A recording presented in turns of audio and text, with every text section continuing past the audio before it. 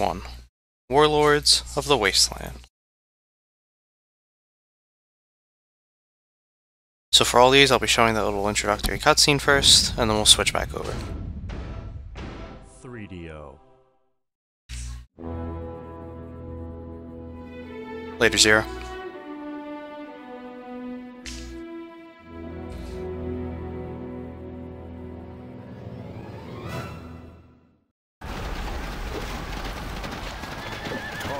Was a barbarian king before he became the immortal hero. For years, no one could stop his reign of terror.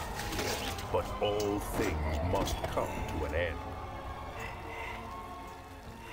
Upon his death, he entered the legendary Hall of Judgment to stand before the ancient council. There, the ancestors found him unworthy of entering paradise, so they cast him back among the mortals where... but I get ahead of myself. You wanted to know how he became king. Alright, so here we go. Heroes Chronicles, Warlords of the Wasteland. Again, we're not going to play through this, we're going to play through the HD mod, just make it quicker, but that introductory cutscene I can't play in the HD mod, and I can't show this off either. So they do have their own little backgrounds here. Cool little intros. 2, 3, 4, 5, 6, 7, 8. You'll see all 8 of these pictures when we actually play through it.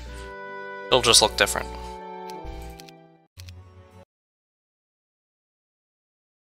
Alright, so now the real deal.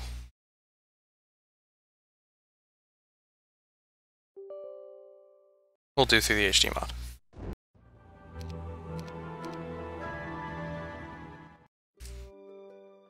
And like I said, it's going to look a little different, because they're custom campaigns.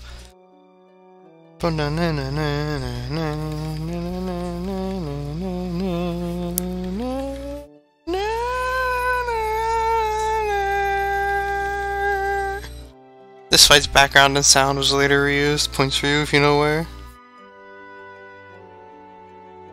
I don't know. I guess we'll figure it out. Warlords of the Wasteland. Before Tarnum became the immortal hero, he was a barbarian who threw off the shackles of his wizard masters and returned his people to their former greatness. This is his tale. And his downfall. A barbarian king.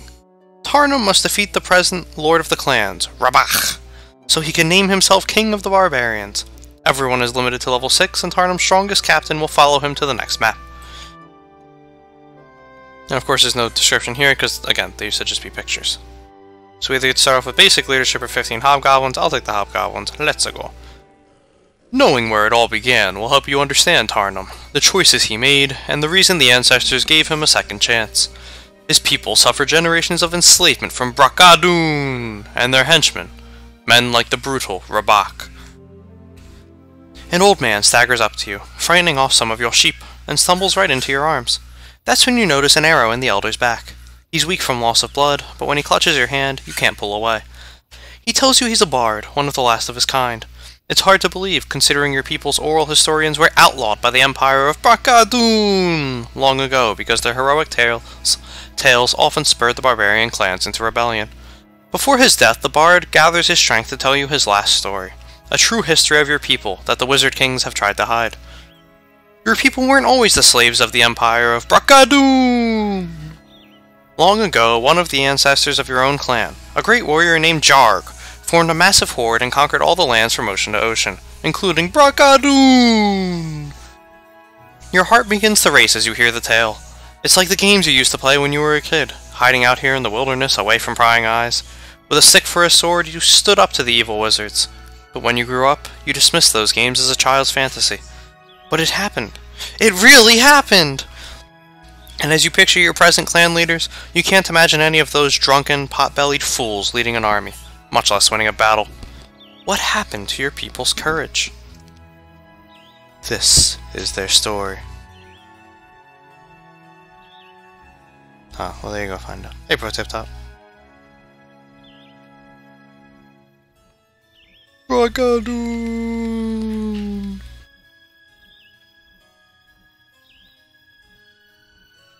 Are the cutscenes in original Chronicles the same? Yeah, they look exactly like they do here. The only difference is I have to voice them now. We don't have the voices. So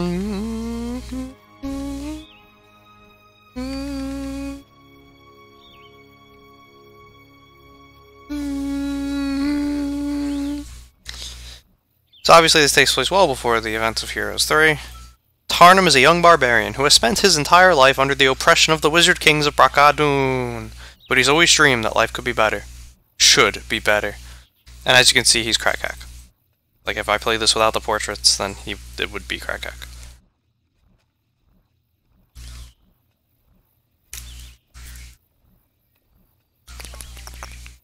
Hey Dick Dixon. So, playing on impossible difficulty for all of them. Hopefully it goes well.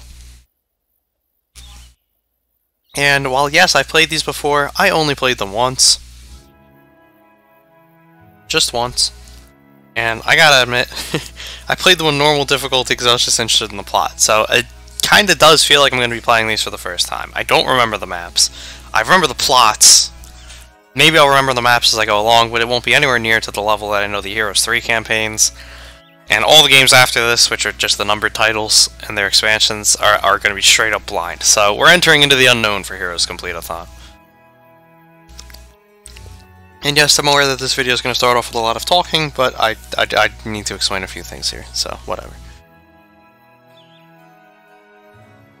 Rhymes is old man and memory fails him, clearly.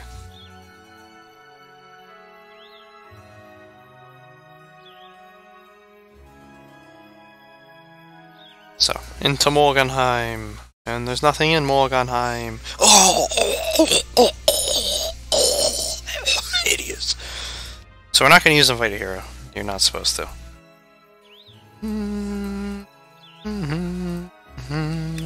Basically, the idea of playing this through the HD mod this time is that it won't feel as painful. Or at least, that's the idea.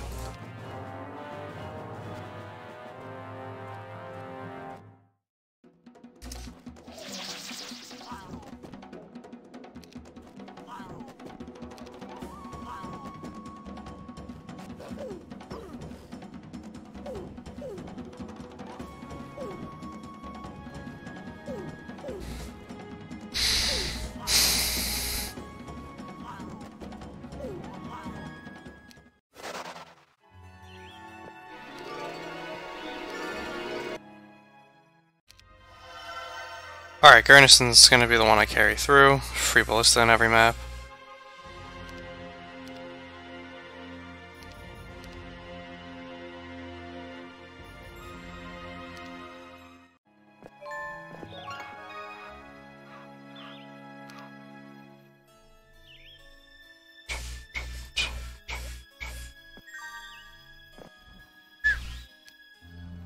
Assuming I can afford him this week, of course. Lots of goblins.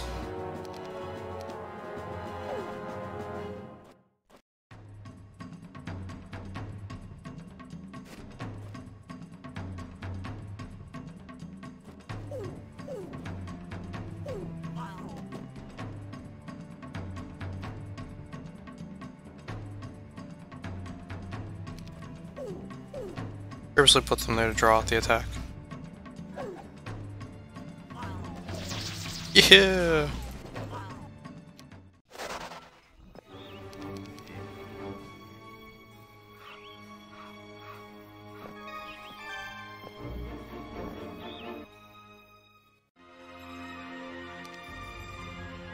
Honestly, give me the schmorks.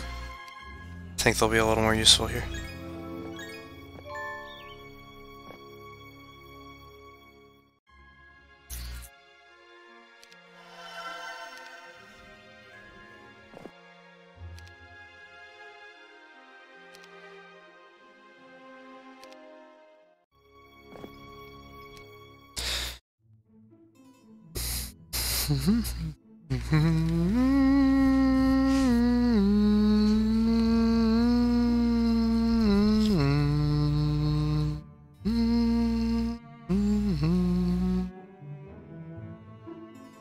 Fight 1, enemy turn 1, morale 1. Yep, and it begins.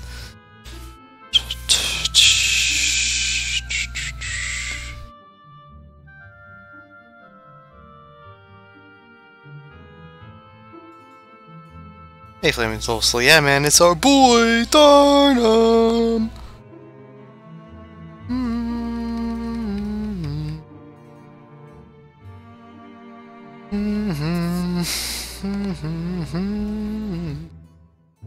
You thought your people would be as excited about Jarg's stories as you were, but the chief of your clan just laughs at the tale of Jarg and his mighty horde. A child's tale, he calls it. Told by a child. Your blood boils as the other men join in his laughter. It's not a fantasy, it's real. What do you know, you fat goblin? You shout. Your words can't be taken back, but neither do you want to. Even knowing that the other man is larger and more experienced than you still don't back down as the chief challenges you to a duel. Jarg wouldn't back down. And like Jarg, you find a way to win despite the odds, using your speed and a strength fueled by a rage you never knew you possessed. Stunned, the warriors of your clan declare their loyalty to you. Their new chief. Yeah! Fuck Jarg! Put him down! Jarg, more like Blarg.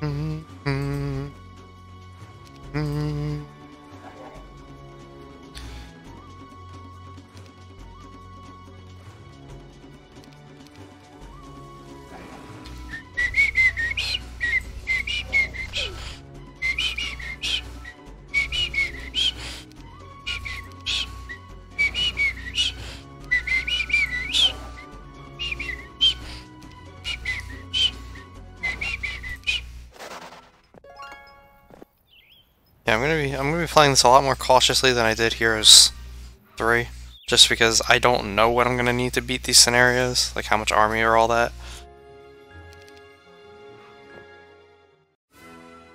Should have split them.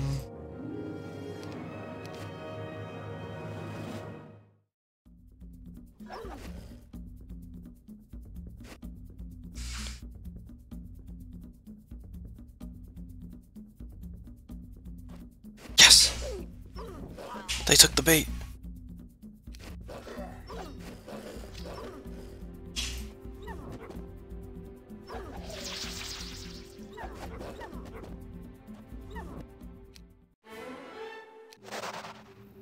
Alright, next level up's gonna be fun.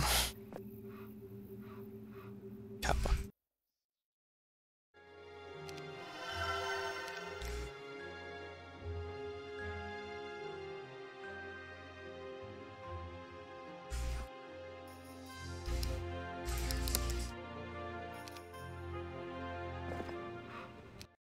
One of your captains mentions that you'll need plenty of gold if you're going to recruit an army. One easy way to obtain gold is to take it from treasure chests instead of distributing it to the people. Another is to search out gold mines, such as the one to the south. Wow. Who would have thunk it, guys?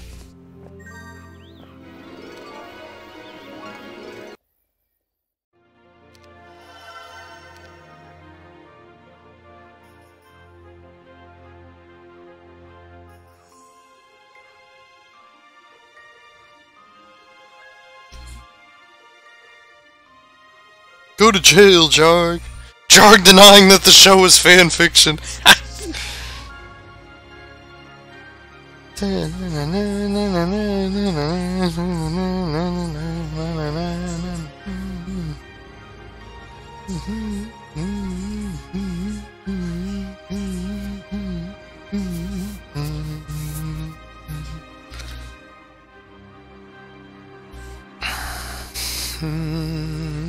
Hey, Lorelaw.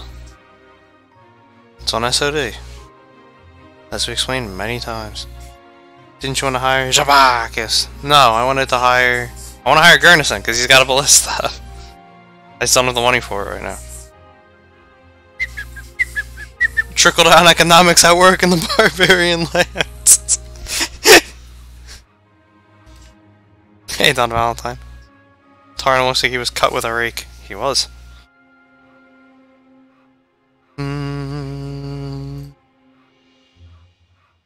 I gotta try. There's gold out there.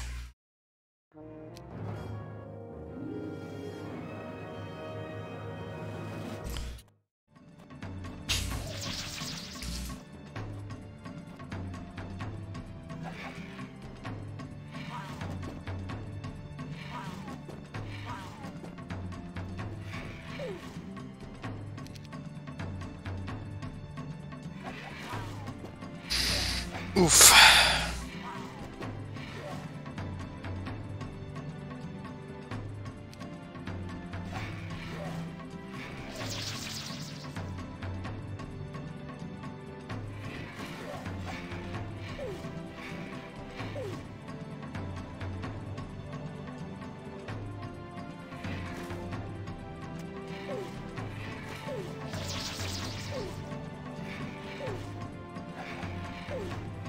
Alright, I hope this was worth it, because we now have no army.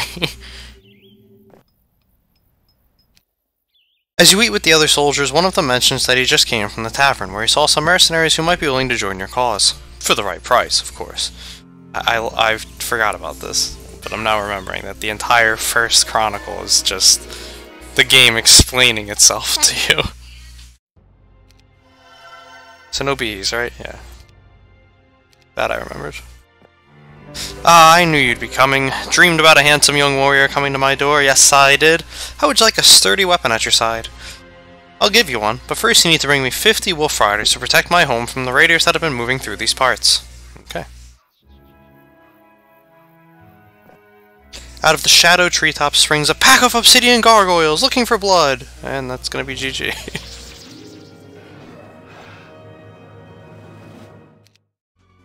As I said, did not remember this game.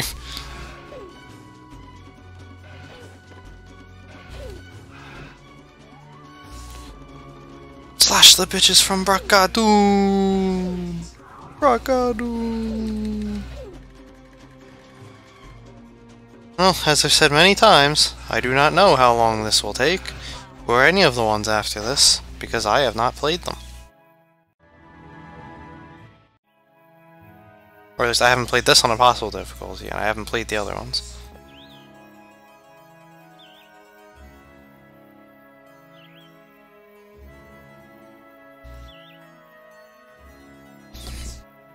You and I could rule this city, Tardum, or we could just fight to the death.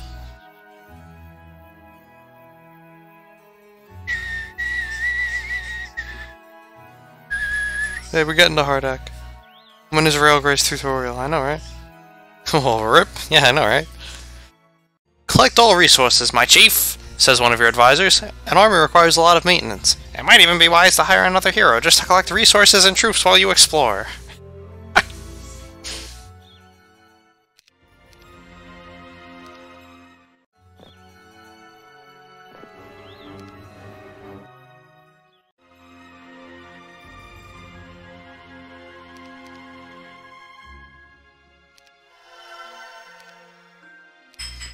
Word of your victories is spreading like wildfire, and as your scouts return from every corner of your homeland, you learn that the other clans remain quiet and neutral. They neither support you nor speak against you, except for one. The current lord of the clans, Rabach, was appointed by the wizards as a spokesman for your people, but you've never heard Rabach say a bad word about Brakadoon. He sits in his stronghold eating a feast each night, while you recall many nights when your family went hungry because you had to clear out your stores to pay the taxes. Rabach won't sit idle while you anger the wizards. You are certain the two of you will soon meet, and not as friends. Well, looks like we're getting leadership after all.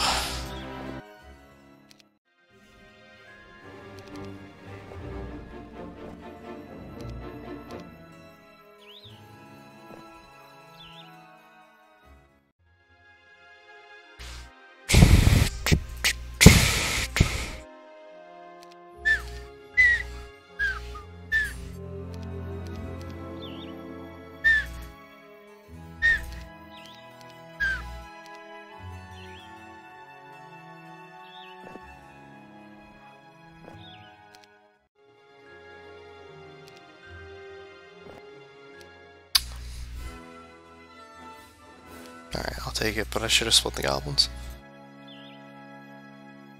Neener, neener, neener, neener, neener.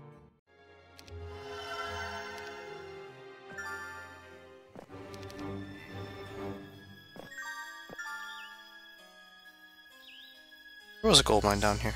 Oh shit. But I would rather go through them to get there.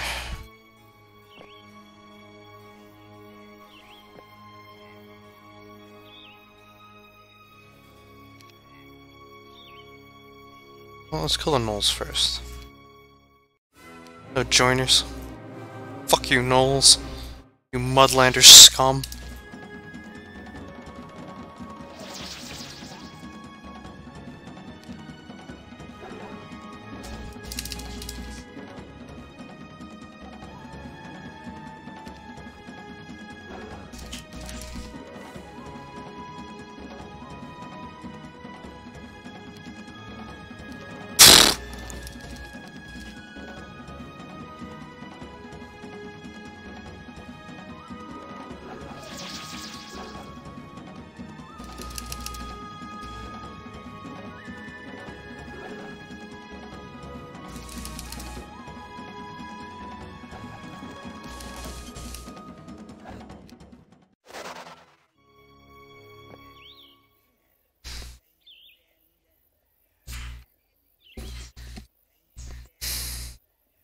Hey, anyone. Implying the basics of hero chaining. Yeah. Ravach! Hey, Zark. Tarnum speaks of the benefits of communism, but when he doesn't distribute the riches among the peasants, you know he's just like the other chieftains.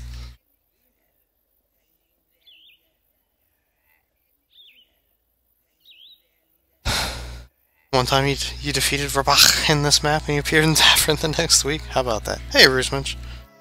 Without some majesty, that was a smart decision, my friend. It's a great game. What do you know of our history? You asked the older warrior sitting across from you at dinner. You've been asking your elders what they know of barbarian history, hoping that someone could tell you more about the past glories of your people. But you found their knowledge lacking. Most haven't even heard the name of Jarg. The warrior looks up from his meal, shrugs. As much as anyone. My grandfather said we used to be a great nation, the greatest, but he didn't have all his wits. Maybe it's true, but no more. Everything falls, I guess. Even a great oak, 1,000 years old, will fall one day. You're impressed with the man's honest response, but annoyed that this veteran couldn't tell you more. How do you know who you are if you don't know where you came from? Is that why the wizards outlawed the bards? You extend your hand and ask, "What's your name?" "Hardak," answers the warrior. Hardak! Oh my god, it's him! It's Hardak! The legend!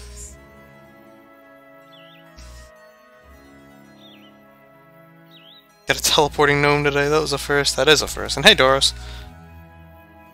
Hoda's fake heroes too. Come on, Doros. You're supposed to be a bro. You should know that.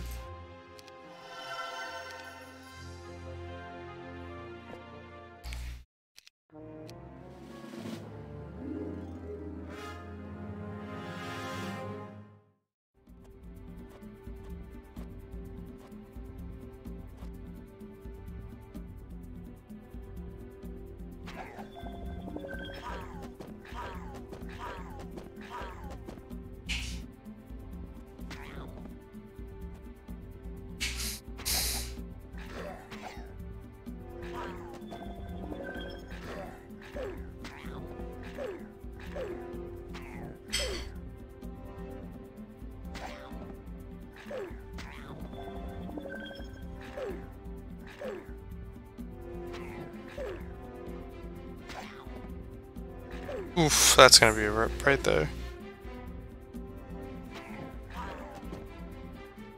Come on, high roll! Oh.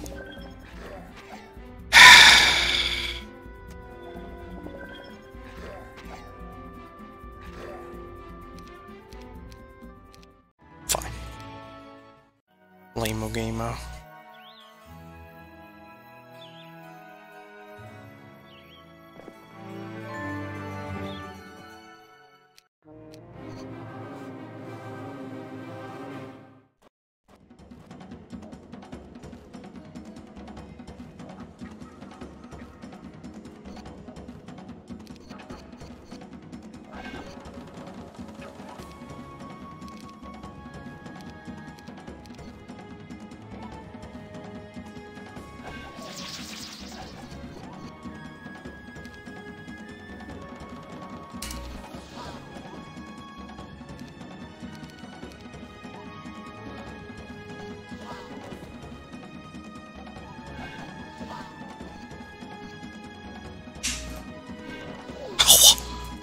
Come on.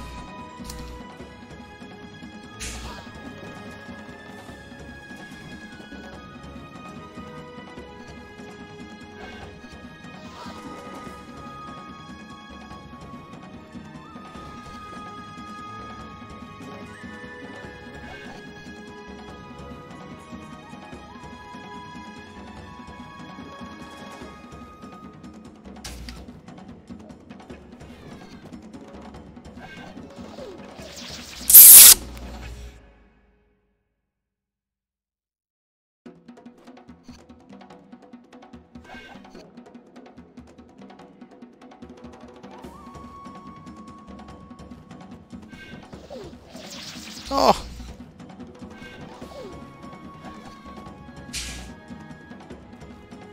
Oh, come on. Come on! That was some bullshit. Whatever, I got the gold mine. Damn, that was some bullshit.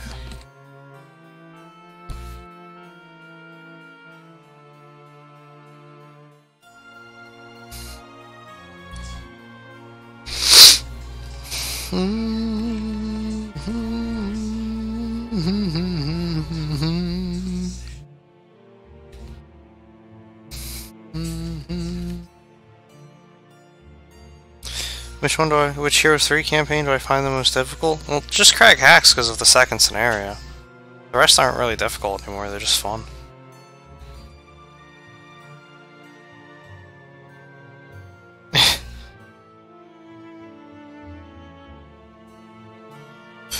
Sitting alone last night, you pondered the tragic loss of your people's history. You haven't been able to find a single person who knows the tale of Jarg and his horde. Some, pretending to be wise, made up some ridiculous story instead of admitting ignorance. Then a solution comes to mind. You tell your people to pass the word that you are looking for bards. Any who are brave enough to step from hiding will be under your protection. If your people are ever going to reclaim their courage, they need to rediscover their identity. And only the bards hold those secrets.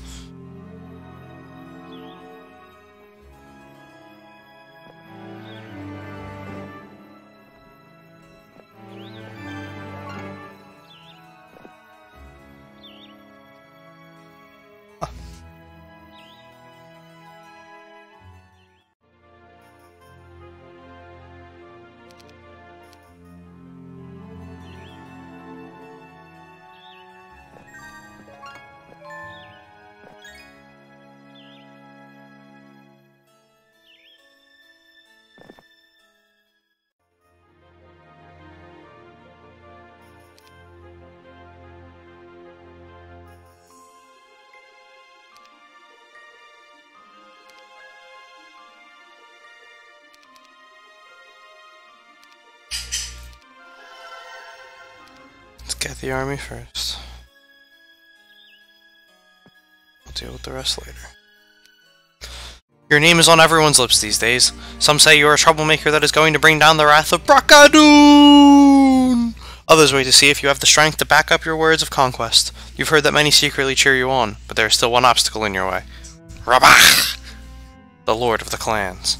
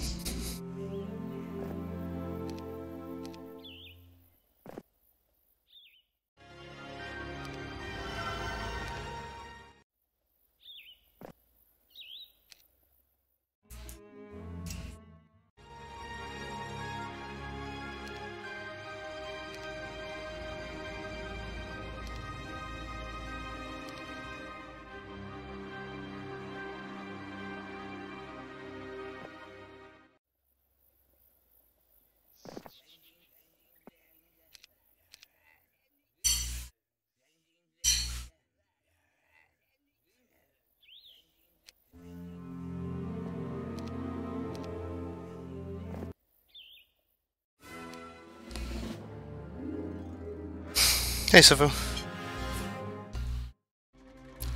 Yes, Savu. Got a level Garrison. Yeah, we just delete the other heroes. That's what I was gonna do. Still no Schmoger for it. We're good. We're good. We're good.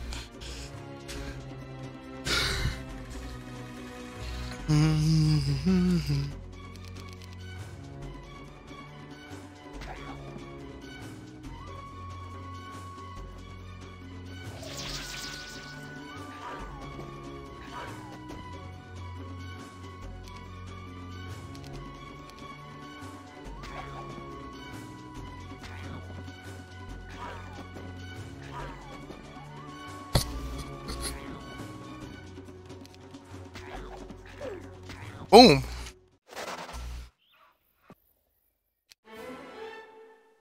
Alright, come on now. That's not cool, game. It's not cool.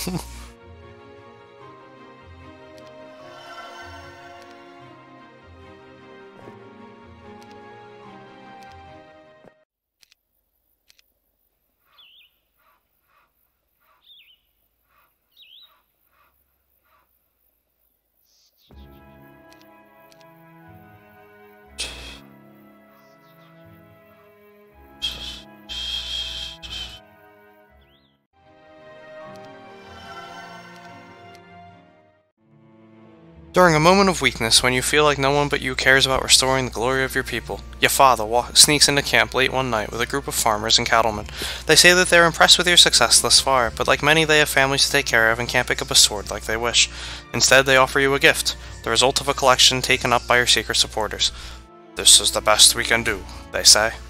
It's a start, at least.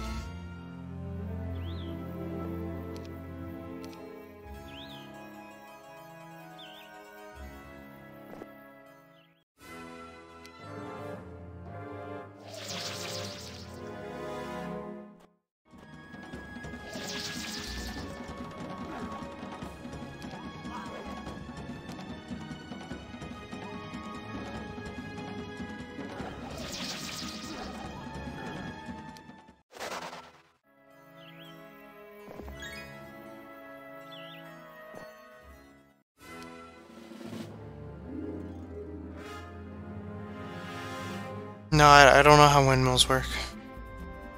We haven't seen them yet.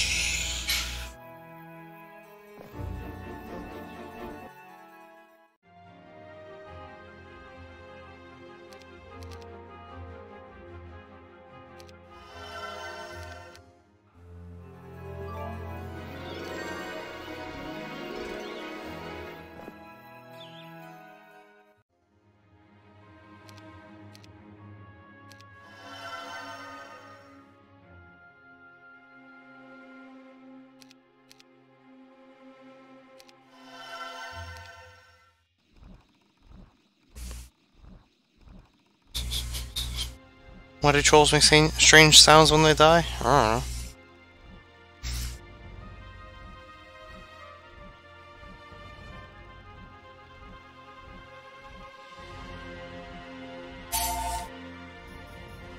Hey, Zealot.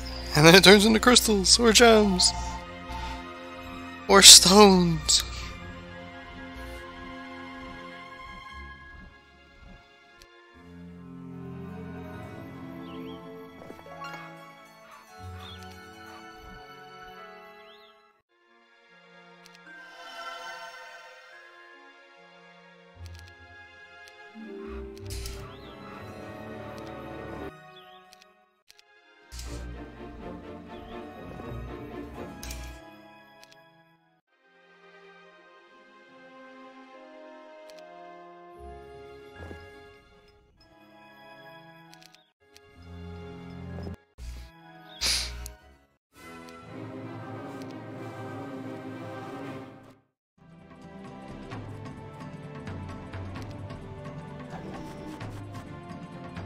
Oh, match point.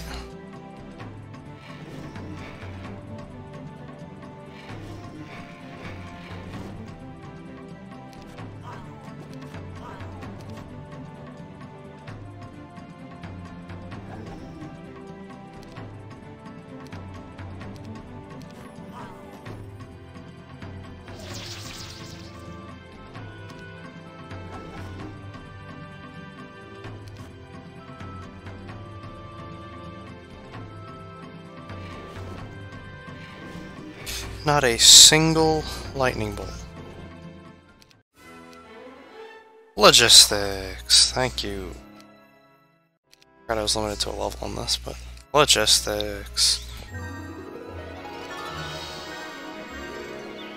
Of course.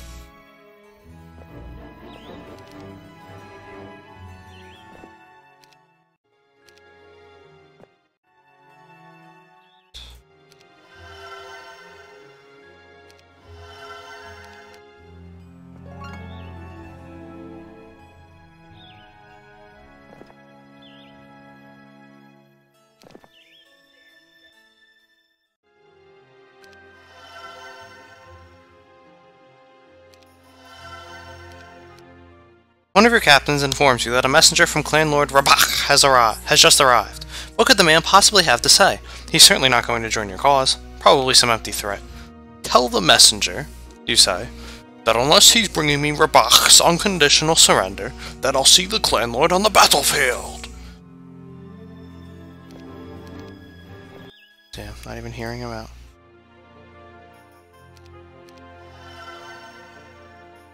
Not even giving peace a chance.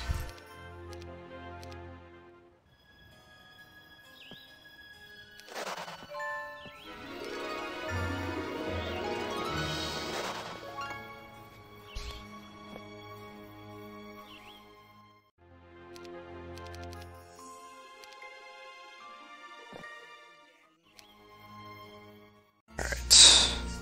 What does he have? There he is! Rabach!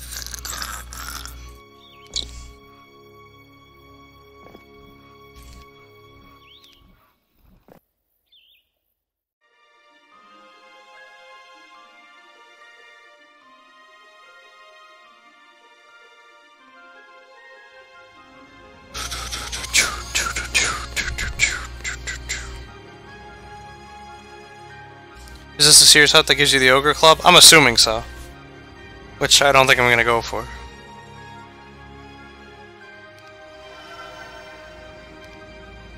Summon boat! We're good. Let's rock and roll, boys. That's what we need.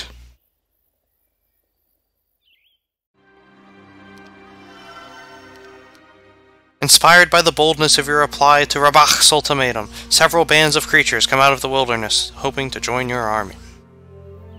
Come on down.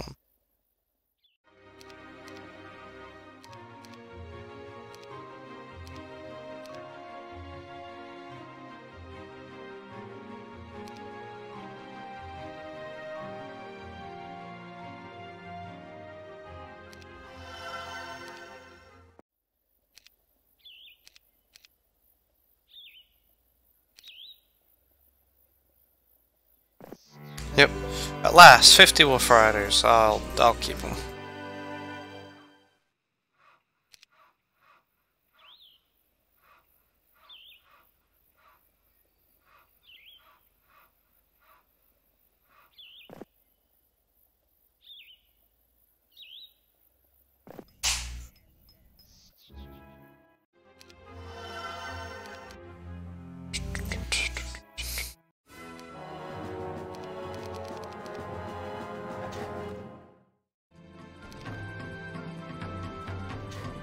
I expected way more damage out of that.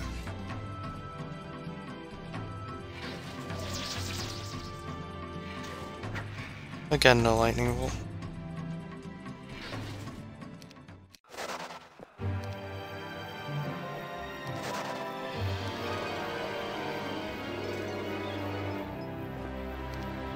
Armor, no thanks.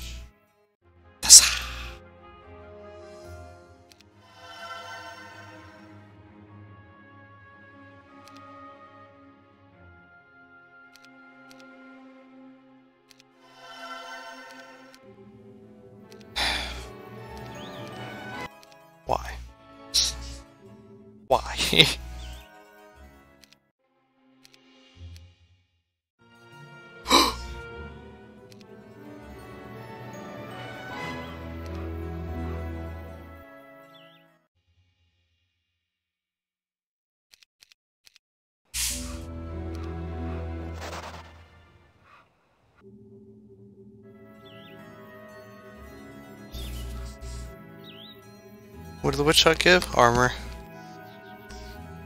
Summon boot is good, but darn, I won't get water magic. Hey, Rust.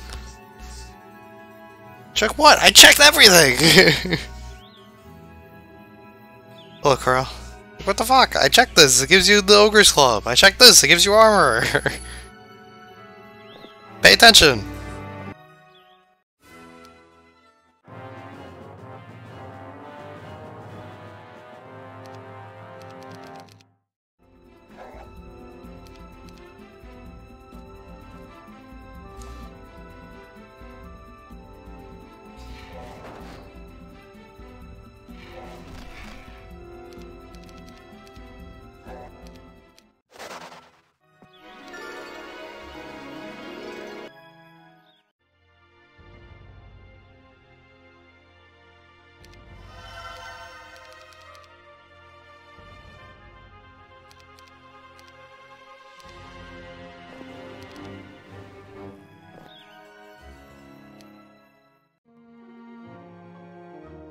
A pharaoh-looking man is brought before you. He looks like he's been hiding in the wild for a long time, and he hasn't been eating well either, as his protruding ribs indicate.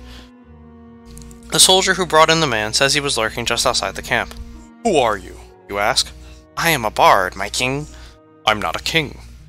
Not from what I hear, but word is you will protect us bards from the law of the wizard kings in exchange for our stories. You heard right, you say, barely able to sit still. So, the old bard who died in your arms wasn't the last one. Your people's history is not lost.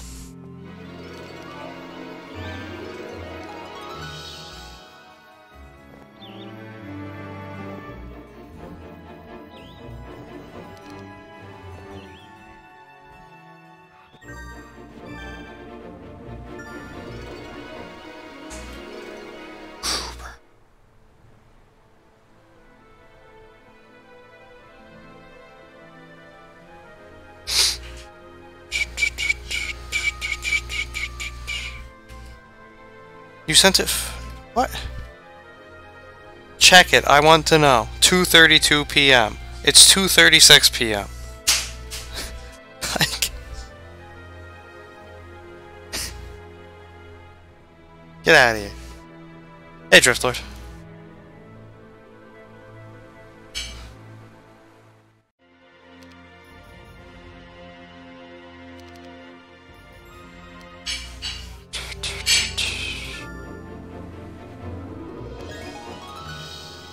You were enjoying the sea wind in your hair until most of the sailors strip off their sashes and draw their weapons. Rabach has placed a hefty sum on your head, says the leader. A sum we plan to collect. Oh.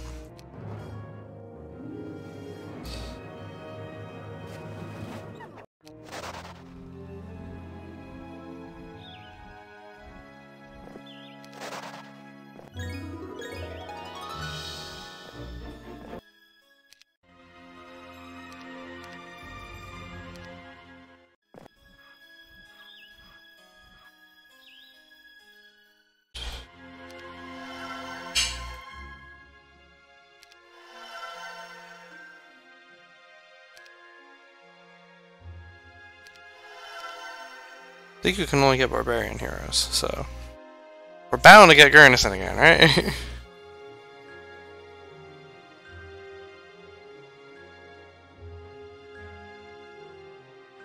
Do you remember these maps? Not at all, really. Not at all. Like, honestly, just playing them in HD makes them look different, because the view was a lot smaller before. Good guy Ram's providing these rogues with jobs. Yeah, man.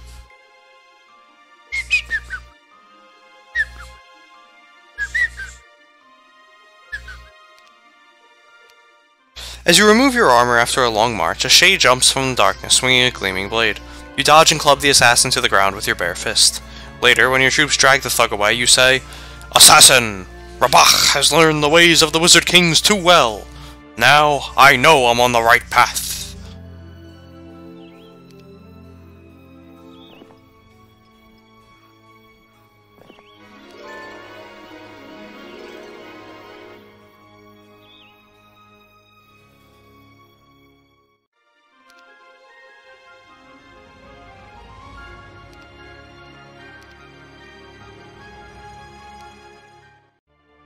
Shit. Is it over when you kill Rabach or all the people?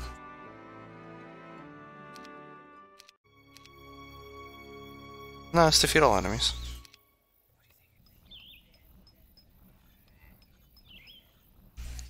If I can beat that army, that's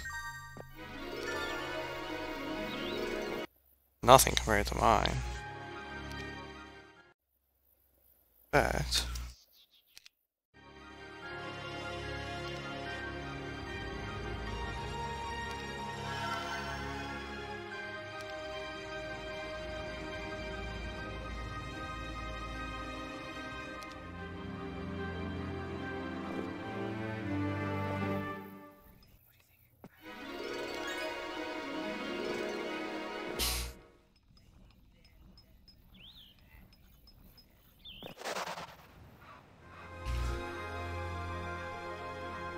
hey, Catan. Yep, this is the first scenario. Purposely trying to get all the stat buffs. That's why we're not going for him.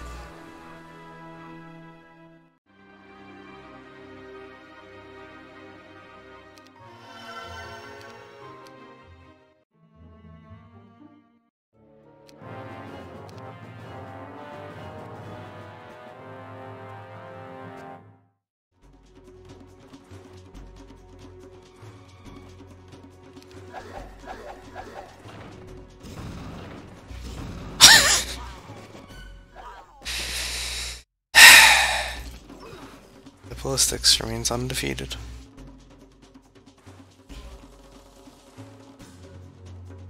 You can't surrender, you can only retreat.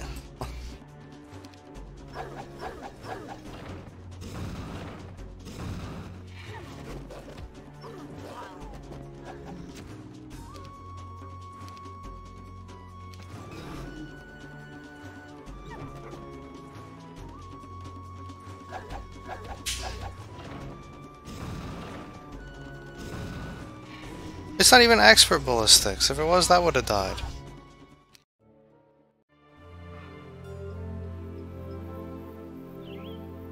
AI, guess what? The Gertie bird catches the worm! Ha ha ha ha!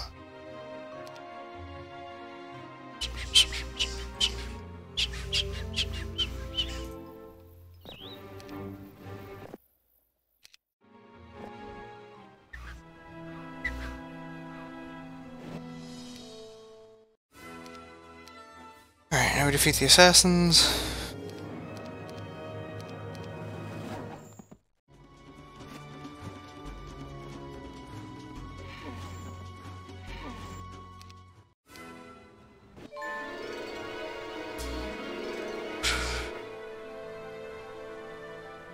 Anybody remember the town order? I vaguely remember. I'm pretty sure it's the barbarian one.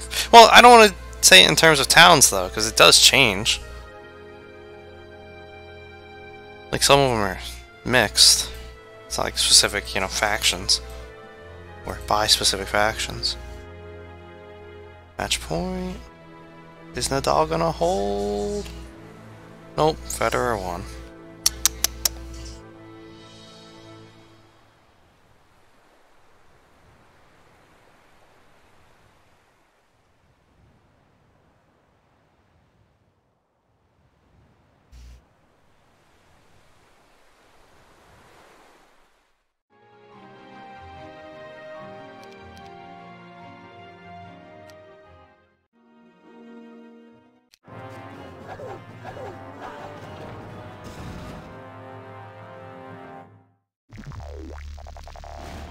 I was gonna say, if he doesn't have spells, we're gonna shot.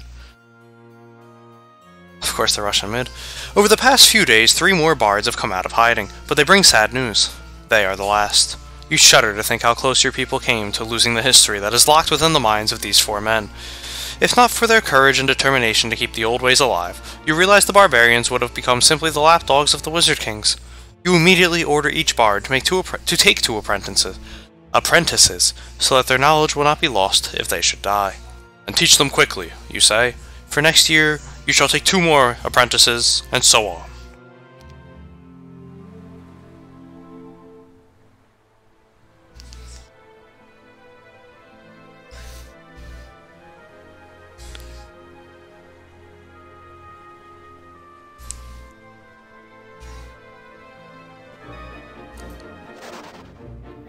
You heard this remote island was a retreat for wizards who came to visit the barbarian lands. You realize it must be true when a pack of gargoyles swoops down out of the sky to attack. And die like pigs. Alright,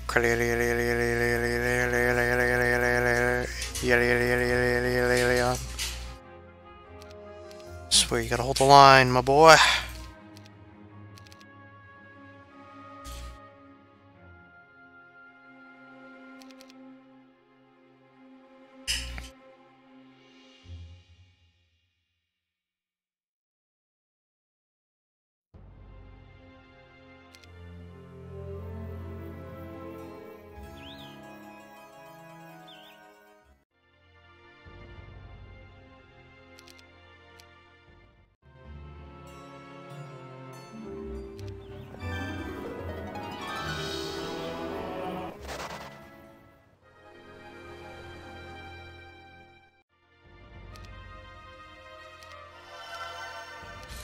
Thankfully we got him back.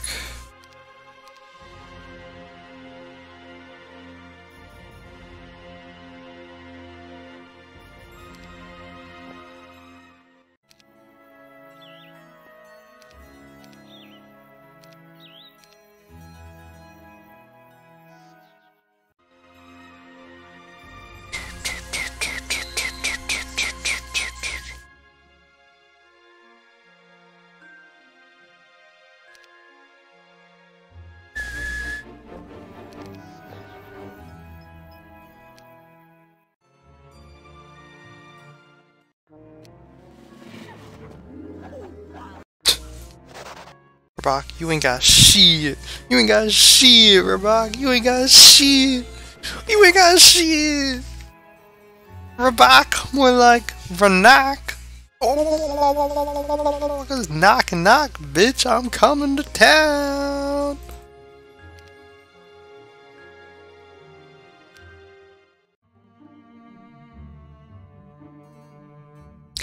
You sit with the 4 bards one night, listening to their accounts of Jarg and how he conquered every land between the 2 oceans. His heroic deeds were numerous.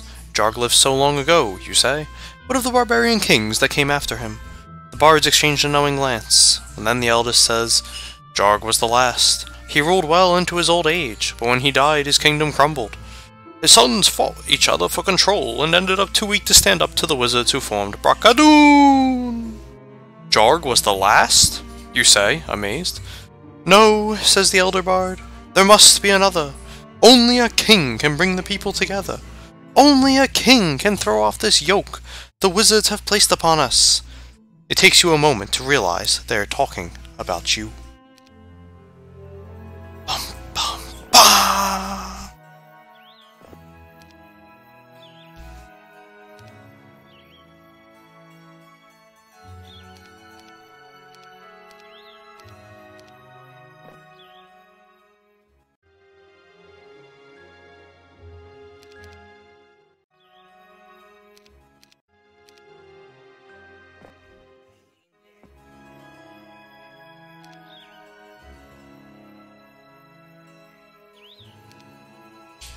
Wow.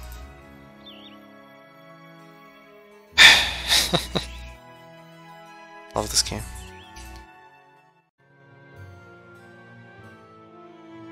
Oh, thank God he didn't attack. That was just gonna annoy me.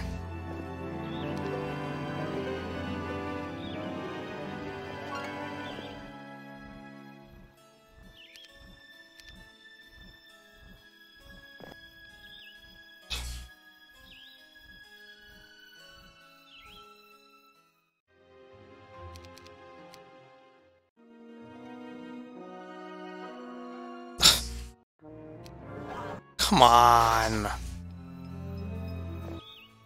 Fuck you, Rabak. The one hero I actually wanted.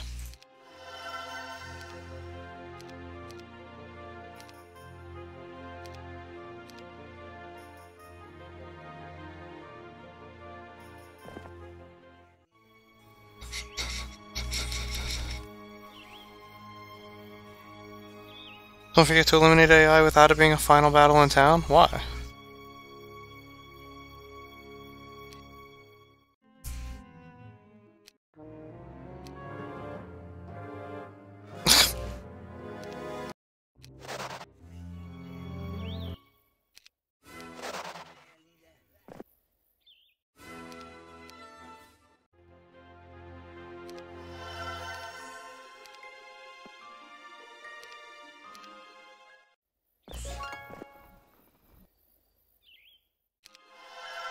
There it is.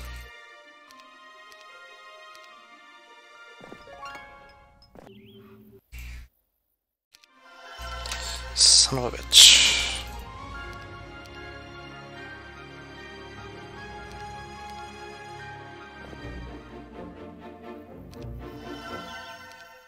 I wonder if there's a way to buy out all the available heroes.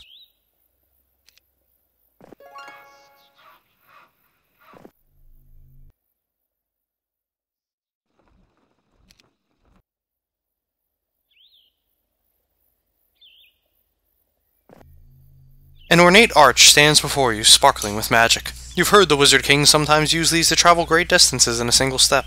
Although you distrust magic, a little light show isn't going to frighten you from your path.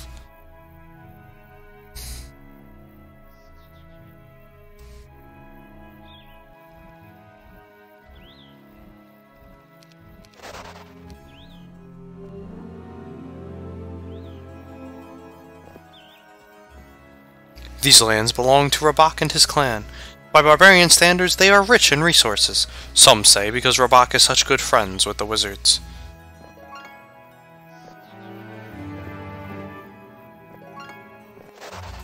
You know what, guys? Fuck Rabak.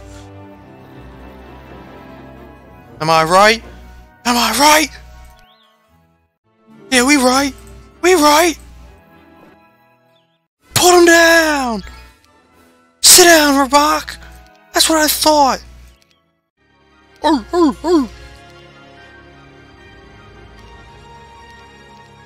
Let's give him the time back, though.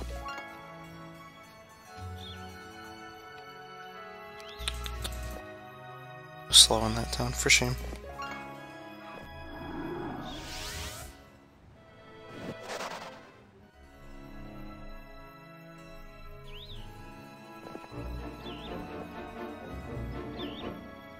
What is Tarnum? Crag hack.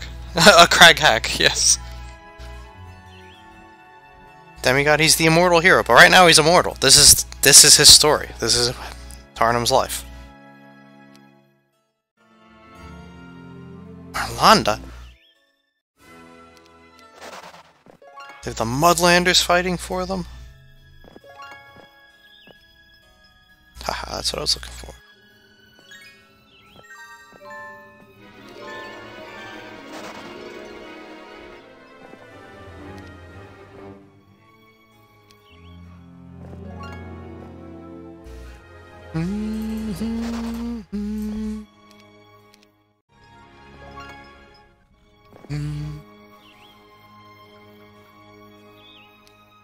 Wow. It's alright, I don't need those heroes.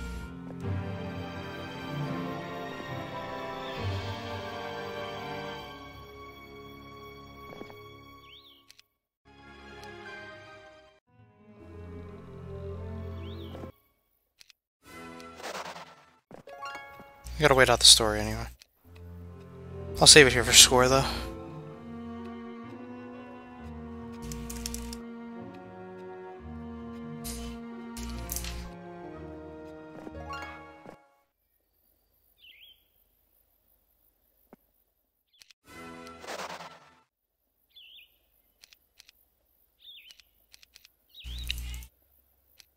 Alright, there's probably more story.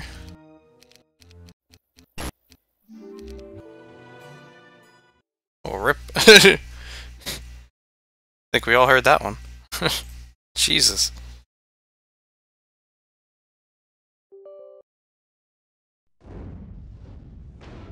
Didn't get +1 from your second town. I didn't?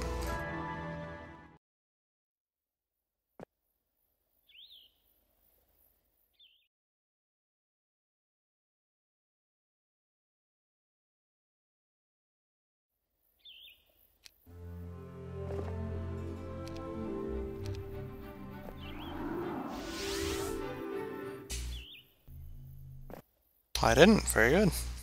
Thank you.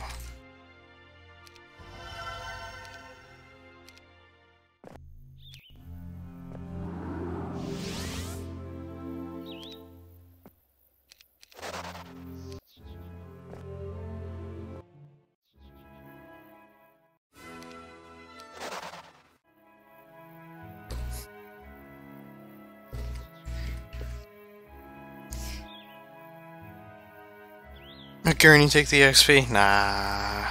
Tarnum is king. Right now, we start skipping for story.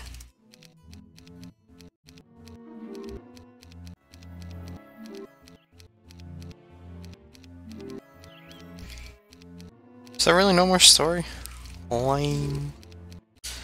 Because I do remember the first couple chapters were actually really thick on plot. To the point that, especially for the later scenarios, I would finish it and then just be sitting here for 2 months reading story. I'm gonna go out on a limb here and say we've read it all.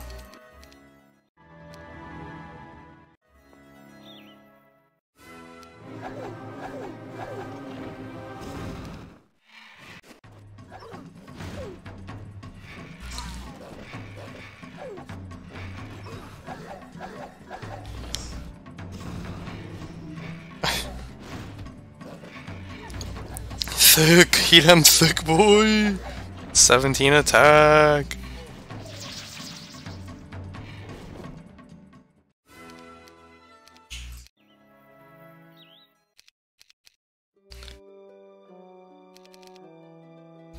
The Criminal King. The Wizard Kings have declared Tarnum a criminal, and 3 towers are raising forces to capture him. Tarnum must defeat all enemy towns. All heroes are limited to 11th level, and Tarnum's strongest captain will accompany him to the next level. And once again, I'm going to take the army. Upon defeating Rabak, Tarnum named himself the King of Barbarians, a title not held by one of his people since Brakadun conquered their lands. Fuck. Gotta be quick on these. Upon defeating Rabak, Tarnum named himself King of the Barbarians, a title not held by one of his people since Brakadun conquered their lands. But in the eyes of the Wizard Kings, he was just a rebel fly. I'm gonna read it back on the stream. A rebel fly to be squashed.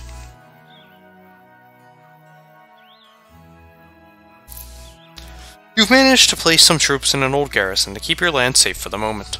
You won't be able to use these troops yourself, but don't wait too long to take the fight to your enemies. No garrison is impervious forever. They are not Armageddon's blade maps. You're being dumb. Obviously they're gonna look like this. I loaded them in as custom scenarios. They're their own Chronicles scenarios. Just like all the cutscenes got reused. They didn't make new cutscenes.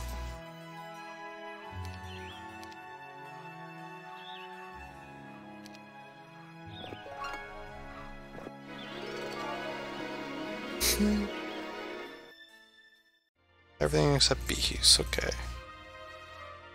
Dragglebrish.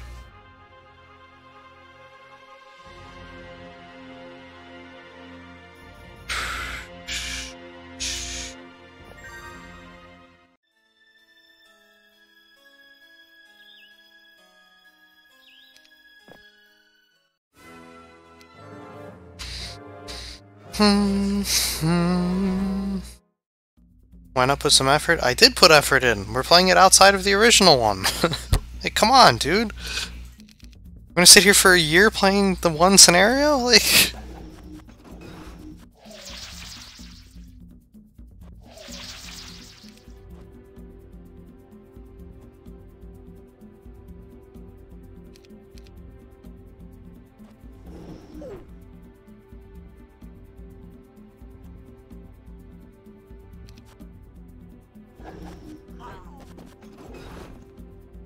See ya.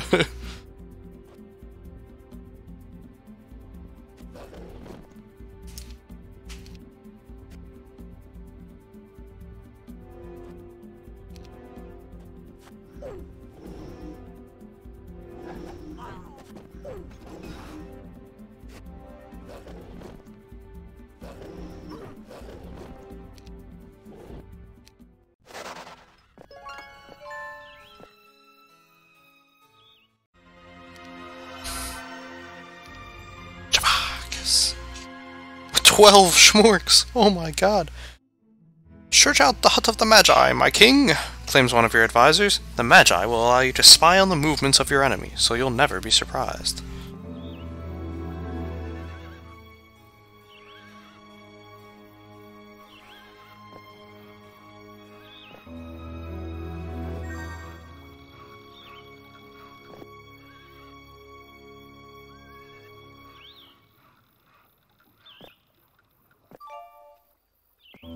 Rock caves. Why not Ram's Rock caves?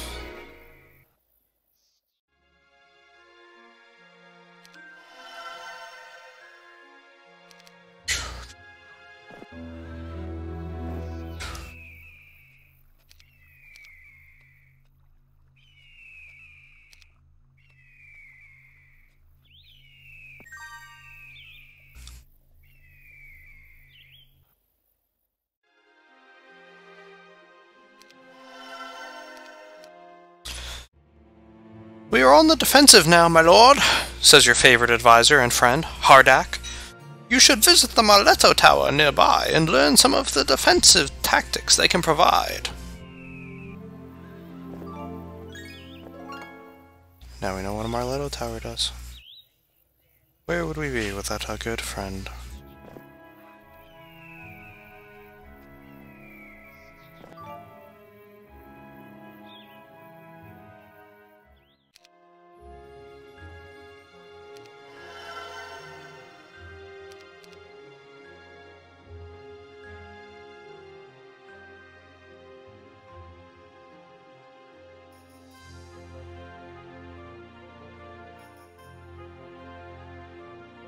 Wee, thanks, Hardak. Hardak, shut the fuck up.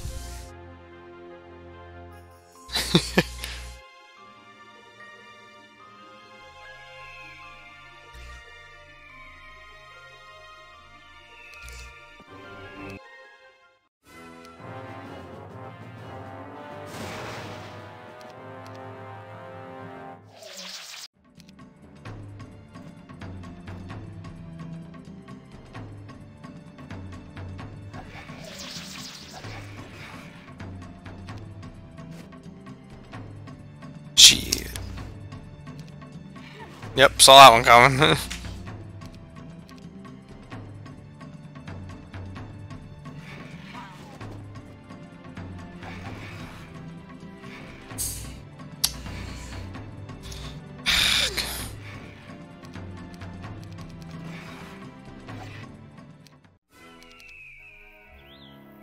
Alright, go on. That's all that matters.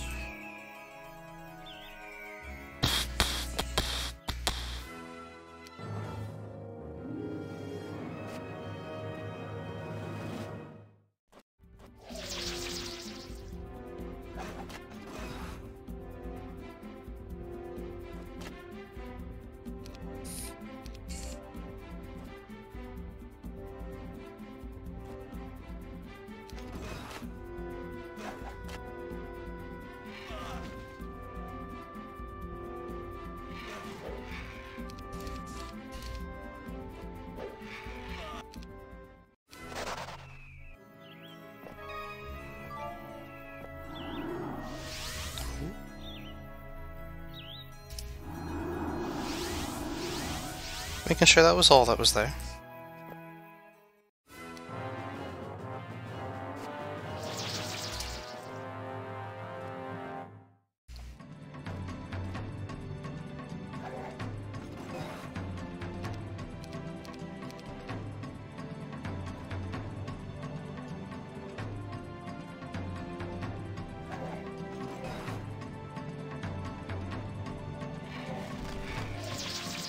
Oh! And then back!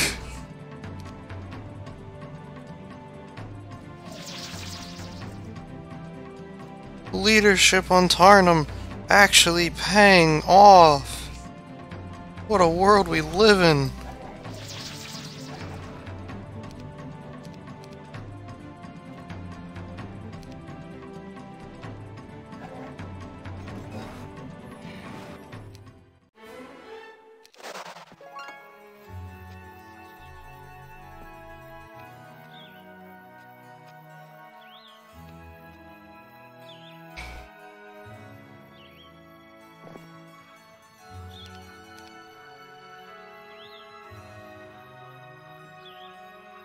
Mm.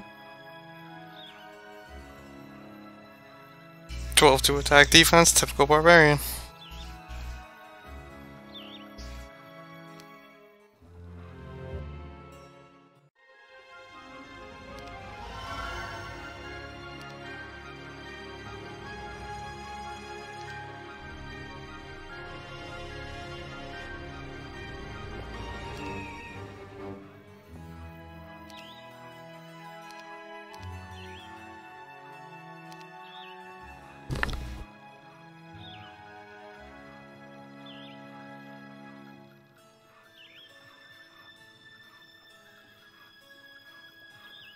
Dun dun dun dun dun dun dun dun dun dun dun. That's what I was hoping for.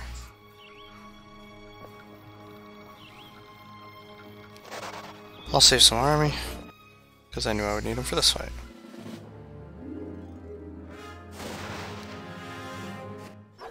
Good. Fuck them.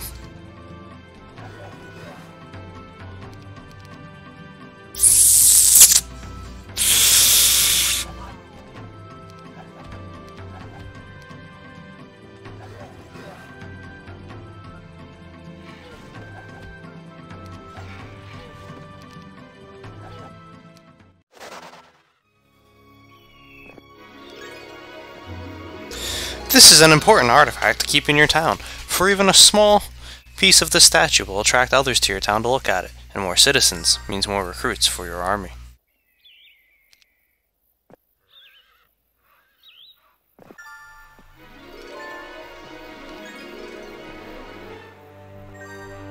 I should have taken the scouting if I'm being honest.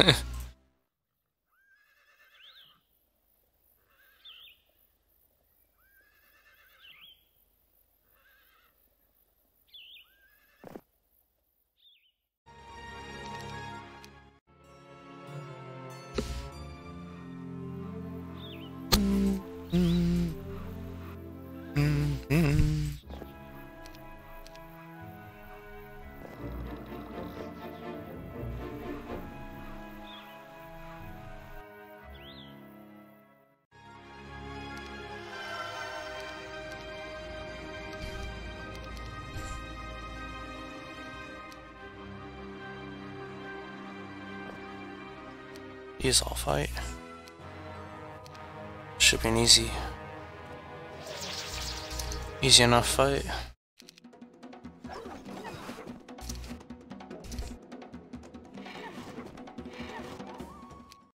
And was.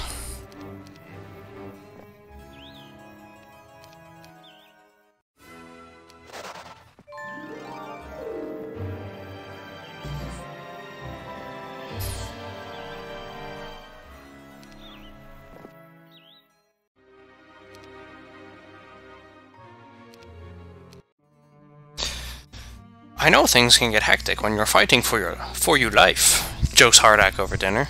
But don't forget to visit the water wheel every week. This army is like a locust when it comes to resources, and we'll be needing all the gold we can get. So I believe this is, yeah, this is a Shadow of Death level 1. The valley before you was the site of an old rebellion. Thousands died, ambushed here by the armies of the Wizard Kings. Bones still litter the ground where the bodies were left unburied. Your troops lower their heads at this reminder of how powerful, truly powerful and vindictive your enemy can be.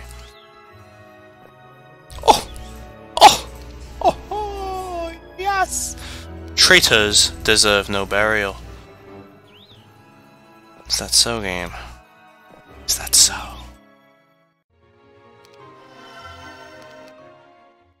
As always, you need gold to build your army. Some of the elder natives of this region claim there is a lost gold mine hidden nearby in a hidden valley. Unfortunately, none of them can point the way to this wealth, so you order your troops to keep an eye open. I already found it. It's up there.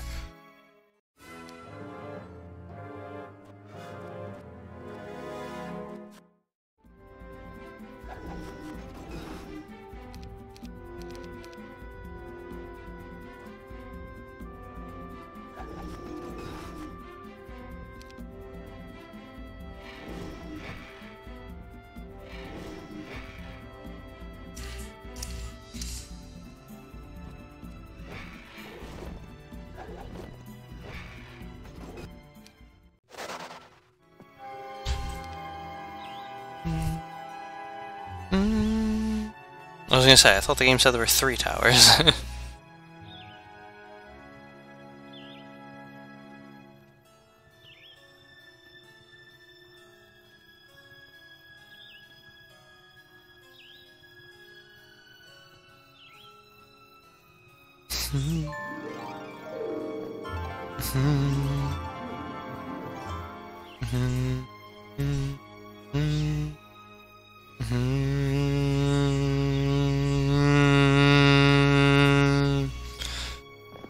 Alright, we're gonna play it safe here.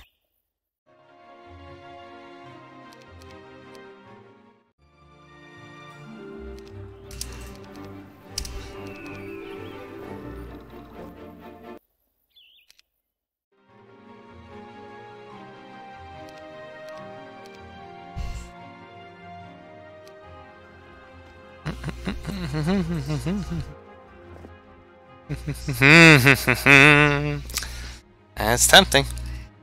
Dun dun dun dun dun dun dun dun dun dun dun dun dun dun. This doesn't seem like an ideal scenario for impossible difficulty. Well, we're doing them all at impossible difficulty. Hey, Juanito. Keeping the pace. Yeah, man. Heroes complete-a-thon. We're rolling on. Wow-wee! Thanks, Hardak. Hobgoblins bent the knee, but you kicked him to the curb. Everyone type thank you, Hardak, or your watermills will provide no gold.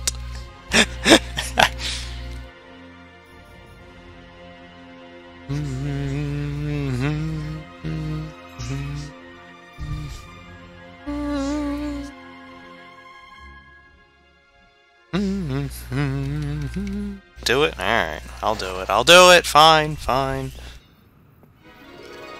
I don't know if that one was, you know, meant to happen, but fine. Oh, we'll break the bees after we get the army. I really want those, but I don't have the gold for them.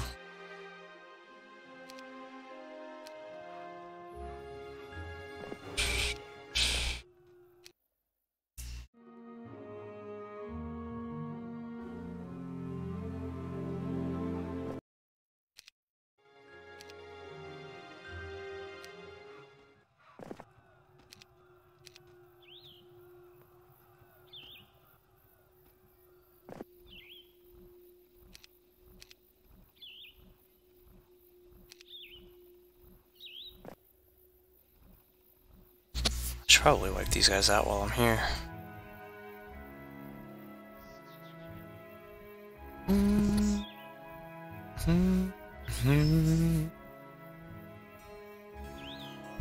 But fuck them.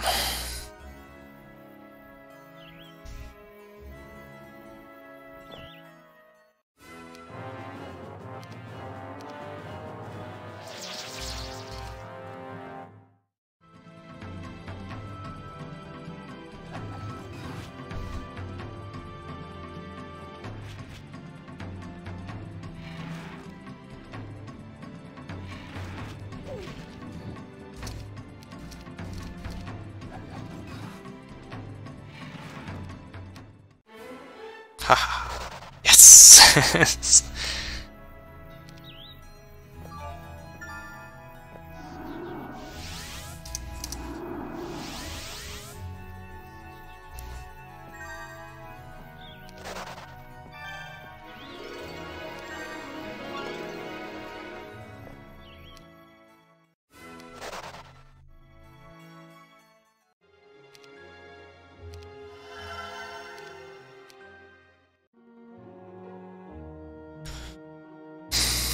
No.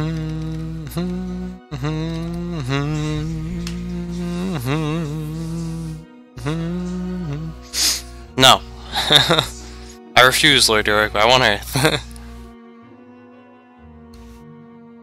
A message arrives tied to the leg of a red bird. It's no coincidence the red bird is a symbol of death among your people. One of the bards opens it. To the savage who thinks he's king. Surrender your forces now, or your death will be slow and painful. In our interrogation chambers, the strong have been known to live for weeks. The somber bard shakes his head and says, It's simply signed, Brakadoon. You know the stories about the wizard torturers, and you don't doubt they are true. But as you look out at the faces of the men gathered, waiting your response, you can't show how you truly feel. Instead, you smile and take the red bird in hand. Slowly, you raise the avian to your lips and kiss the top of its head. I welcome the chance to be so close to these wizards, you boast. Then they will find out that the weak don't live long in my hands.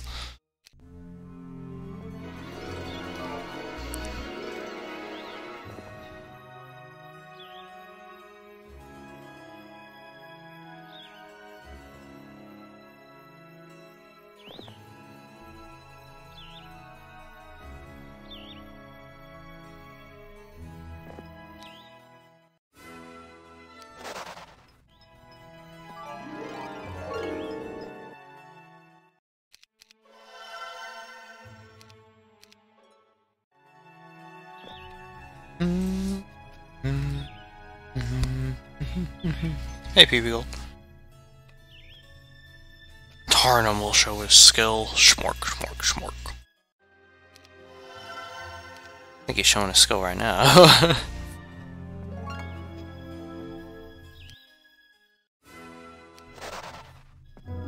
You find a bag of gold on the ground, pick it up, and throw it to your nearest captain, who promptly drops it. As the men rush forward to pick up the scattered gold, you pick up the bag, but impossibly it is still full to the brim.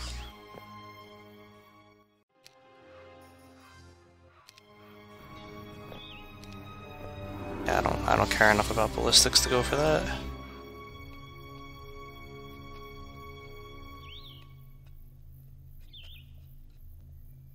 They built citadels.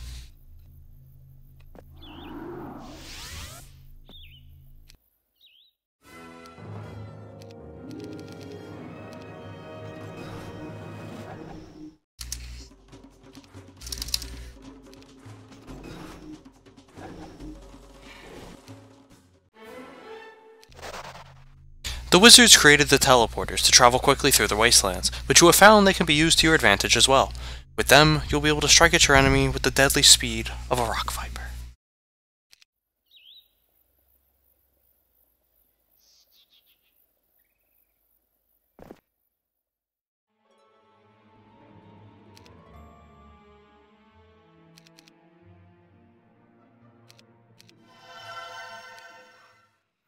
And honestly, I want to let them keep this one, but I don't think they have any other heroes over here. Because I want that last plus one knowledge from there. But we'll have to get it some other way.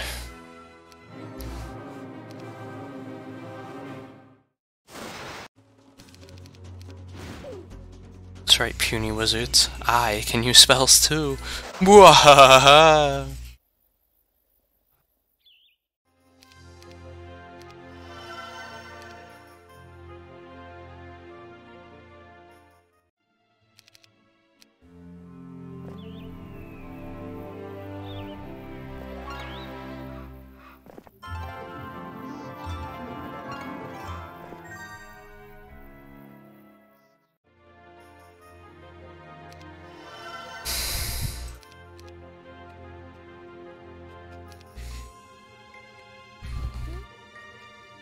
Tarnum shrunk.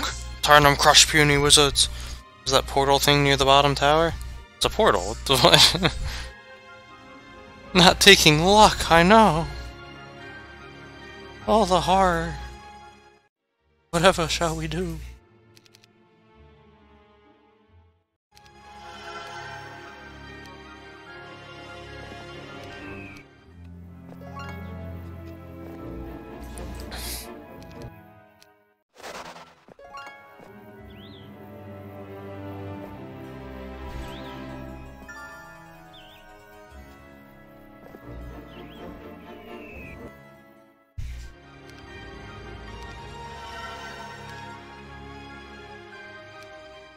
Once again, you must thank your bards for their knowledge. Once there was a barbarian woman from these parts who was to be married to an ogre. She carried her dowry with her to the hut of the ogre, but when the giant stepped outside, she picked up his wood axe and lopped off the ogre's head. It is said she hid her dowry in a nearby cave and lived the rest of her life alone in her intended's home. Using directions from the old tale, the bards found a secret cache of resources buried in a cave in the mountains.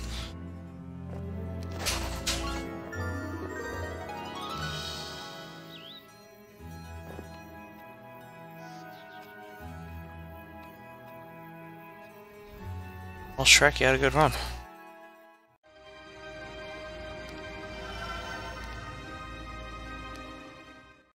Don't forget to recruit the troops from places such as Goblin Barracks each week, says Hardak, the advisor. The more the mightier!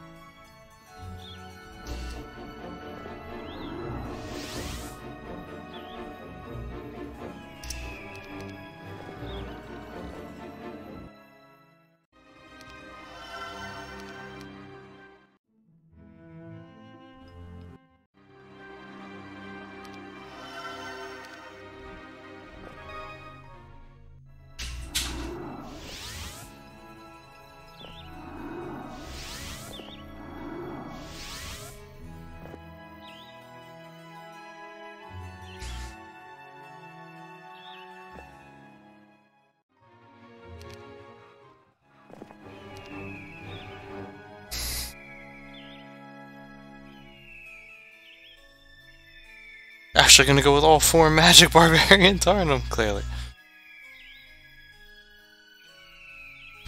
I mean, you have to on Master of Elements. Master of Elements forced the secondary skills, I remember that. Does Gurnison move along to the next scenario as well? Yes, he does.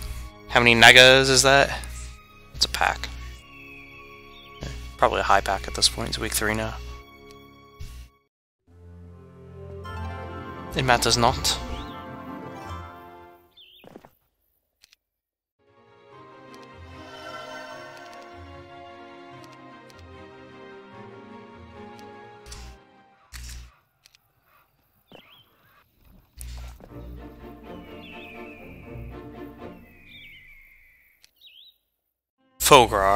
Fagrar, one of the most experienced soldiers among your captains, advises you to consolidate your troops under your own leadership. That way they can protect you from the treacherous wizards, and you'll be able to attack using strength in numbers as well as strength of will.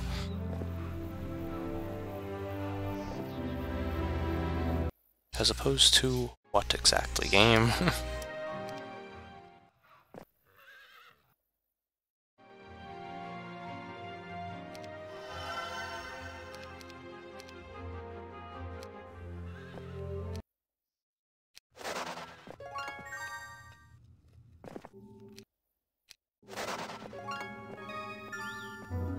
Sitting on a nearby rock is the mummified corpse of an old warrior, dead for many decades now, but as you approach you notice his armor is in perfect shape, even though it's certainly been exposed to years of harsh weather.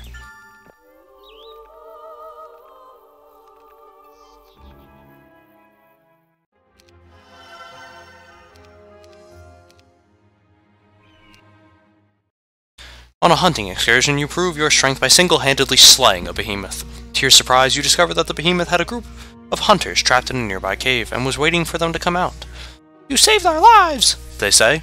They're hungry and weak, so you tell them to go to your barracks where they will find food, and in return for saving them, they can join your army. A behemoth lair! Yeah! Yeah! Schmark! Schmark! Schmark! This must be the hidden valley the bards talked about.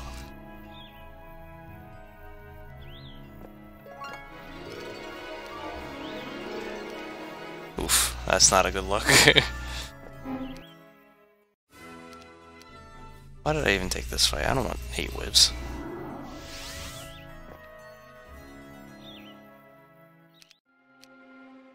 Schmark. Schmark. Schmark. Schmark. Schmark. Schmark. Schmark. Should have gotten that armor. A lone, bloody goblin returns from a scouting mission with horrible news. Fograr, your most experienced captain, was ambushed by a wizard. No. Only the goblin escaped, and he recounts how the enemy brutally executed Fograr on the spot. Fograr wasn't even given the chance to defend himself! What a horrible death. Trapped by magic and unable to defend yourself. These wizards have no sense of fairness or honor. You grip your fist around the hilt of your sword, wishing one of the spellcasters was within reach right now. If only you could strike back at these cowards.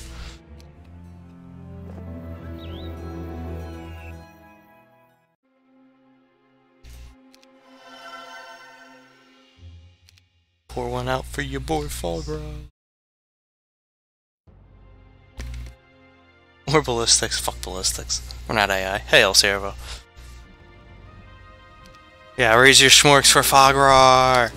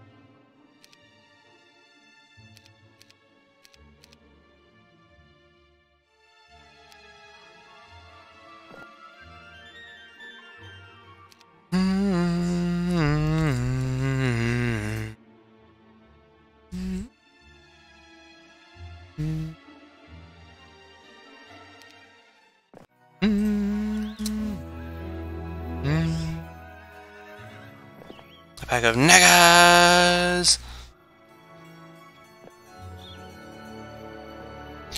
Ambush! From the bushes springs your enemy, intent on killing you, but your troops respond quickly. With the sound of the bones of your people crunching beneath their feet still fresh in their ears, they respond quickly and fiercely.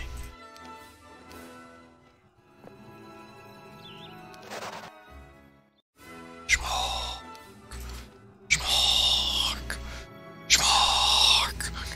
Schmark. Hosefin!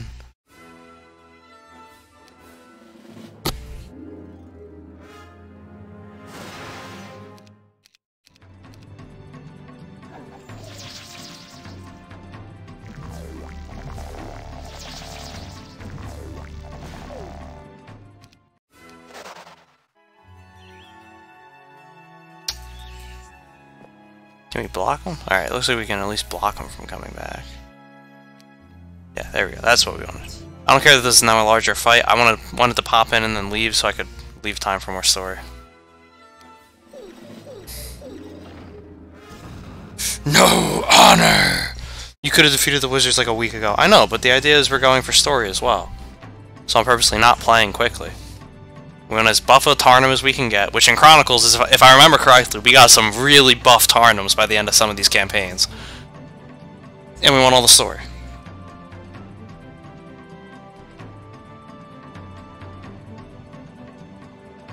Avenge him, brothers! Nah, Gurnison exists only for a ballista. Get a feeling that those campaigns are longer than they should be. I mean, we played them before. You should know how long they are.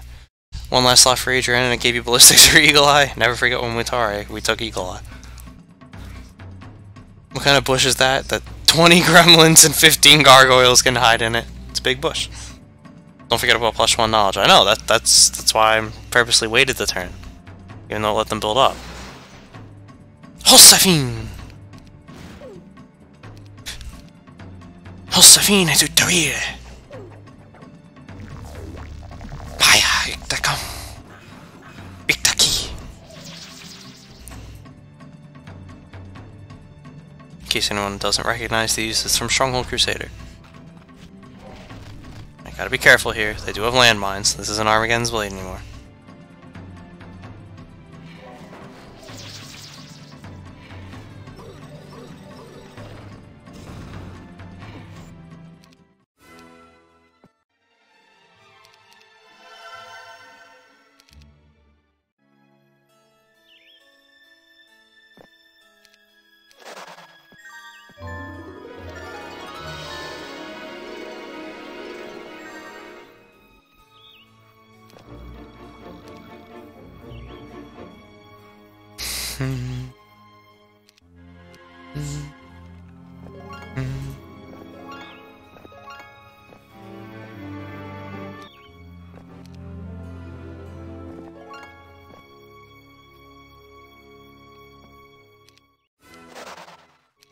Save here, because this is clearly in the map.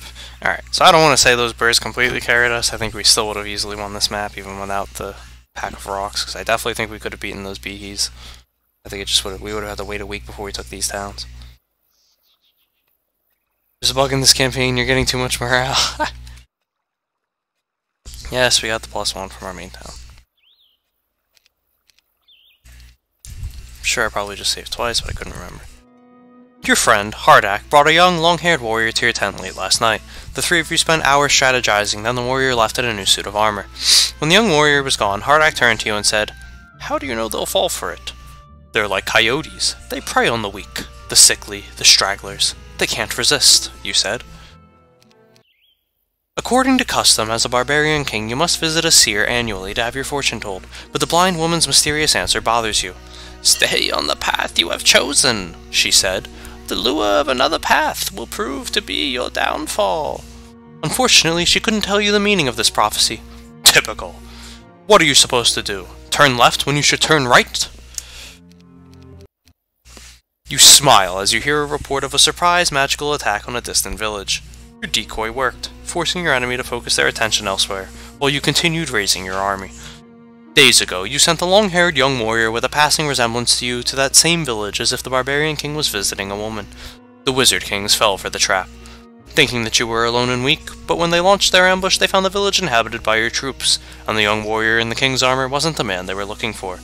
Now, Bragadoon knows that wizards aren't the only ones who can set a trap. The report also mentions that before his death, the young decoy even managed to kill one of the spellcasters. A glorious end that will be sung by the bards for a long time to come, if you have anything to say about it. Rip.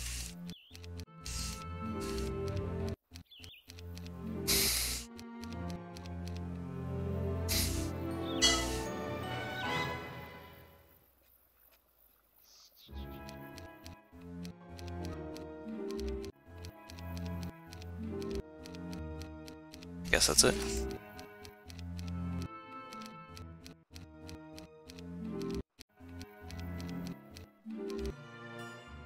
Took them forever to finally decide to attack.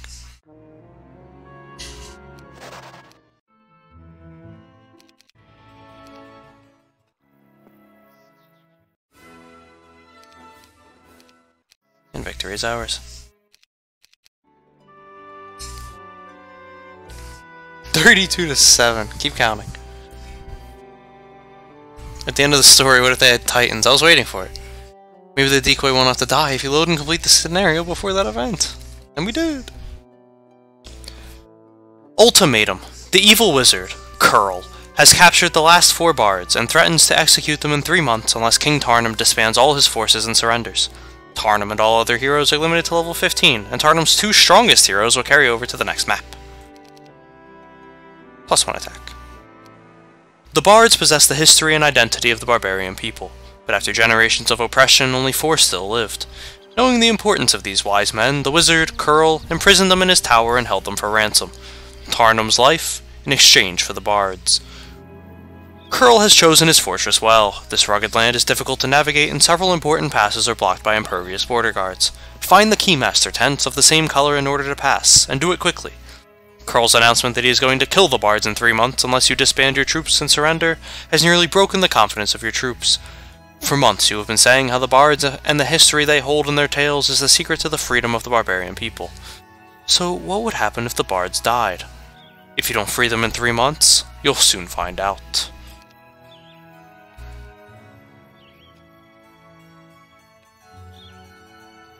Find out. Not yet, not yet.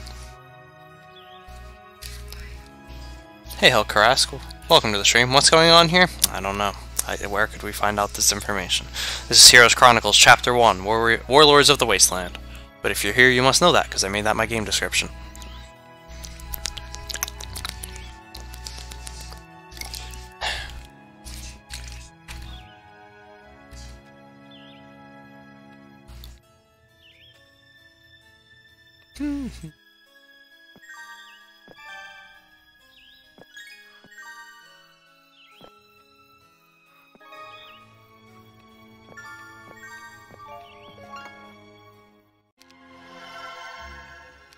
Maybe he's alright.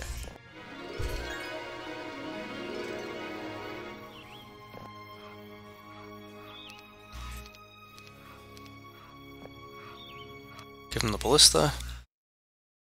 You shouldn't worry yourself over collecting resources and things, my king, says one of your captains. Time we don't have, so let another do that. You should concentrate on finding the Keymaster tents to gain passage to Curl's Tower.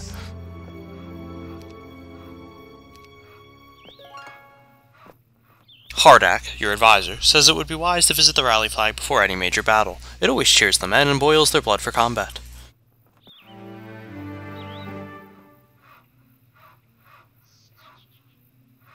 I guess I don't need to fight the rogues because I can't build the bees.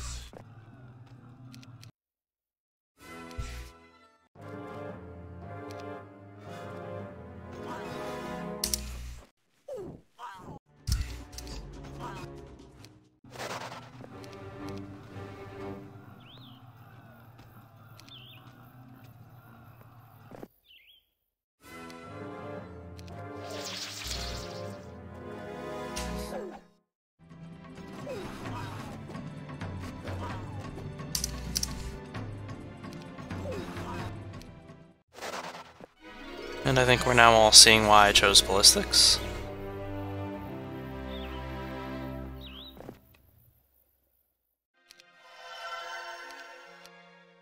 Time, of course, is in short supply, and there is a lot of ground to cover. Hardak advises you to find someone who can teach you and your captains pathfinding so everyone can pass quickly over this wasteland. No.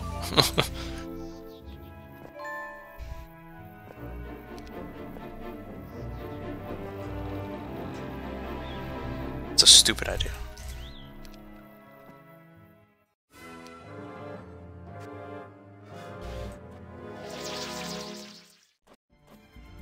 It's actually a min pack. How about that?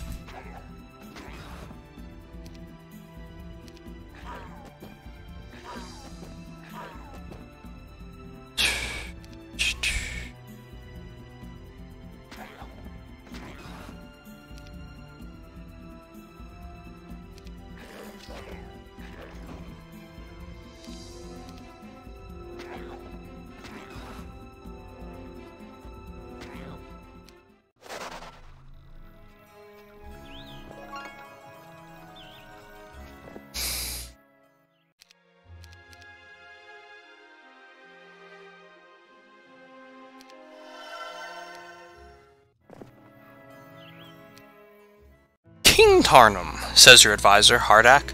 I met a man on the road with a fresh and fast horse. He says he got it from a stable to the south. We must visit this stable quickly if we are going to be able to rescue the bods before Curl's timeline runs out. With Cyclops Cave.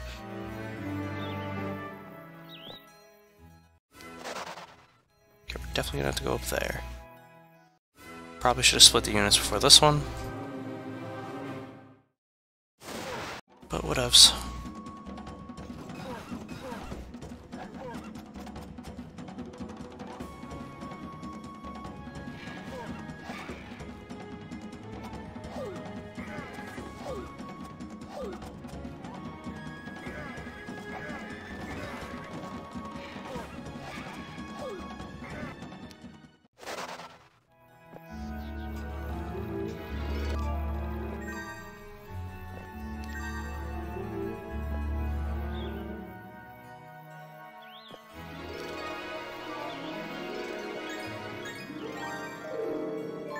I don't remember coming too close on time in this one.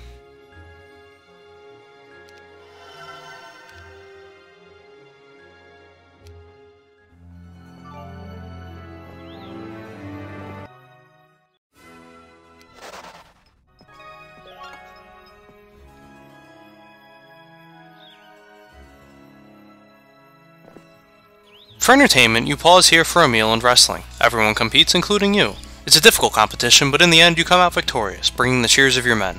It gives them the feeling that they're following the right man.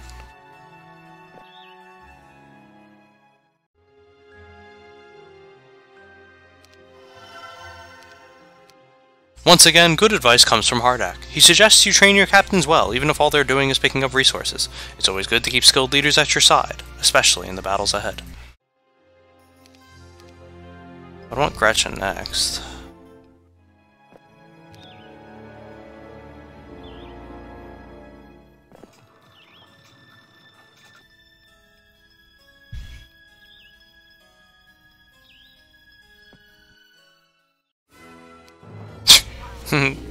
Five to 9? 9.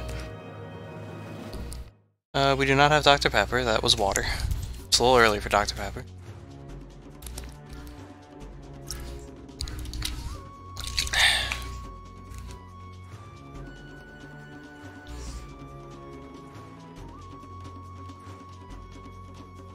Reading titles. Ah.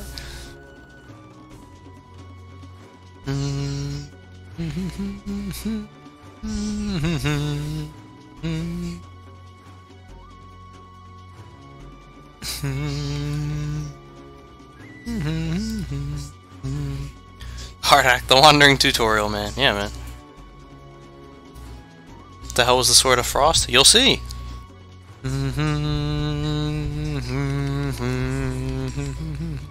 Exactly. Thank you, Driftoid. He said it. There was no reason Drakon shouldn't have been in the Clash of Dragons Chronicle. There is absolutely no reason. That is 100% what he was built up as. That's what he should have been there to do. He was a Dragon Slayer. He wondered what was next. That should have been what was next. You know it. I know it. We all know it.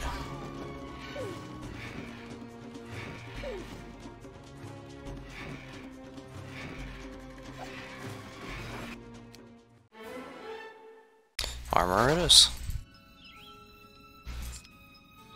Earth, Wisdom, and then Archery, probably. I don't really care what the last one is. Air, maybe. I know you get Earth. I remember getting Expert Earth Magic at one point, because I had Expert Slow from one of the scenarios.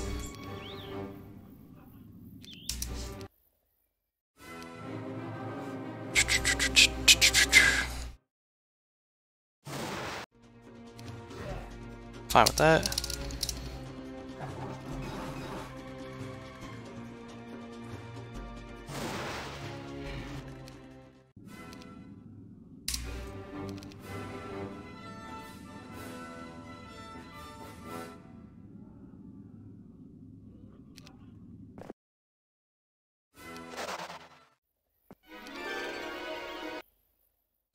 I just there's a way we could reach this week, but there's no way we're getting 20 crystal.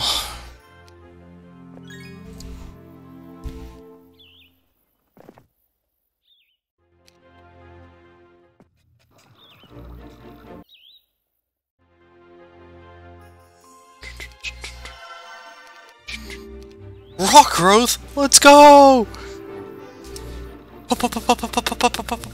PogChamp.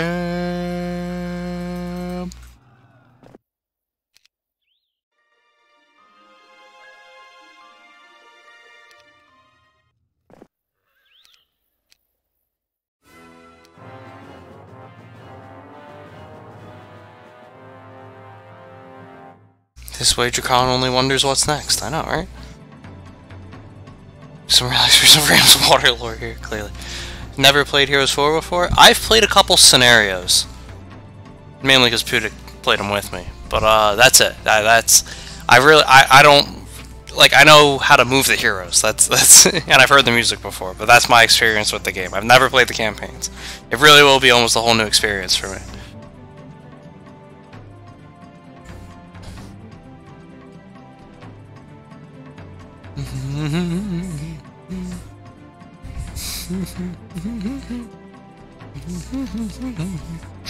Yeah, the music was great. That's what kept me playing it, to be honest. Wow. Thank you, 3DO.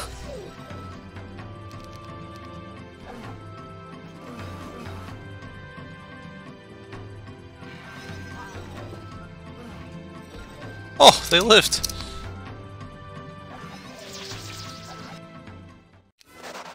I lost just as many as I lost anyway.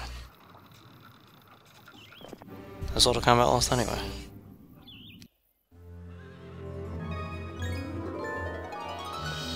We're gonna have to have Tarnum start picking this stuff up, because it's not cost effective to buy another hero at the moment.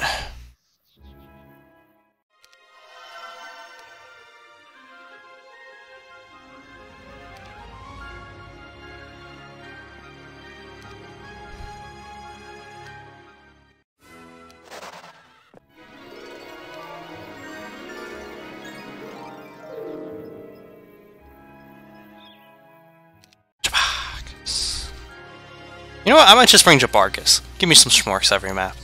How fortunate, my king, says Hardak. He goes on to tell you that there is news from town of the discovery of a nest of rocks. A small boy got lost in the mountains, so the entire clan organized a search party. When they found the child, however, he was hiding safely in a rock's nest. It took some convincing to get the boy away from the motherly birds, but all is well. And with a small expense, the rocks could be tamed for your army. The ancestors are looking after you. Oh, 5 more rocks.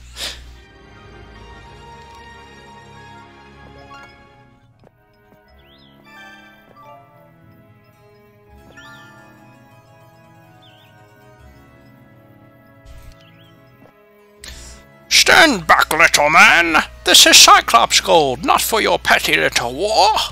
Shouts the Cyclops king who guards this mine. 9. Come on!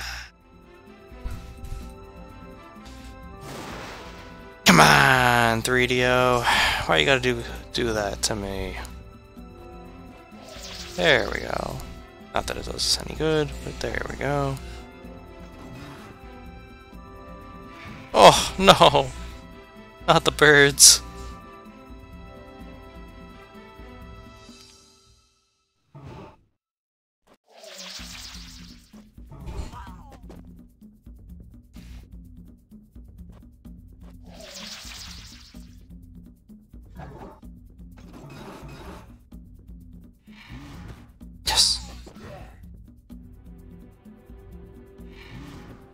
Save the rock.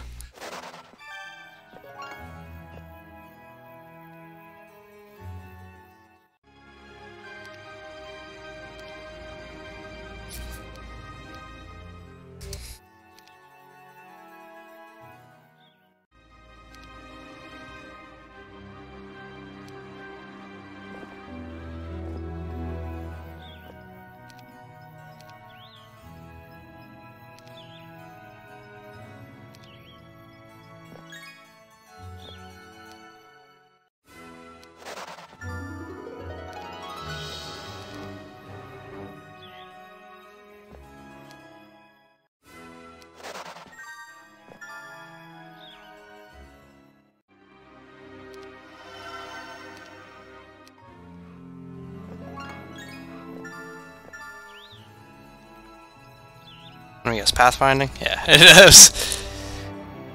That was a pretty good guess based on the map clues. Where's Jabarkis? Bring him into the fold. Alright, pack of dragonflies. Shouldn't be a bad fight. Yep, I'll take those losses. I don't think I can really prevent it.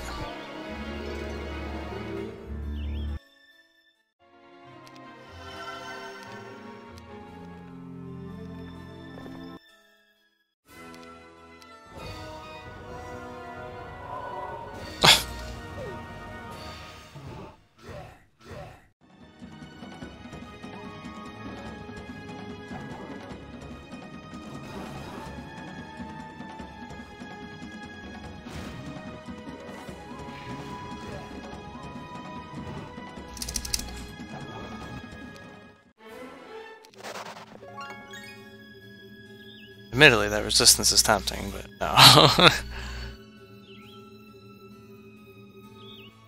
Hey, Sad Panja.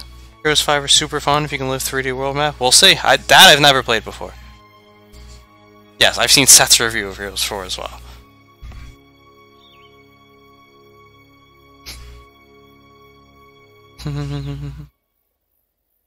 Yeah, 5, 6, and 7, I got nothing. 5 I played like 5 minutes of and don't even remember. I remember looking at it and going, no thank you. Or actually, no, I know exactly what I did. 5, 6, and 7 I opened once to make sure they opened on my laptop, and that was it. When are you gonna play Heroes 5? I don't know, man. So many rocks. These are now Ram's Rock. Oh. Full of stardom. Fair and balanced gameplay provided by 3DO. Is who streaming tomorrow?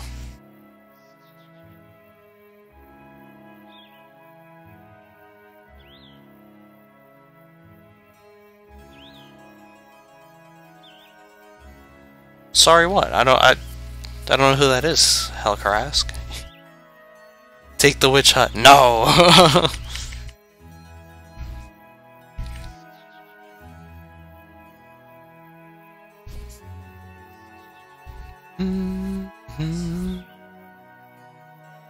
There's a 6 and 7, yeah. And they're gonna be part of this. Focused on what?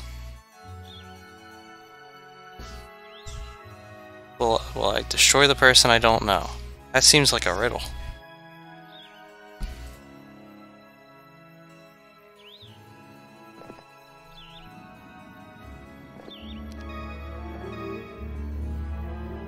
I don't think we're gonna need 3 months, guys. We seem to be progressing through this pretty quickly.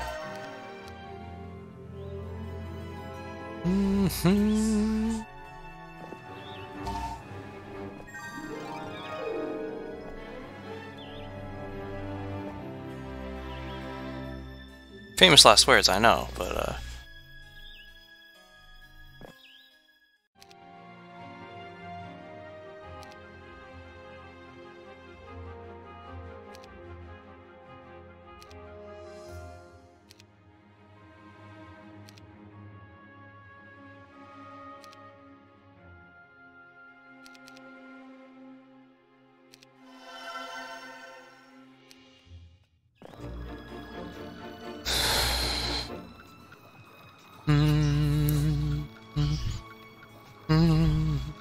yeah, thank you for telling me now I'm in for a ride, champ. Definitely wouldn't have guessed that before.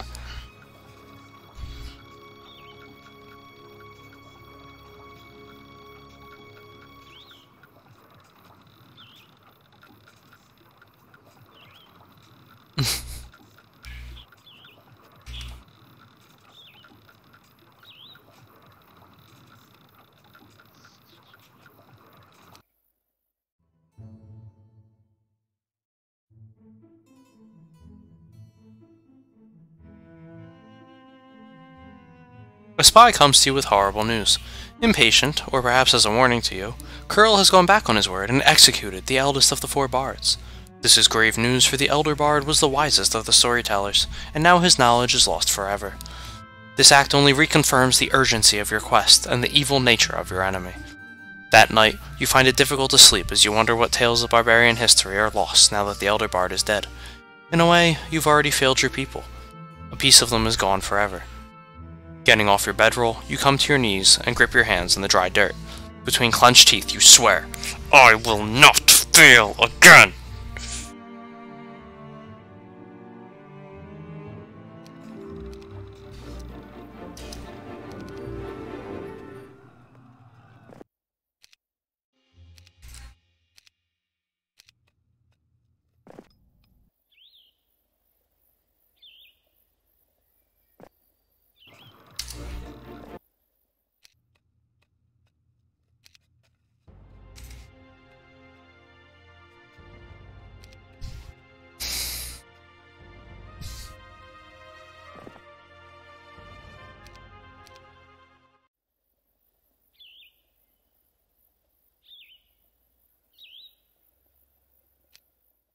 A scout brings you a notice that has appeared overnight on the door of every home in the region. It's from Curl.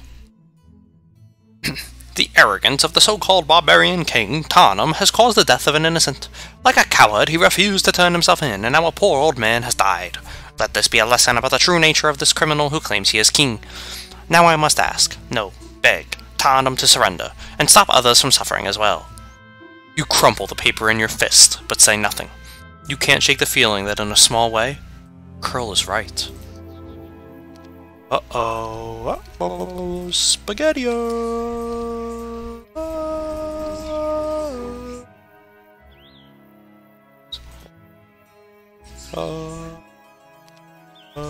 Spaghetti-o.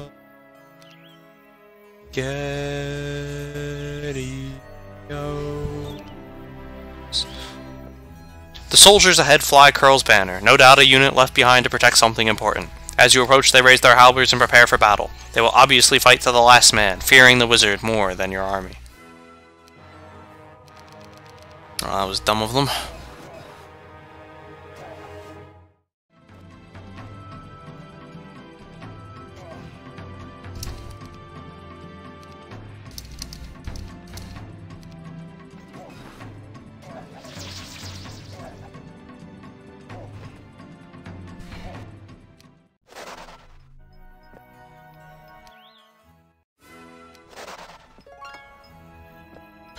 The murderous gleam in the eyes of these ancient behemoths tells you they are under some sort of spell. Obviously, Curl didn't want you to claim the gold from the mine they protect. 1 to 4? 4, of course.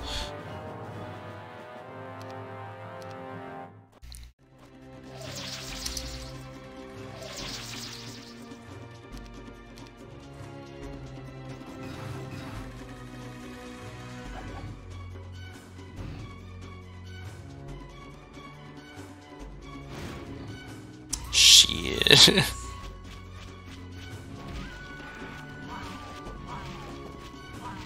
Not the goblins.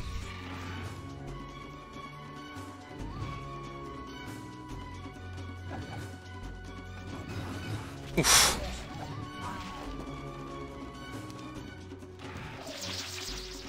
Oh! Get him out of here!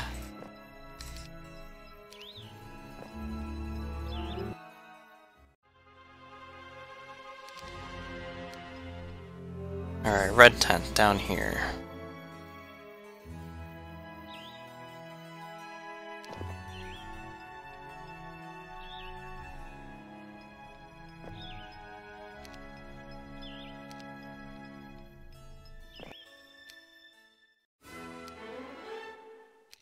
Told you I wanted to take archery.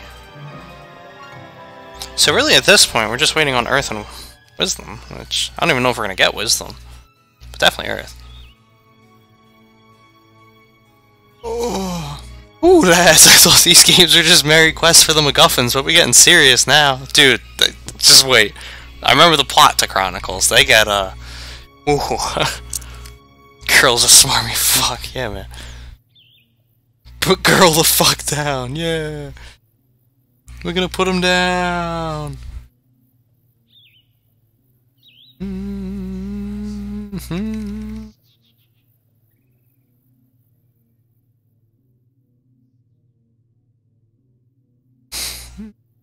Campaign blocks magic skills. No, I definitely get earth magic at some point, whether it's from a witch's hut or whatever. It's definitely in the campaign.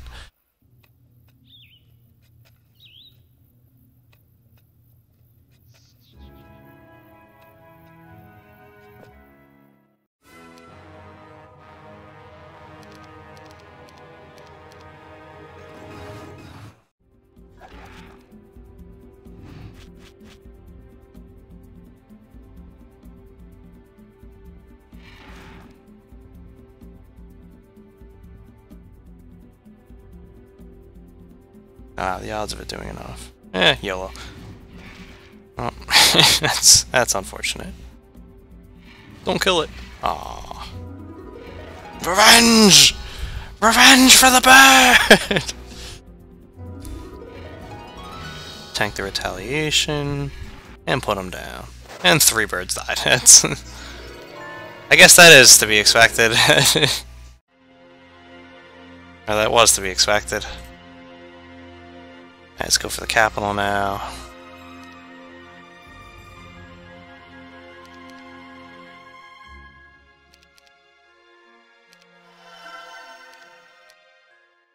Curl's letter. Oh, well, there you go. Curl's letter about the Elder Bard's death has struck to the core of your people's confidence in you. Many have stopped working, and others have fled into the wilderness with valuable resources. There's nothing you can do about it, except continue the fight.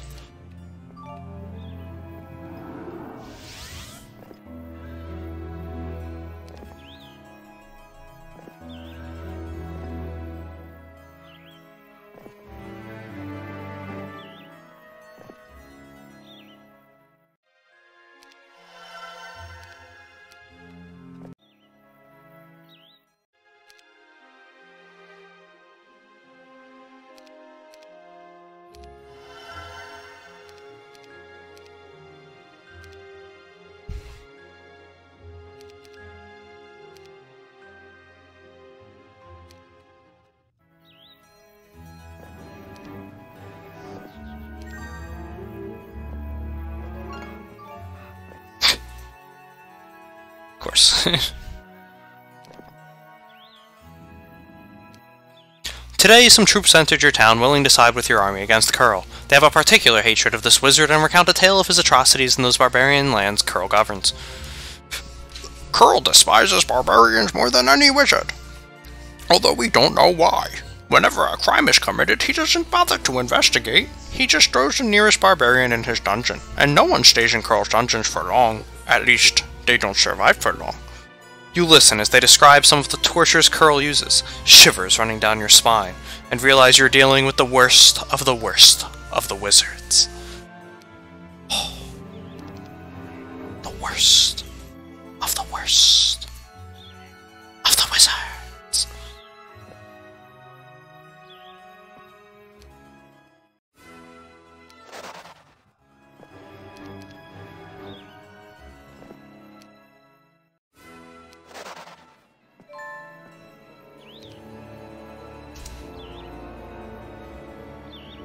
None of that's worth it, to be honest.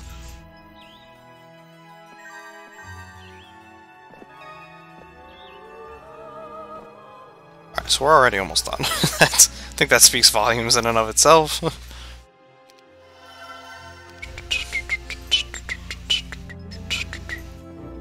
I also think we're playing this a little harder than we have to. Try harder than we have to. But to each their own. 599.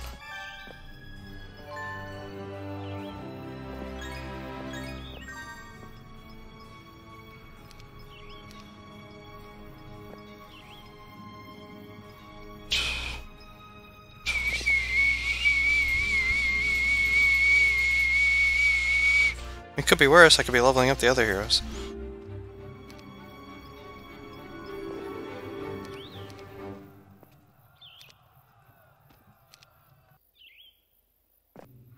Beyond these guardians lies a gateway to your land that will save you days of travel, but these Naga queens must be defeated first. All Nagas are queens! But if they don't retaliate, the enemy's a thought!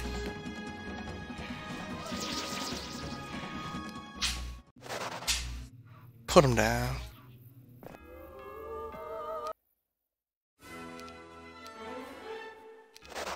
Alright, level 15.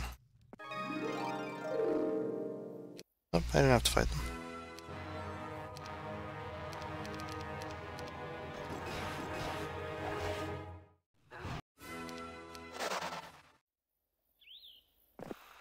A scout returns, having barely escaped the enemy with his life. "My king," he says when he catches his breath, "I found the purple keymaster's tent, but it's protected by giants, a formidable opponent for any army.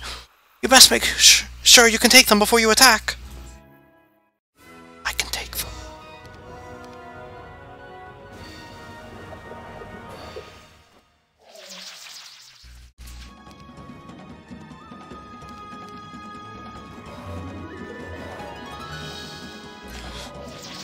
They will not stand in my way.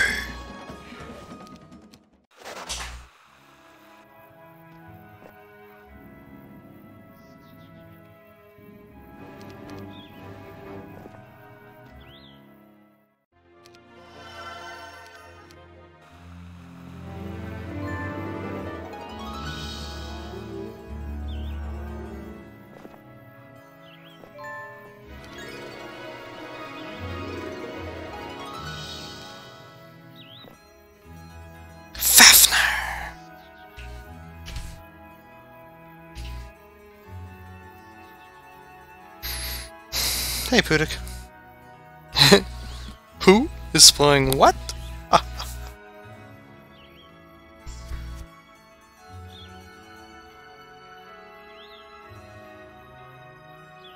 have no way to get it to pick that up, Pudik.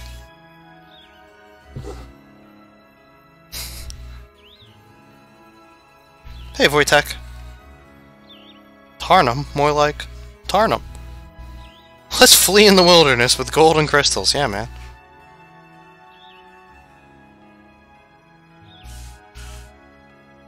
Whoa, whoa, whoa. Spoilers, Findo. Spoilers. We don't know that Tarnum's in Heroes 4.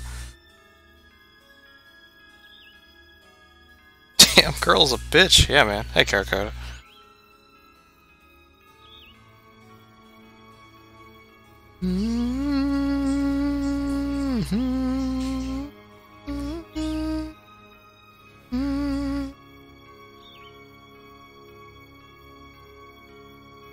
If you get fire magic, will you take it? No. For the sweet behemoth Armageddon synergy. Drakageddon is for the boys. Behegeddon is for the men. No.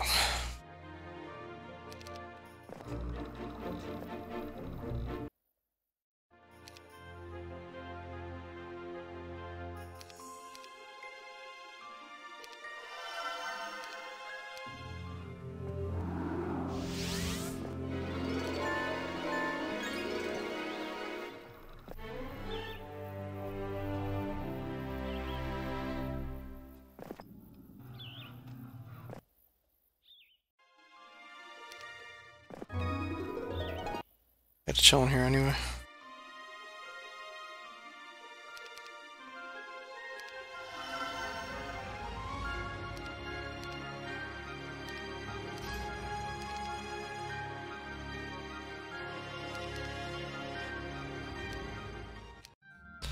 You're sitting around with your troops having your evening meal when an elderly, somewhat senile goblin says, "In case you haven't already realized, my king, it helps to visit the Learning Stone at least once. Everyone should. There is always much to be learned from them." Is that what empty means?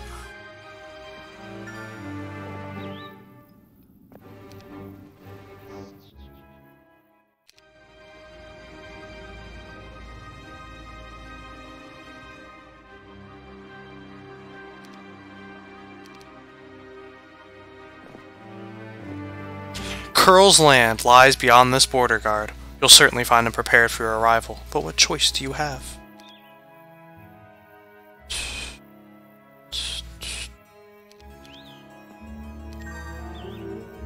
Alright, Fafnir, you can live.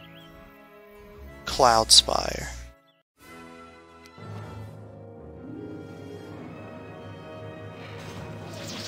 Ha ha!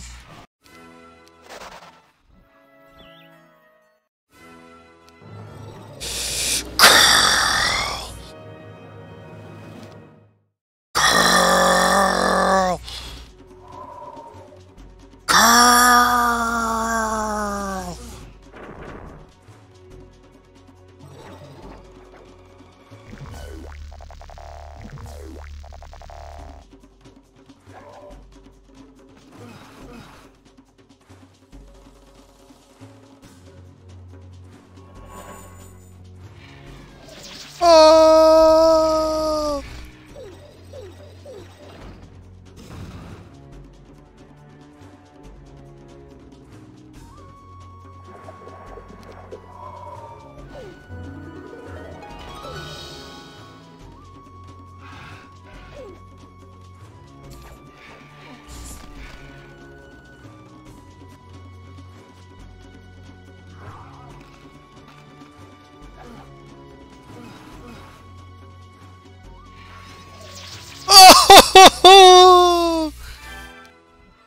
Oh, that is it. Oh.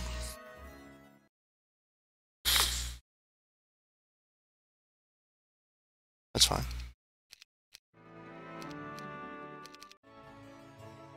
Just don't take the town.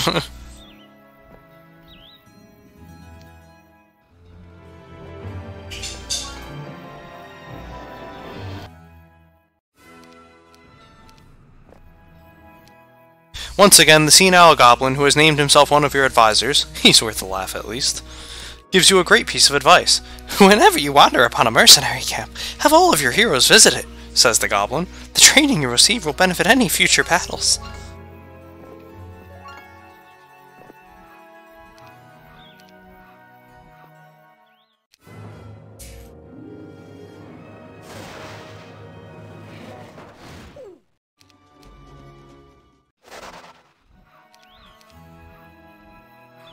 Ah, yeah, I guess it did say capture the town.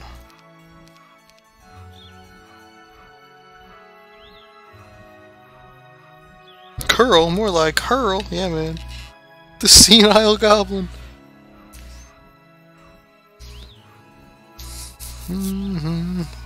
What's my stream schedule? I stream when I can.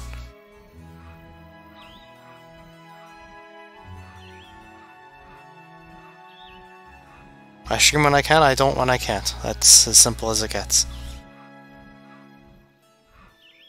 Hey Almonds, what game is this? Definitely not Heroes of Might and Magic. Nope, definitely not.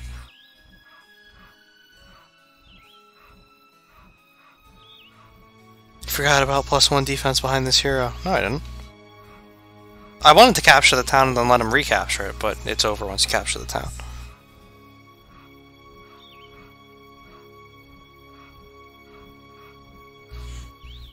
No, Giorgio, I do not. No, you're not the only non-mod here. Hey, TV Cow. Have you tried visiting the Learning Stone? There's a lot to learn from them. I know, right? Hey, Kalash, are these custom campaigns? I'm playing them as custom campaigns, but they're Chronicles. Friends would be a great narrator. I wish. Told you guys, dream job. Play-by-play guy for the Mets. How goes Chronicles so far? It's as easy as everybody said so far. Doesn't really feel like it's impossible. Like, the first week feels like it's impossible difficulty because I have to manage the resources, but we've been rolling just as much as we did before. Yeah, I know I can't lure him out. You can do that with Chronicles? Yeah, that's how we're playing it. But trust me, I really wouldn't have been too enthused to do these again without the HD mod. They took long enough without it the first time we played them. Alright, for story... Those who abandoned your campaign after the execution of the Elder Bard now realize that a single loss does not mean the loss of the war. They rejoin your cause and work even harder now, producing more than ever.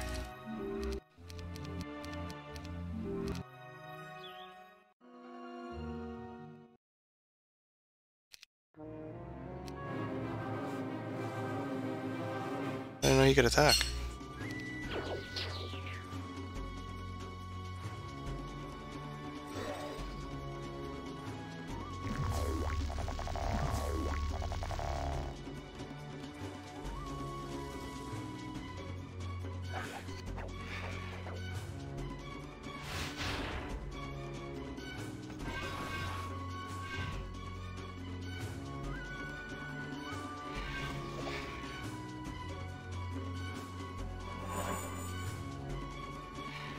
Yeah, Curl, that's right.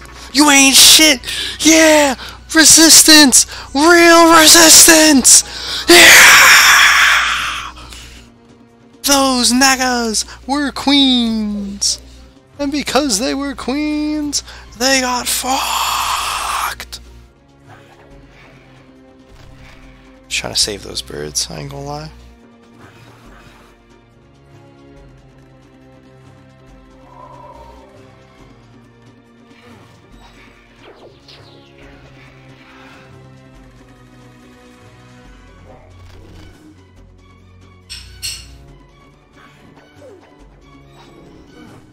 Yeah, we don't have enough on my boy at the moment to win this one. I could easily hero chain it, but I think I'll just walk him back. It's not like I need this area desperately.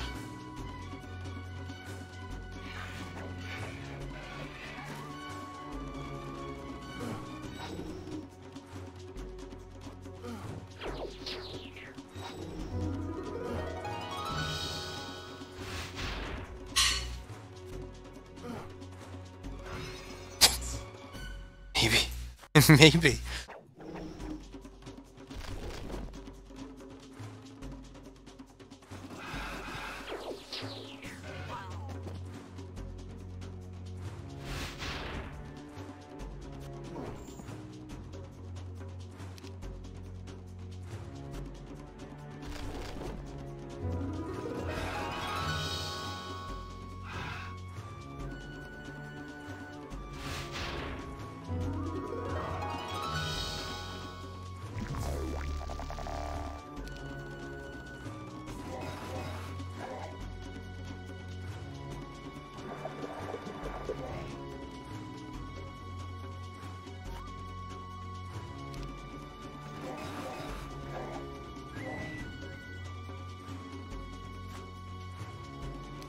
Yeah! That's what you get, bitch!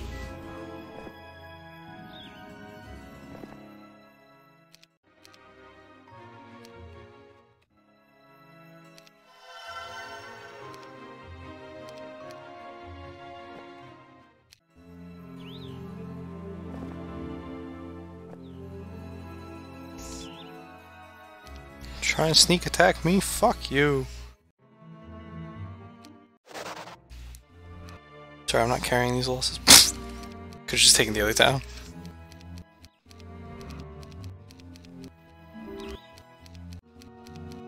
Behemoth growth +5, and a map you don't get beehies.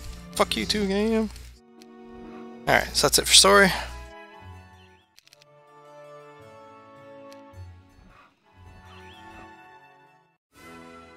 I already showed you this fight, we took it the first time. Oh, it was a close one.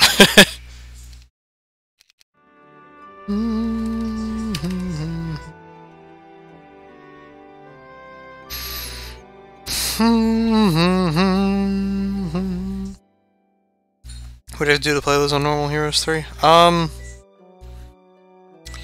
Fuck, I forget what to do. Oh, you had to load them, like you had to download the maps specifically. And then you load them up in a certain file. I forget what it was. You look it up. It's online. I think GOG had it in a forum.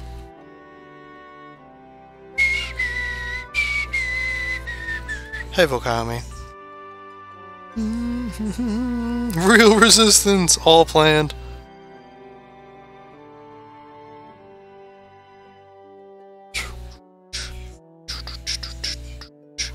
Yeah, I've gotten no lightnings from the Thunderbirds. I just want to throw that out there.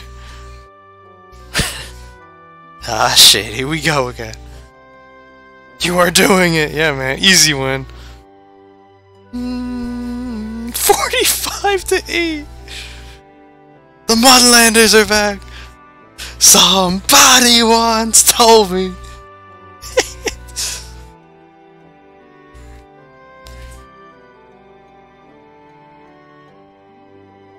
Yeah, I just looked it up and I found them somewhere. I forget exactly what I did though, this was a while ago. Back when I first thought out Complete-a-thon. And then the pictures came with the maps. So I uploaded those too. Thunderbirds have lightning? Yeah, who would have thought it?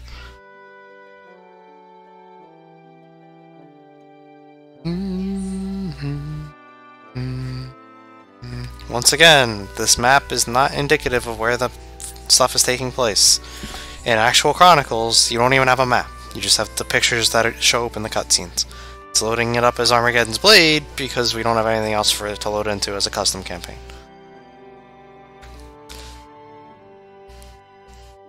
The War for the Mudlands. To strengthen his armies, Tarnum must conquer his neighbors in the Mudlands, taking advantage of a civil war between the Lizardmen and Gnolls to name himself their new king.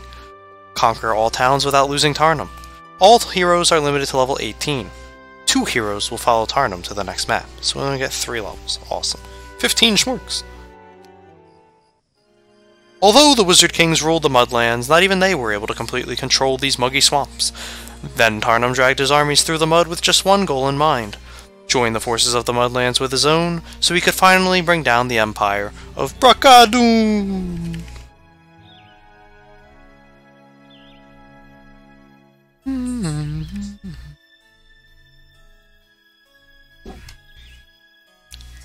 As you and your captains strategize over a map of the Mudlands drawn in the sand, your wisest advisor, Hardak, scratches his beard.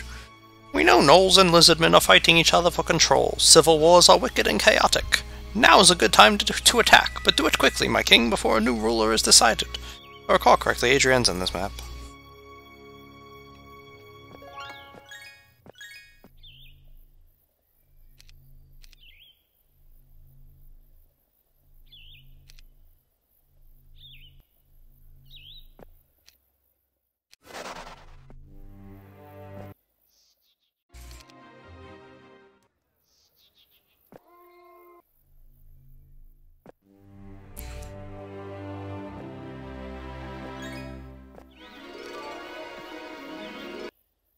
Alright, bees are allowed this time.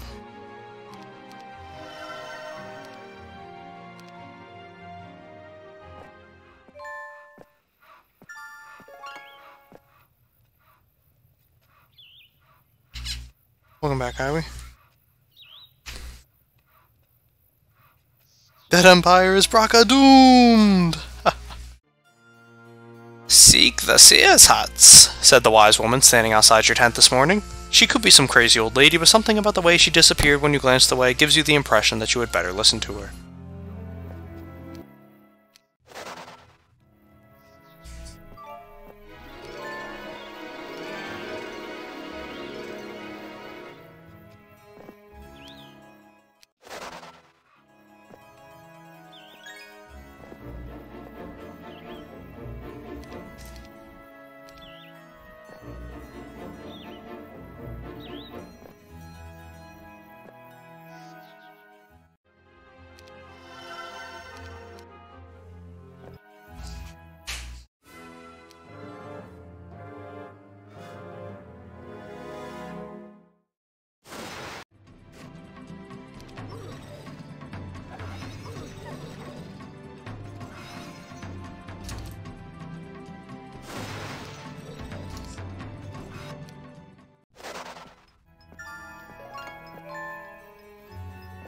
As far as I'm concerned, that was a pretty good fight.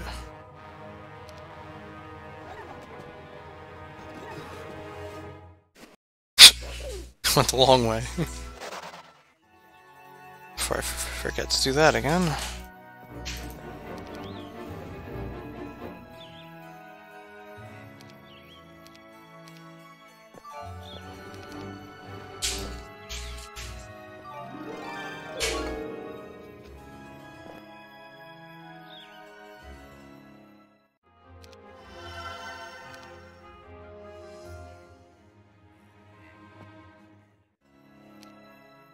The bards inform you that 3 border gates were built long ago to block passage between the Mudlands and your homeland. This is the only way between these 2 regions. If you gain control of them, you'll be able to pass into the Mudlands, yet feel confident that your enemy is incapable of attacking you.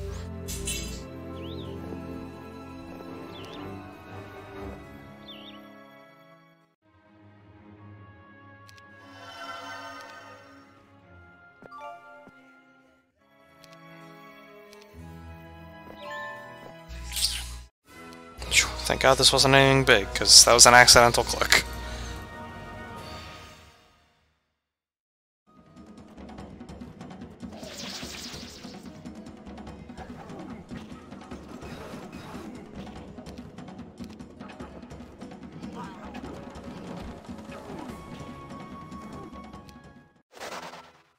This pass leads into dangerous ravines known to be the homes of murderers and hidden creatures. Few dare to travel it, and far fewer manage to get through alive.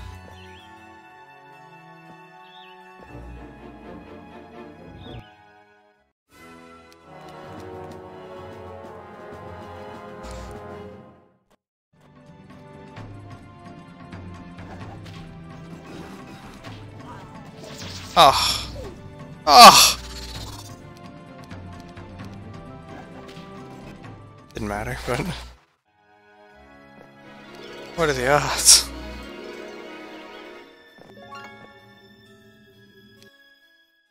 As your captains report the day's activities, one of them reminds you that the nearby windmill should be exploited every week. It can provide valuable resources! Oh my goodness! Why didn't anyone tell us this earlier? Let's not fight that yet.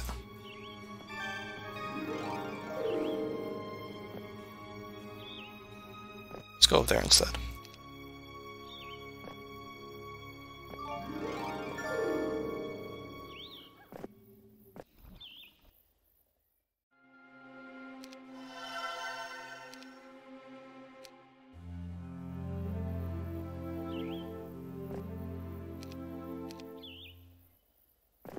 Oh yeah, we getting Beaky's week 1, boys. Stand back! A mad woman lives beyond this point, and it is our solemn vow not to let anyone pass.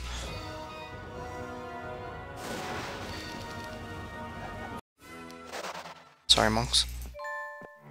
Ah, yes, I was expecting someone, but not you. The bone said a kind warrior would visit. Oh well. Somewhere among all this mess I have in my possession, the tunic of the Cyclops King. Might prove useful for the battles ahead. Bring to me the Ring of Life, and it is yours. Nah.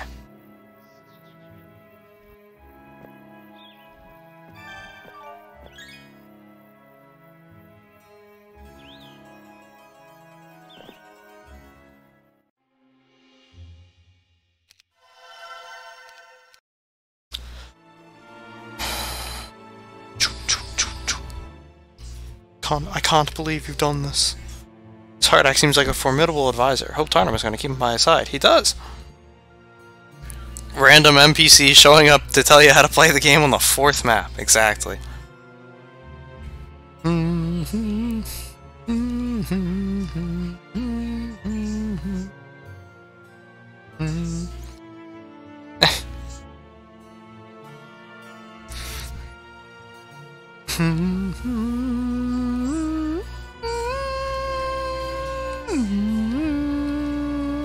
Well, you gotta be a loyal viewer, Jibo.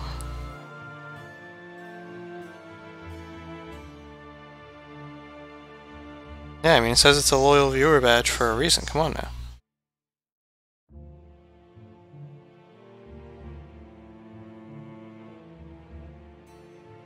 Hardhack, you are a lifesaver.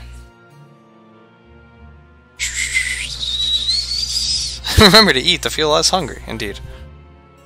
No problem, Karakota. No one. Game tapes. You are alive as long as you breathe. Yala. Yala. Her name is Yala. She entered your camp with several sheep trailing behind her. But you could tell the moment you saw her that she was no shepherd. The sword at her hip, the cautious way her eyes watch everything. She is a warrior. And she drives a hard bargain when she sells the sheep to your army. Although you never deal with her directly, your eyes meet as she collects her pay. She doesn't turn away, nor does she seem impressed by your station. She winks, smiles, and leaves without another word. This is the kind of barbarian woman you imagine existed in Jarg's day. Proud, wild, independent. You've heard the bard's tales of women fighting and dying beside the men, of entire families of heroes standing up against incredible odds. Today, few women take up the sword, or dare travel alone across these rough lands.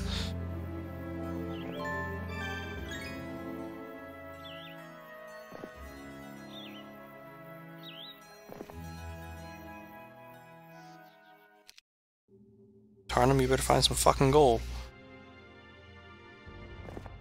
Which is why we rush mid on the Cyclops.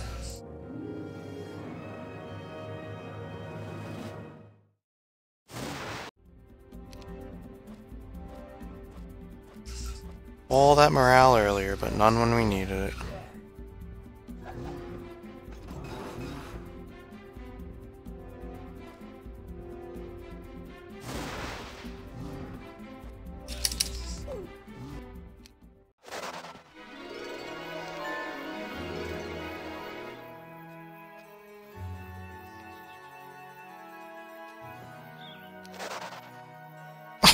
So close. And yet, so far. I refuse to give in.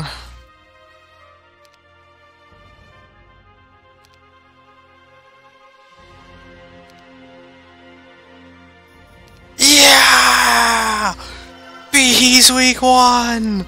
Yeah! Even on impossible! Notice his bulge. Hey, Sogard.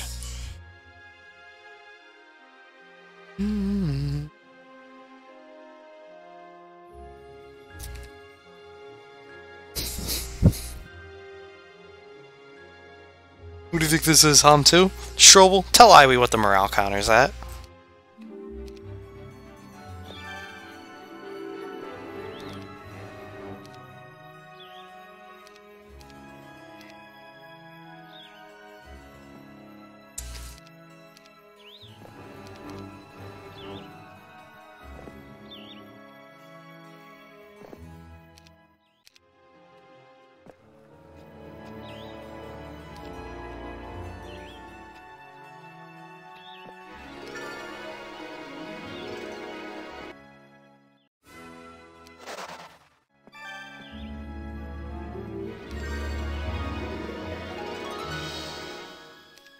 Dumbos.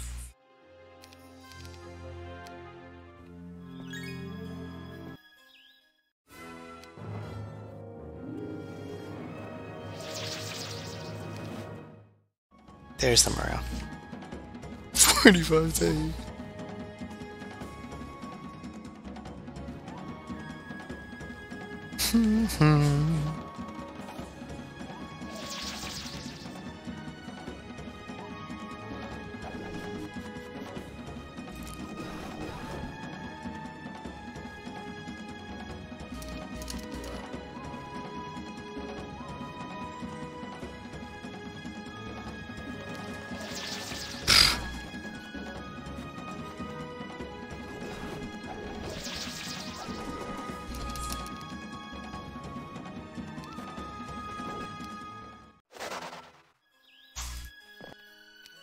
We didn't even have to fight them, I just chose to. Oh, there's a university, we gotta get it! We gotta get that university! Go, Tarnum!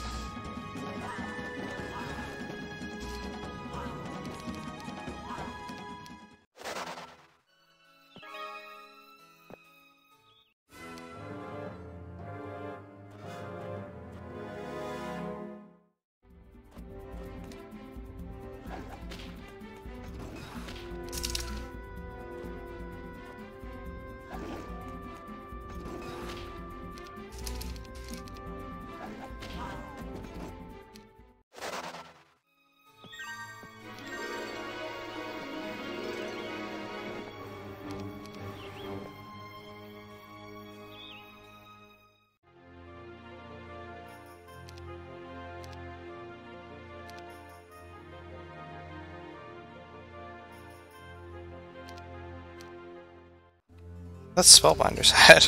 The fuck?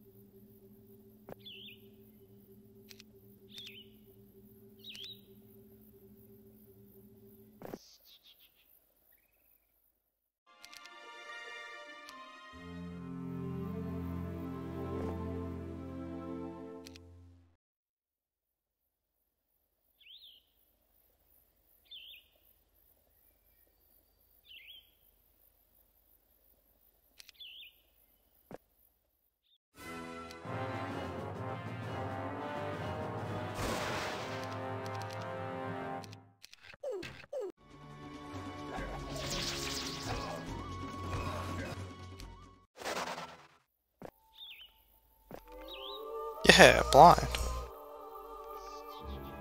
Gold mine.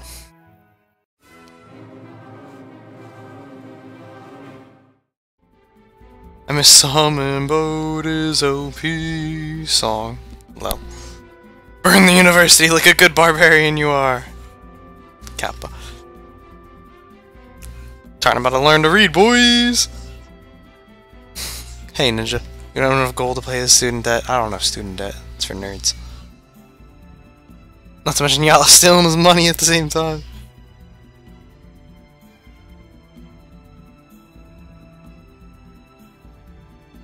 Think longer.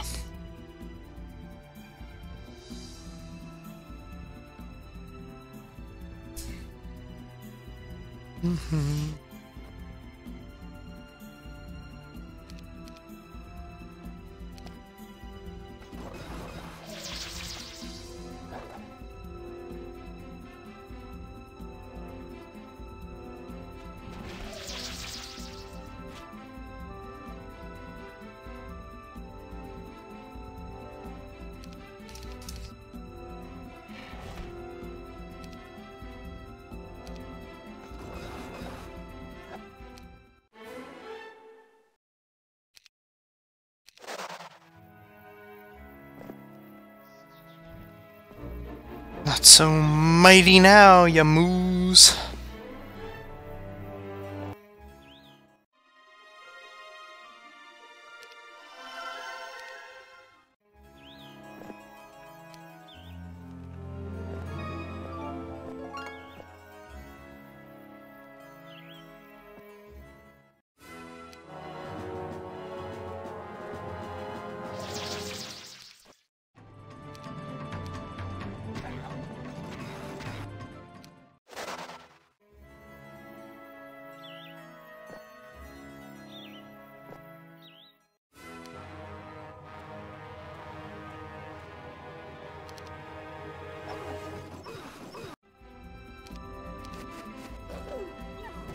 Oh!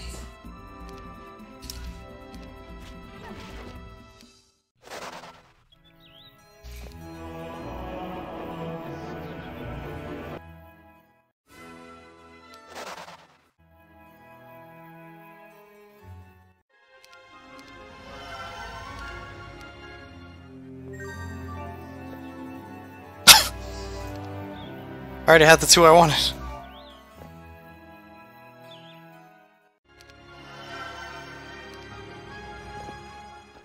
Certainly makes me feel foolish for rushing down there.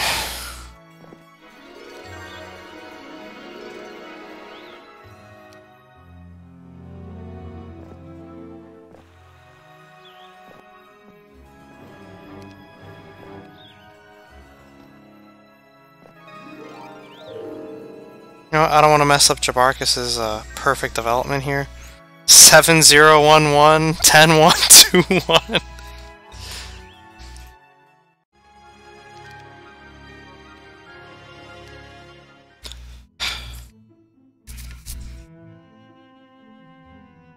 Pay attention.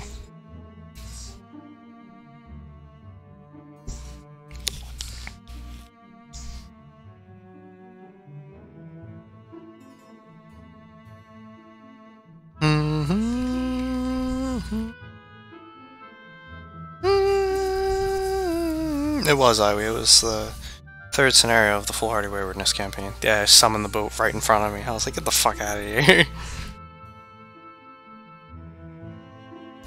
Once again, Yala enters your camp.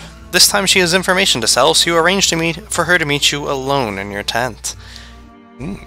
She tells you the fighting in the Mudlands is fierce, but primarily between three sides. Merlanda, the witch, flies an orange flag.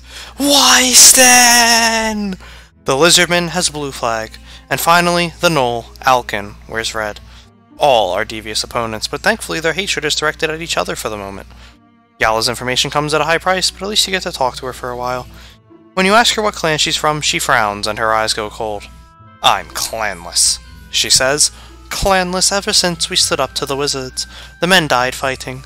My mother and the other mothers of the clan weren't so lucky when the wizards decided to punish them as well. To punish us as well.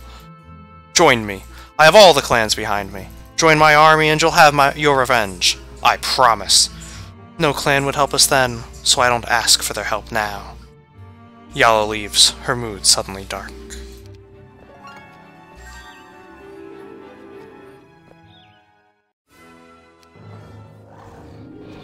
$39 damage. Wowzers.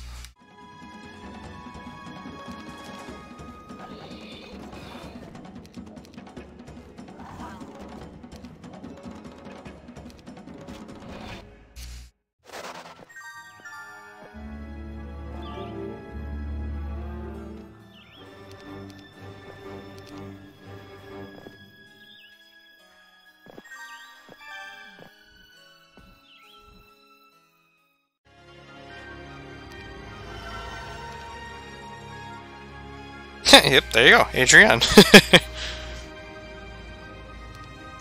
Because this is Chronicles, you can get campaign heroes. Yala is a strong, independent woman who borrows gold from Tarnum every now and then.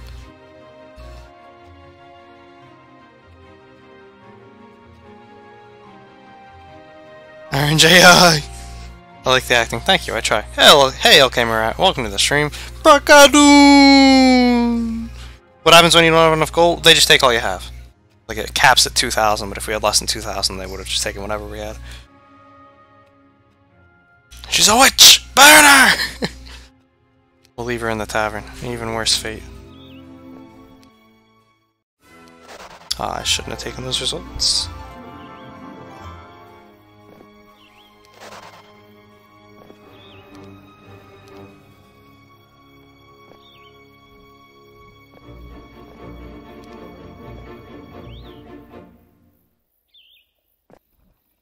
Wait a second, his turn's not done yet. Yeah, he can reach him himself.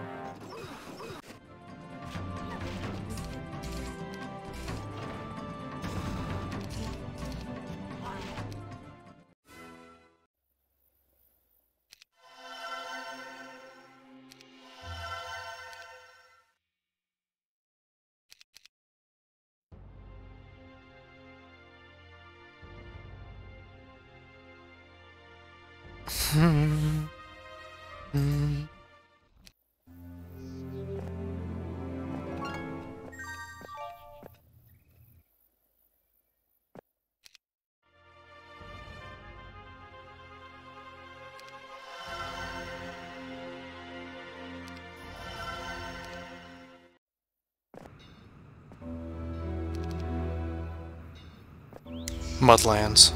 North.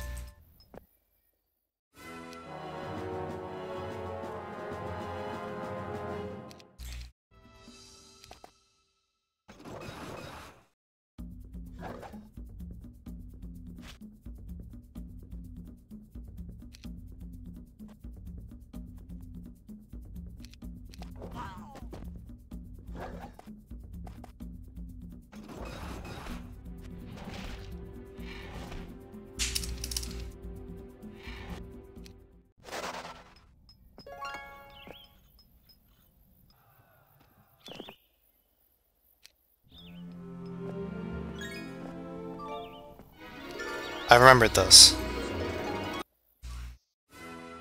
The behemoth crag at the top of the ramp, or the top of that path.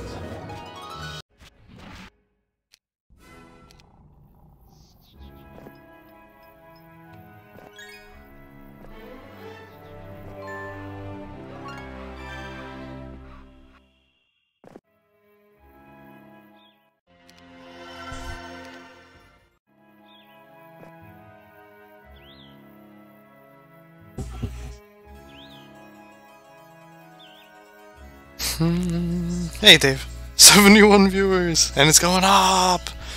It's a shame I'm gonna have to go soon!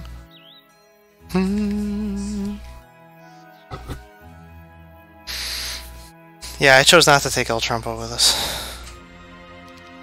Jabarkis gives us army, Garnison gives us a free ballista. My lord! My lord! Shouts the senile old goblin who has made himself your advisor. Yes, what's your name? You reply. I just made an amazing discovery, says the goblin without answering. I climbed to the top of a redwood tree, and boy could I see far! You know what? You could use that! Yeah! To keep an eye on the enemy! And then the crazy old goblin staggers away. Well, of course the white tent is the one tent I don't have. So we're not going that way.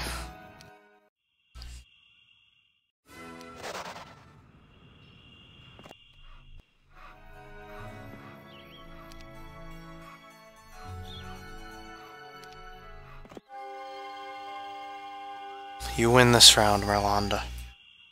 But only this round. Prestigious. A prodigious!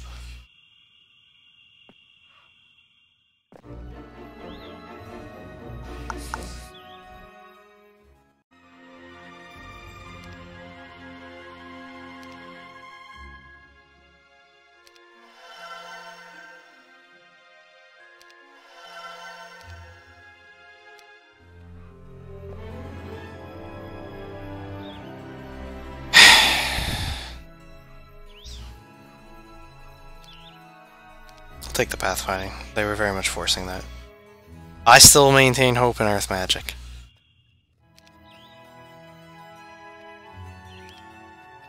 I have hope.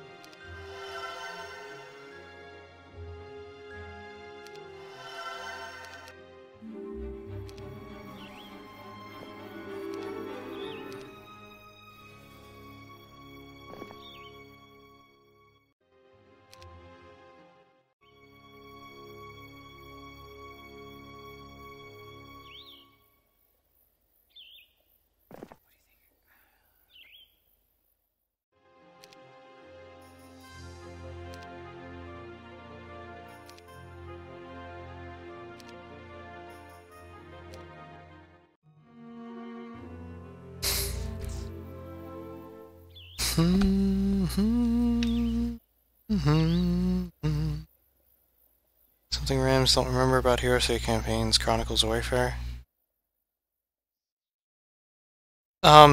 There's a lot of this I don't remember. I only remembered the Beheath dwelling being in this direction. I didn't remember exactly where to find it. I just knew there was a Beheath dwelling over there, that's why I kept pushing that way. So we got the tunic. The Ring of Life! I sense it on you. Please give it to me and you'll have your reward! Do I need that? Probably not. I'll take it.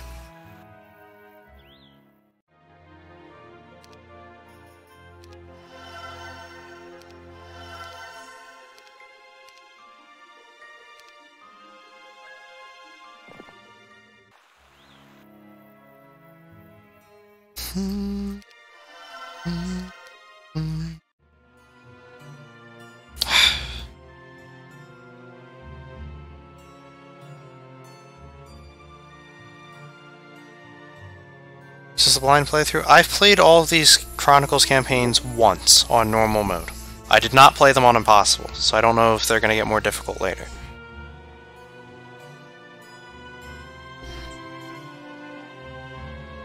After Chronicles, they will all be done blind.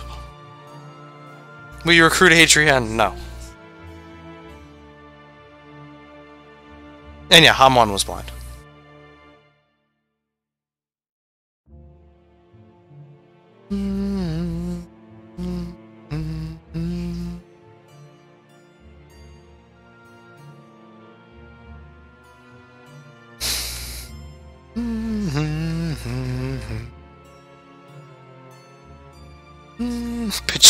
Pitch tent every night waiting for y'all to come.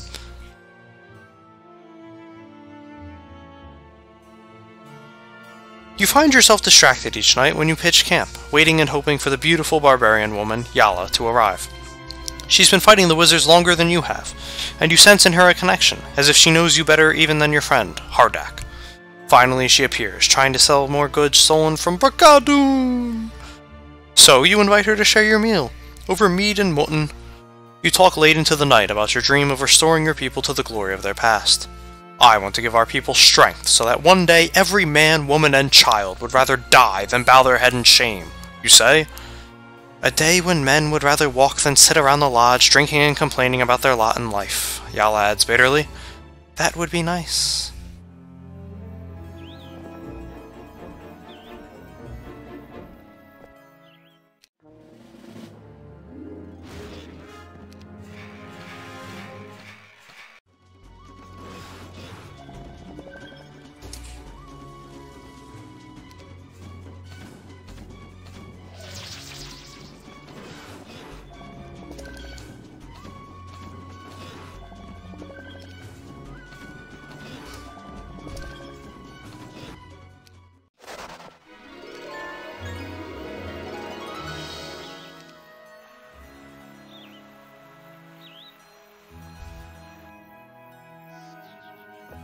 It's actually exactly where I thought it was. Ha! How about that?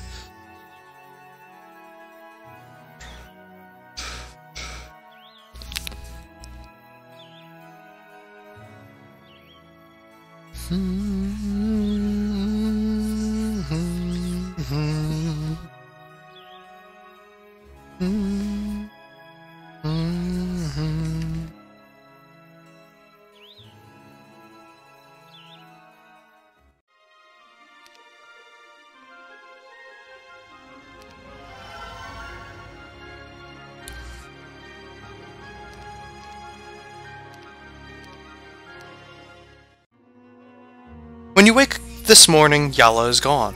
This time, she didn't give you the opportunity to ask her to stay. Although you understand why she fights alone, you wish she would trust you enough to stand at your side. Together, the two of you could accomplish so much. Maybe even destroy the entire empire of Bracadun! Imagine a barbarian king ruling the world from ocean to ocean like in Jarg's day. But you realize that it is no longer just your dream. It's a goal that you now share with the warrior woman, Yala.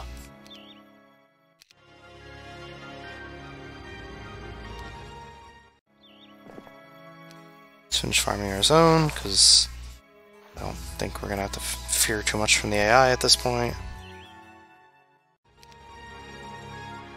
1, 2, 3...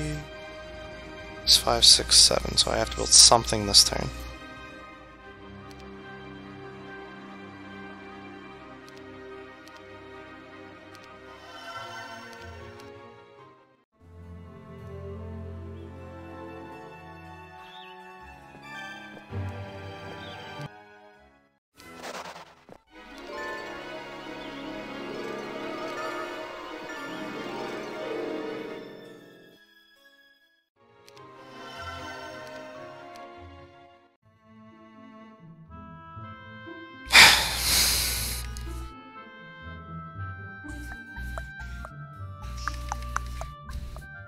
She's an independent if she needs money. Exactly.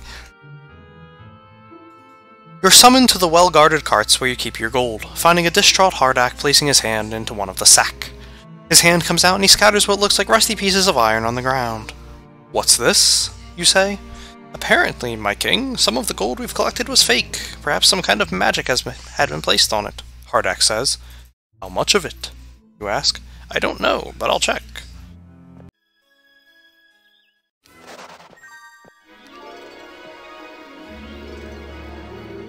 Oh, there you go. Earned it all back.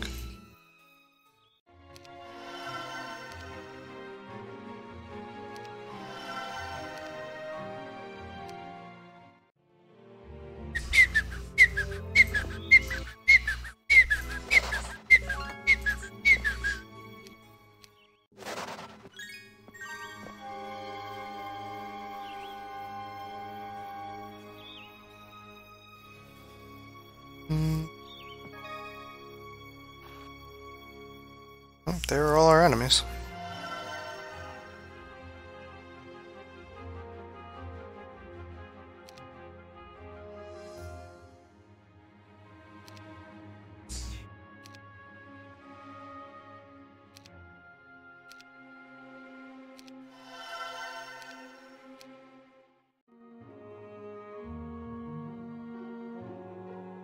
It said they can't attack us if we control all the border gates, so I'm not too worried here.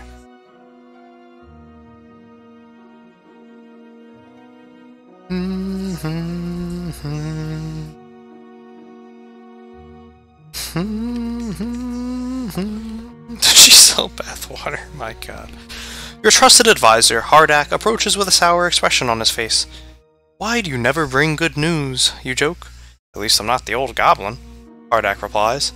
After a shared laugh, Hardak says, after that incident with the rusting gold, we'll be needing more money, my king. I suggest you sell any surplus resources, you know, sulfur or gems or something, at the marketplace. We may not get a fair trade, but at least it's gold. Truly, words of wisdom.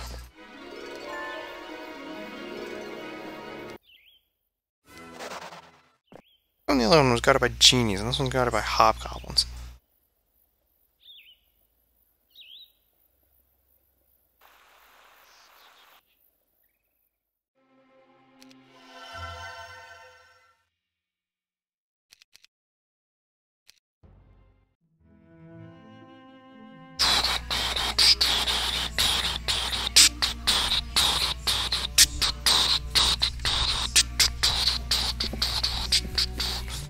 Old Goblin tries his best so you can achieve your goals, and that's how you repay him, indeed. The barbarian woman, Yala, returns, but this time she brings a band of escaped criminals willing to join your cause. All she asks in return is a finder's fee. The two of you find a private spot where you spend an hour sparring, each dealing the other a couple minor cuts. Yala is a fierce competitor, something else you like about her. As the two of you rest, you ask her what she does when she's not helping your army. Kicking her heavy boots off, she places her bare feet in your lap for a massage. Basically, I'm a thorn, Yala says. I make it my business to be a constant pain in the backside of Brakadoon. So am I, you say, regretting the moment when she will leave again. How can you get her to stay? Oh.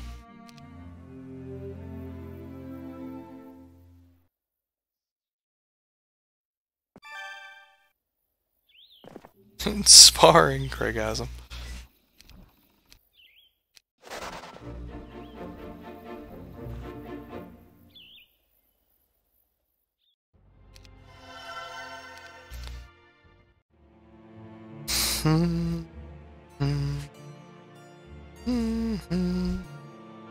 You've enjoyed another day with the barbarian woman, Yala, and couldn't be happier, but as she mounts to leave, you place a hand on her knee. Stay, you ask softly. I hate it when you leave. She smirks down at you, combs her fingers through your long hair. But it makes it so much better when I come back. You can wait a couple days. Kings don't get everything they want, you know. And she rides off. And I think we can all guess what's going to happen next.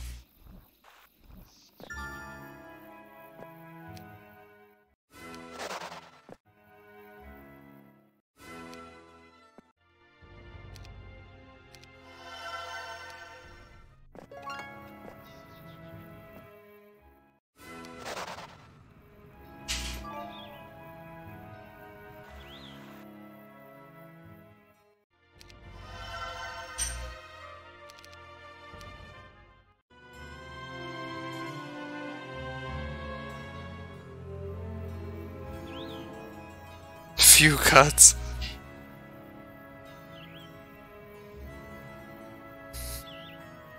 Knock her unconscious like the Stone Ages. Damn. Hey, Dick.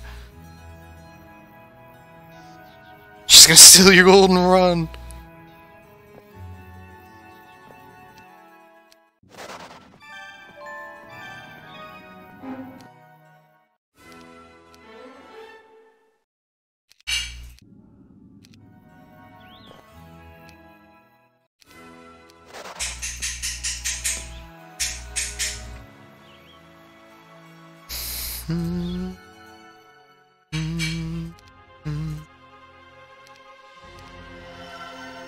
Wow, no bees. Or a citadel? Fuck that. Fuck that town.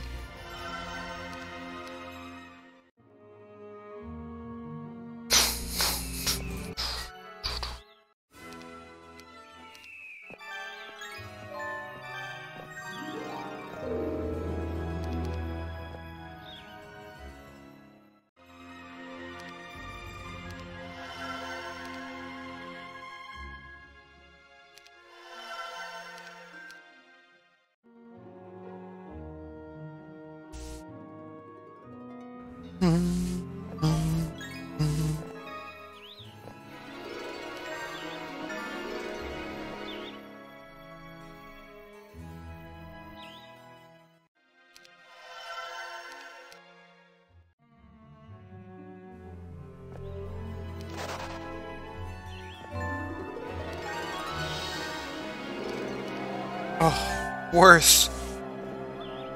So totally worth. There's a Sears hut up there, and I wish to know what it is.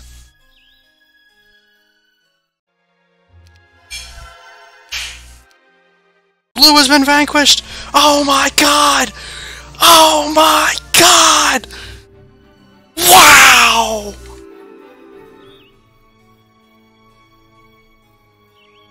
Oh no, the warrior's tomb was empty. Alkin, coming in hot, chief! He slayed my boy Wasteland!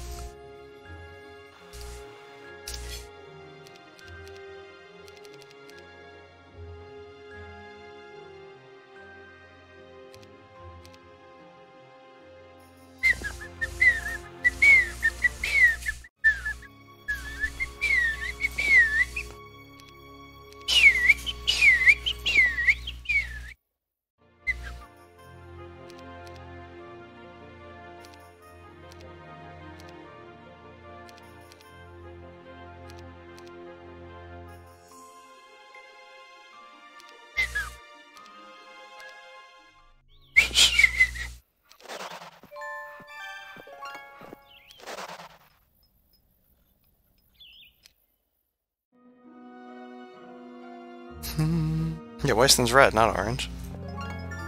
Oh no, Alkin was red. You can see, he's fighting in his army.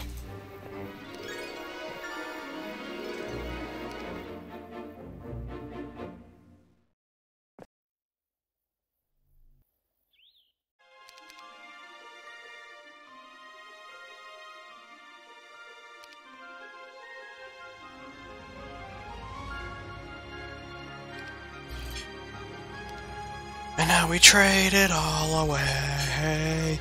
Yes, we trade it all away.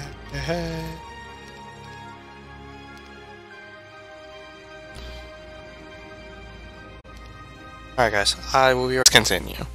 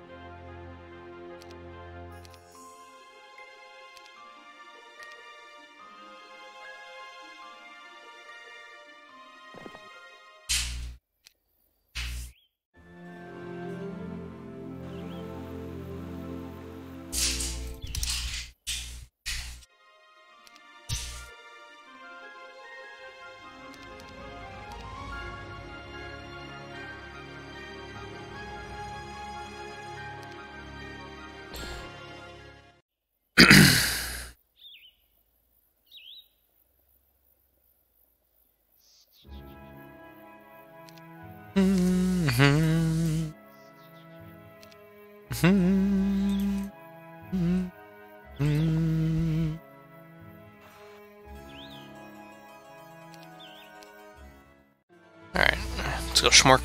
Uh-oh. The last time Yala visited, she promised to return in a few days. It's been 9! You've grown so concerned that you order 4 scouts to depart in 4 different directions in search of the barbarian woman. Rockadoon! Hey, Tom Nep.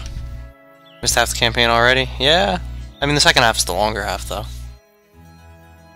A blue hat! It would suit Tyrax very nicely. Totally, man. Totally.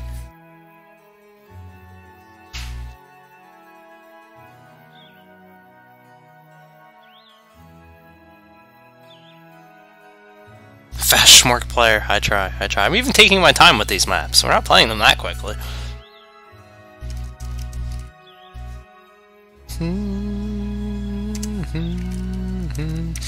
So for whatever reason, in this version of Chronicles, the fate of Yala is not actually in the map. So I'm looking it up.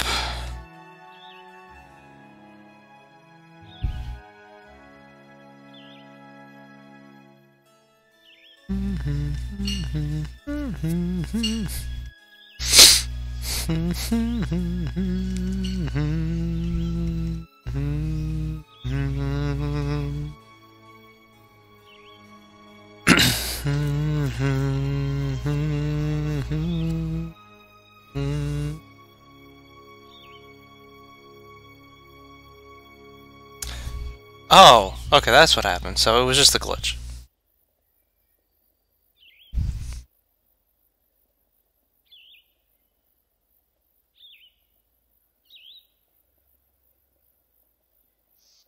Alright, so I'll read that when we're done the scenario. Yeah, I just wanted to pull it up. I knew it existed. So what happened was they accidentally set it to be read by player 1 in the map editor, which isn't you. So, we don't get the message. The Dank Marshank! Yeah!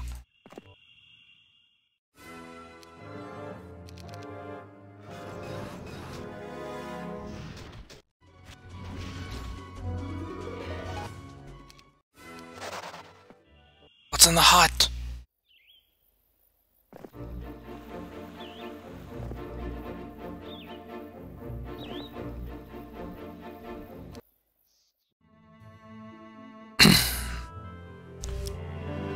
Okay, so maybe gambling with a Titan wasn't smart, but no need to lecture me. I owe him a lot of gold, 9,000 to be exact, and I need it fast. I gotta deliver it to the Titan soon or I'm dead meat. If you can help me out, I'll give you something in return. But hurry, the Titan won't wait forever. Finally! Just in the nick of time. I think that Titan was about to do something bad to my kneecaps if I didn't get him his 9,000 gold. Oh yeah, I promised you a reward, didn't I? Significantly slower than anything else in my army, so we'll just drop them off there. I will take these though.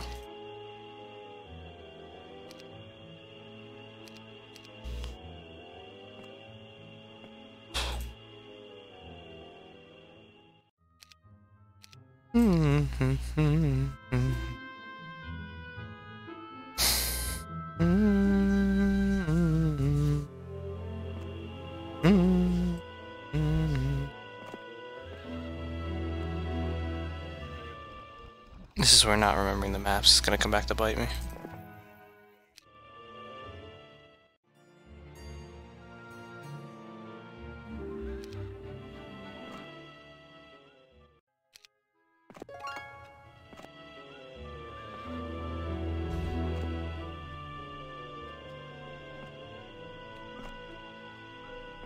Ah, so close. So I believe I've already gotten all the story. No need to really wait.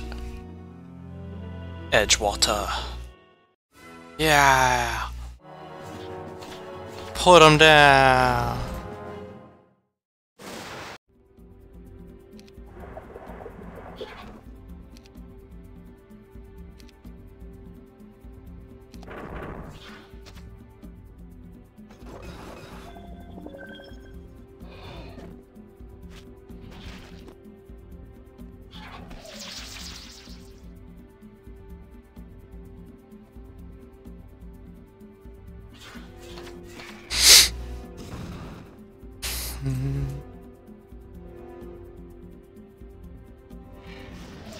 Yes!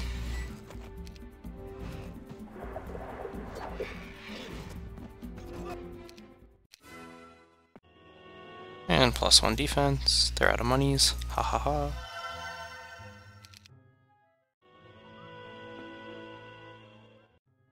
Oh. Oh. Ugh.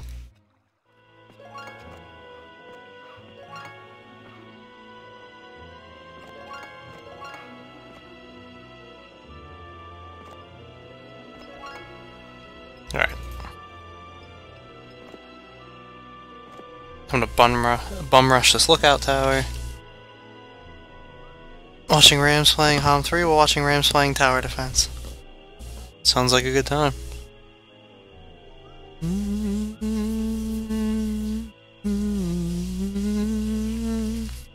No, I'm looking at this horrid picture of that ugly hero.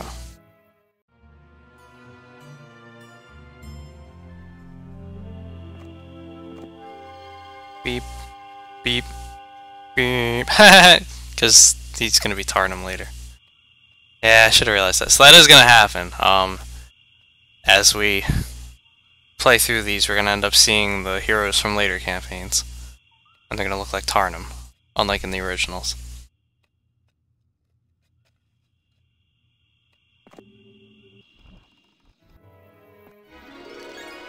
Just like every time we see Crag Hack, it's gonna look like Crag Hack. It's gonna look like Tarnum Hack.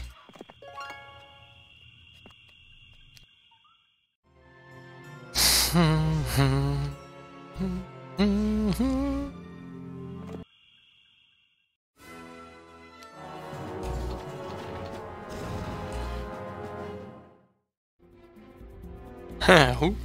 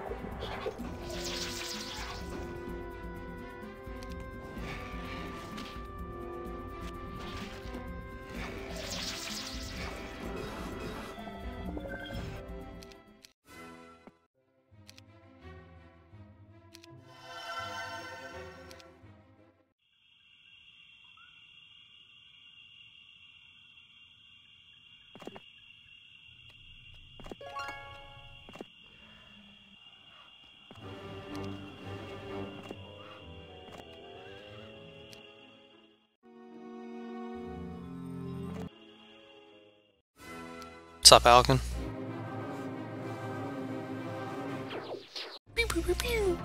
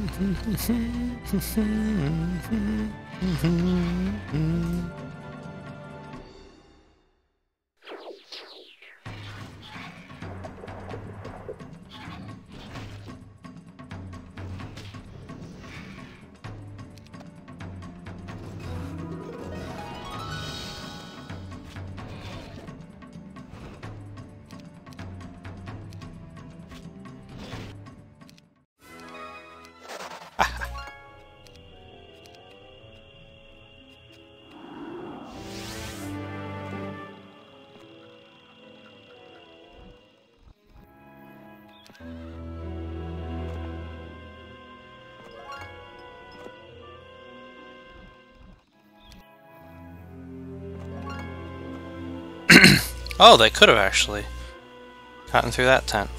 Would have taken them forever to pull it off, but they could have.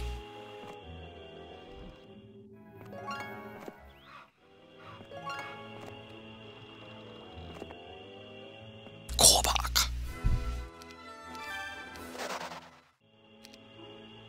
And Hermit Cove. Guarded by Night Tarn.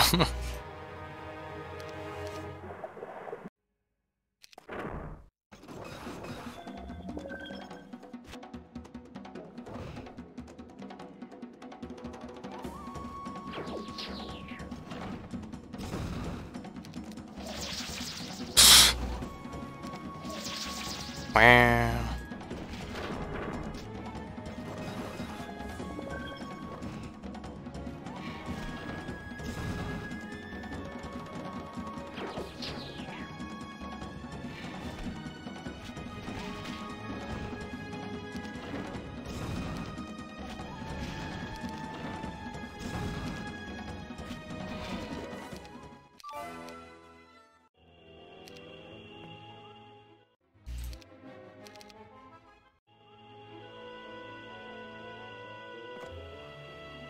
Hey, they do have Adrian. I knew it. They always find a way to recruit her. And Red has been vanquished. And soon all of Mudland will belong to me. And they will bow to my power.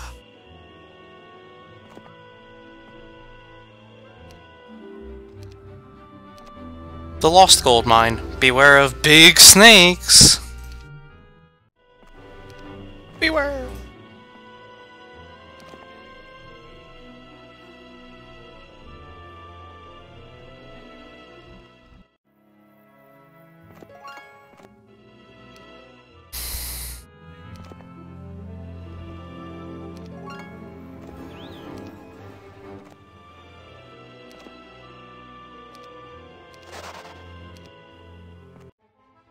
Gonna chill a turn in here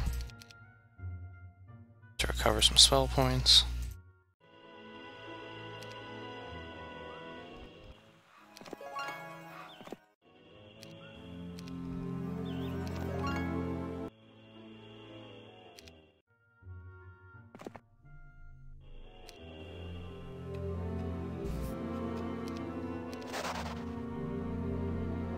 Pack of Chaos Hydras, easy money.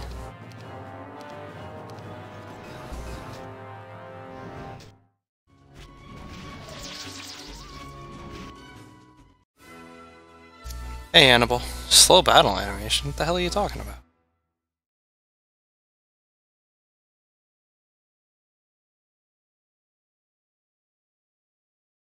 Me now has blue hat, me and Preziala. Well, about that. What kind of new heroes does it bring to the table? None.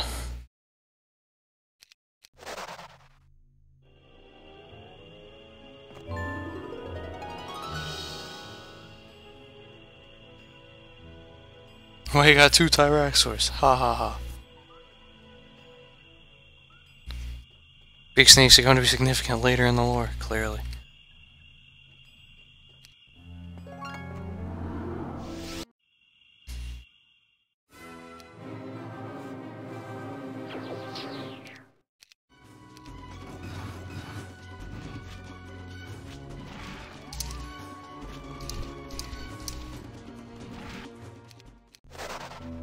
To the lost gold mine! Away!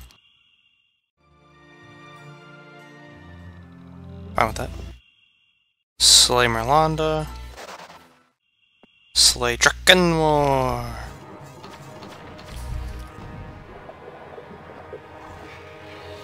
Hey, Sokos. Yeah, just like we do every day, right?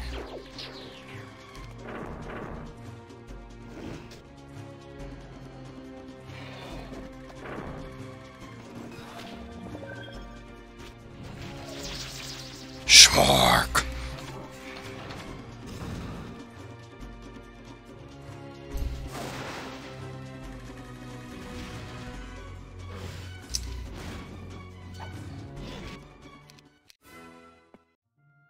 No, I want my +1 defense. Let's go.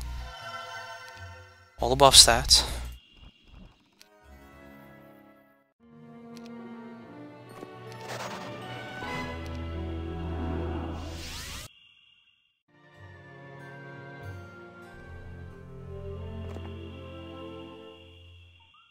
Oh, this is gonna be torture trying to chase them all down, isn't it?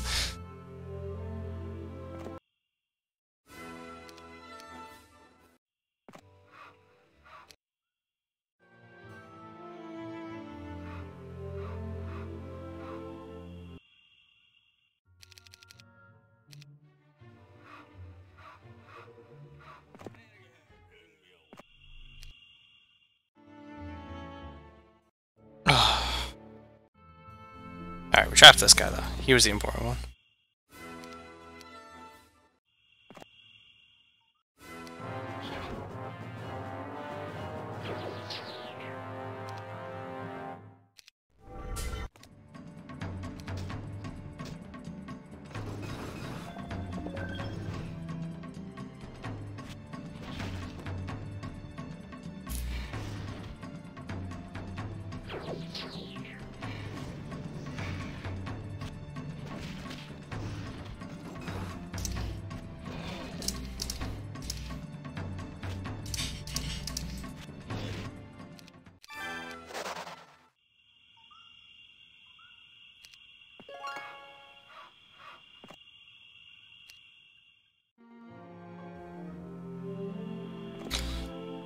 Alright.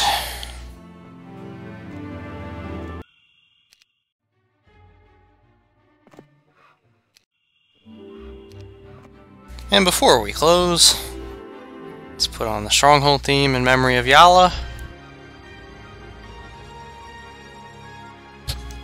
DD jump. Honestly, I forgot about having to mention Door.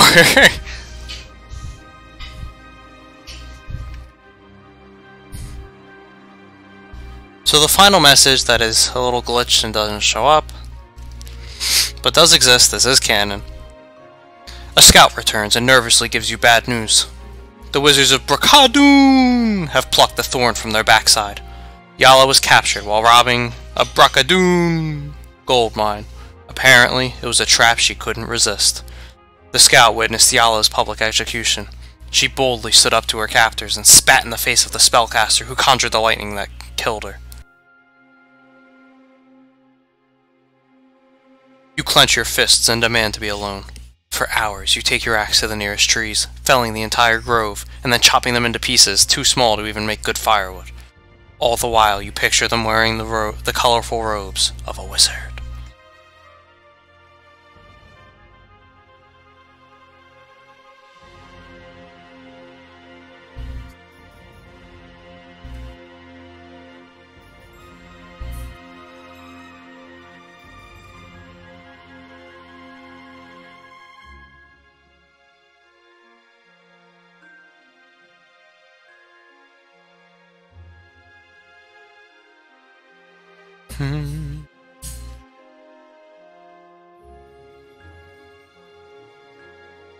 Yala! And all that gold she took from Tarnum, and she wanted more gold! So, now we're slaying him and win our war over the Mudlanders. Ah!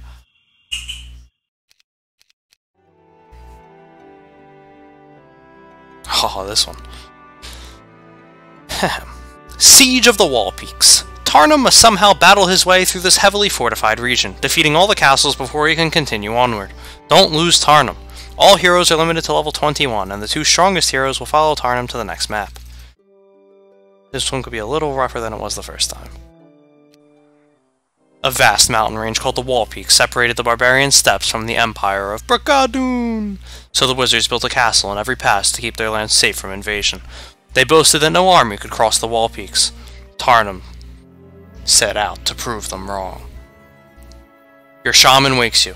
I've had a dream, my king, a dream of your death, killed by our enemy in yonder mountains. You ask, is this a prophecy or just a dream?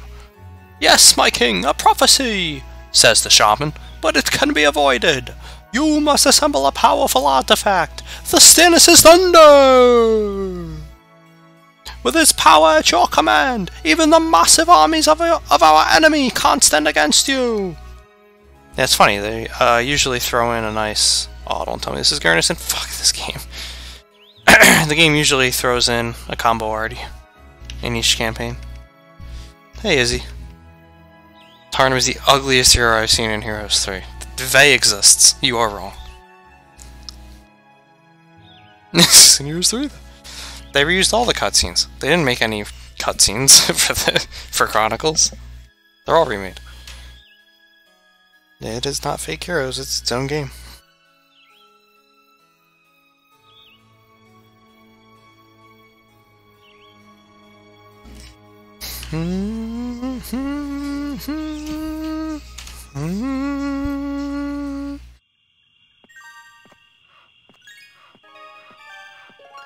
At least the one with pathfinding started off in the swamp terrain.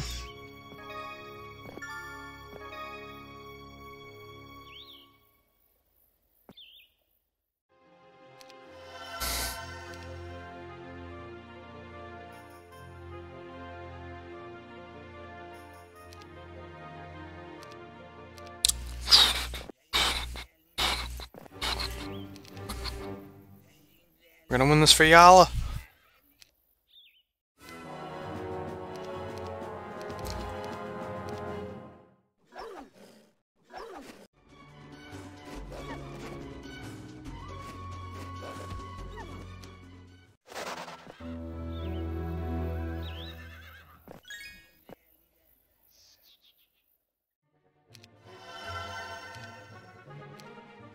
A visit to a local witch proves useful. Not only does she cure the warts on your hand, but she also tells you how to assemble the Stannis' Thunder! Find 4 artifacts: the Titan's Gladius, the Titan's Cuirass, the Thunder Helmet, and the Sentinel Shield. With these, you will possess power beyond your dreams. Seek the Hut of the Magi, and he'll point the way.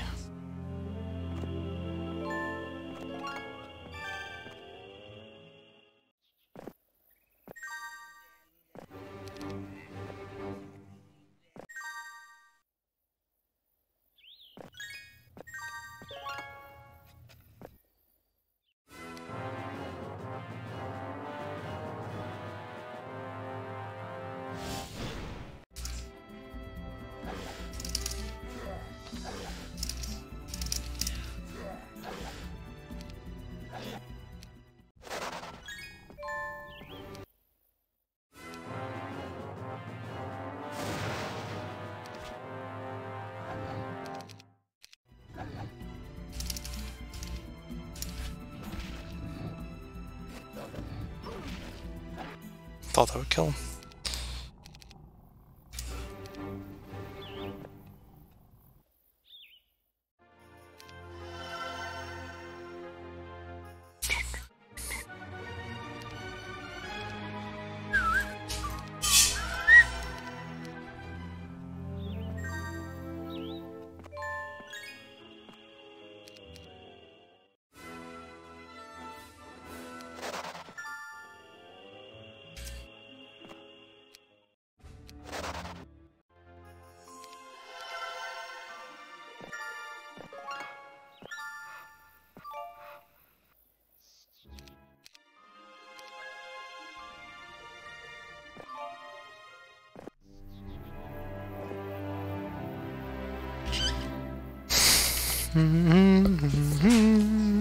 Hey, Jacklop, of course we're doing these. Roland is apparently the Swamp King, as we saw. How do I install HD mod for this? You download them separately. Why Heroes Chronicles is not in the HD mod complete pack? Because for one thing, there is no HD mod complete pack. And for another thing, because it requires you to actually use Google. Crazy. Yeah, it is online though, you gotta look it up. I don't remember exactly how I did it. I have done this. I did it like a year ago. I mean, I did the entire Chronicles campaigns with vanilla too. What's my favorite unit? Schmorks, obviously. No. Monks. Monks are OP. Monks and Zealots.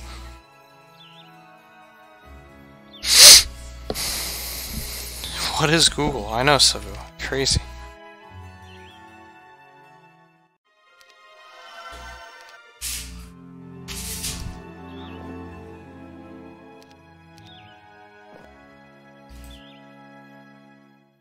I think those orcs join us. I don't remember it enough to want to try it.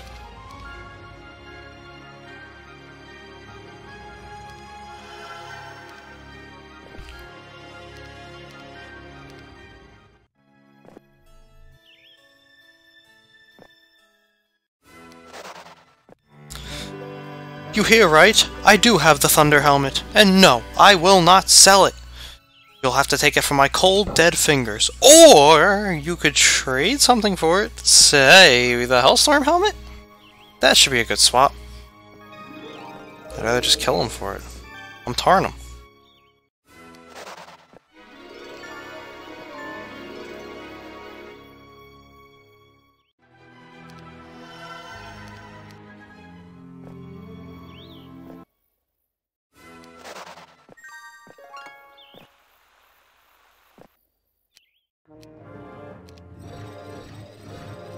Nice terrain.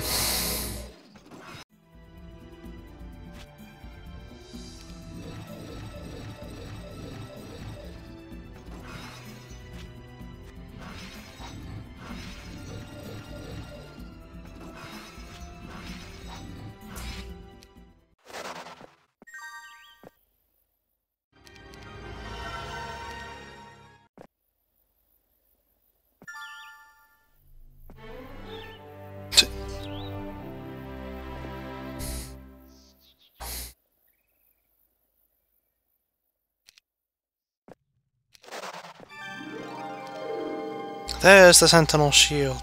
There's the Hellstorm Helmet. There's the Titan's Cuirass. There's the Titan's Gladius.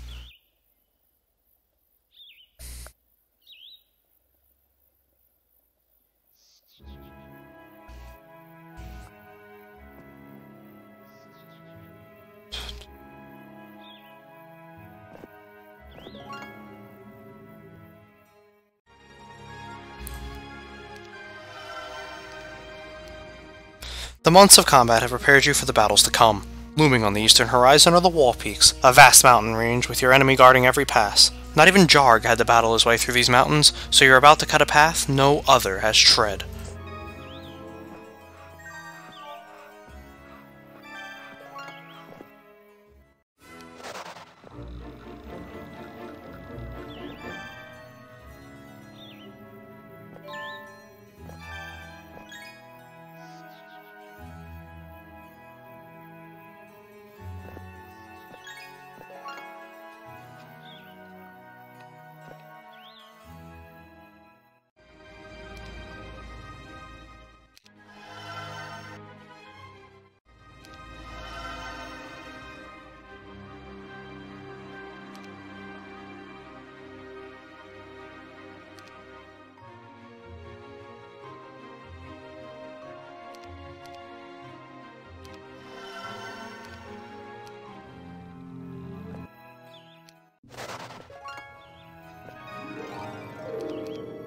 Remember where this goes.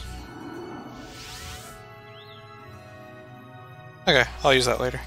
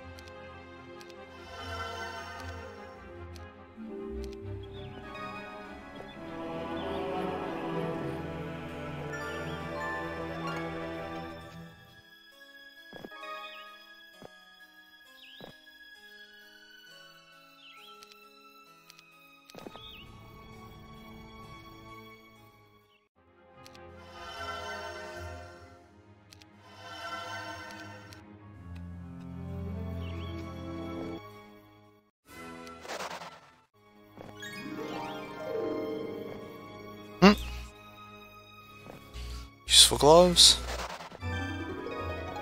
Useful mine. Beautiful.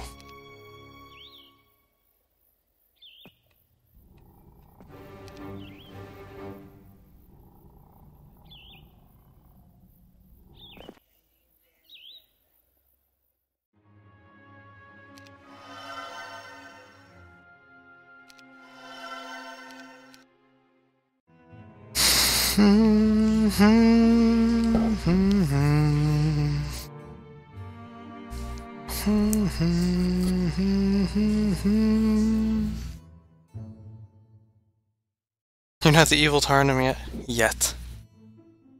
What specialty does Tarnum have right now? Well, he's Cryhack right now, so his specialty is Cryhacks.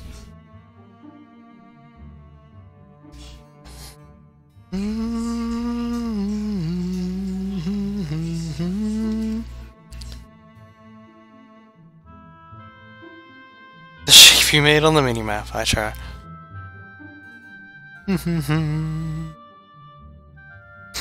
You will take it from my dead hands. 10 ancient bees looks from behind. Oh, or I can trade it. Yeah, that's how that felt. It's Mr. Hack. Totally. You've taken to eating your meals alone in your tent, so you're a little annoyed when your advisor and friend, Hardak, interrupts you. What's bothering you, my king? Is it the barbarian woman? Nothing, you say, although Hardak is right. You miss Yala even though you had such a short time with her. Hardak doesn't press the issue, but when he leaves you regret having lied to him. Not only that, but you feel very alone. Again.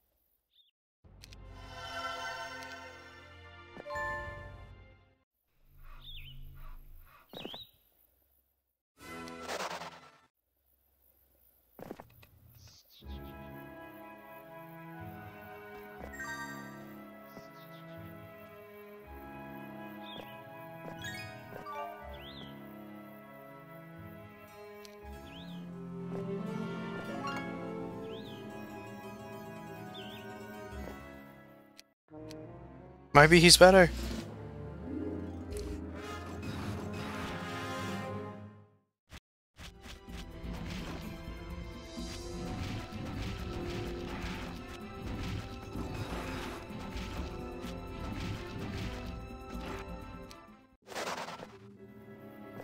Hold you.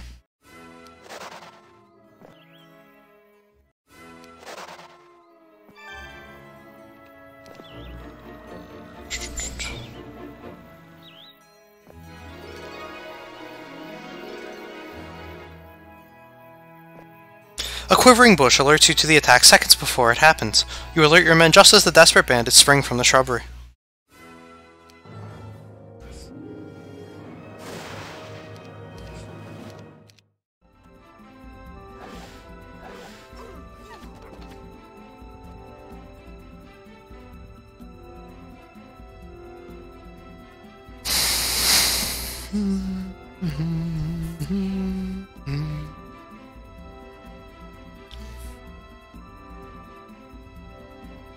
I can totally understand that Tarnum misses Yala. Look at some of the female barbarians. Exactly. Tarnum just to Cryhack. In this scenario, yes. In other ones, he becomes other heroes. These bushes become bigger and bigger.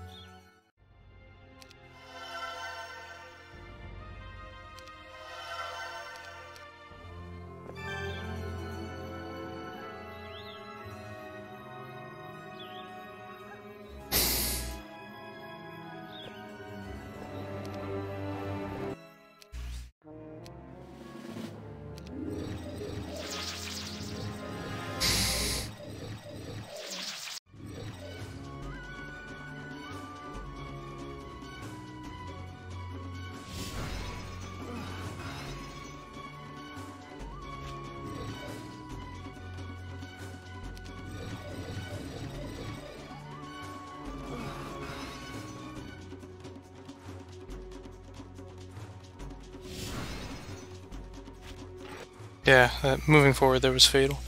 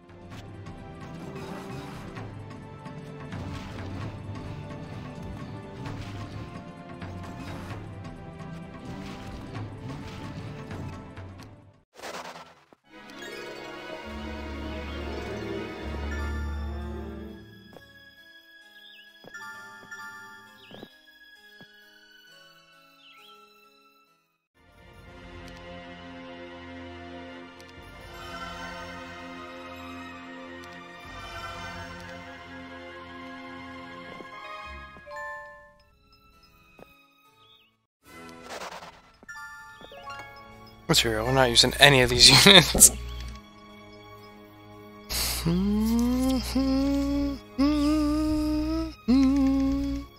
Blind? Ha! Blind. Nah, man, we don't need blind.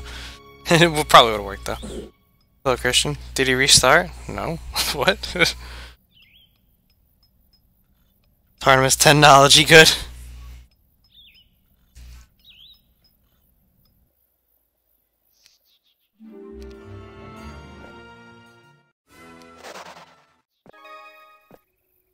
A recent rock slide has revealed some gems and gold in the side of the mountain. You stop your troops long enough to have your men dig them out, then move on with the sense that the ancestors are looking down on you with favor.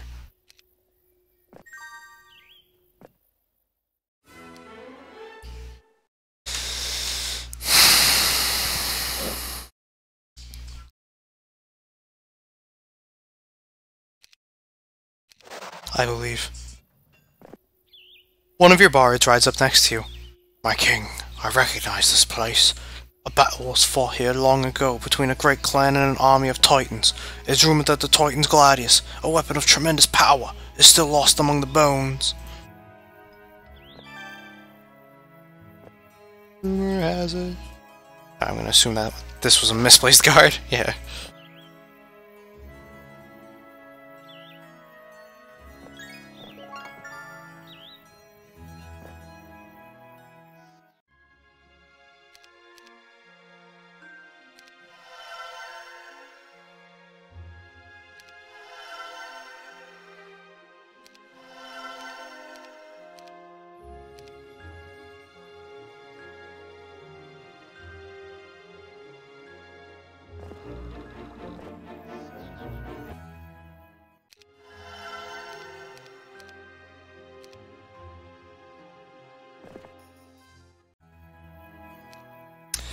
Nothing, not even your past victories over your enemies, seems to give you satisfaction anymore.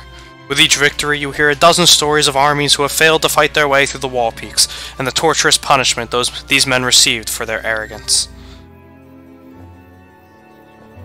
Just as the Bard said, the Titan's gladius was dropped here long ago in an ancient battle. But today it is guarded by a large group of gold golems. Do you want to fight them for this powerful weapon? Of course. Well, I don't accept thieves, because they're not part of my army. I felt bad enough accepting the hobgoblins, and the rocks in that other scenario. Okay.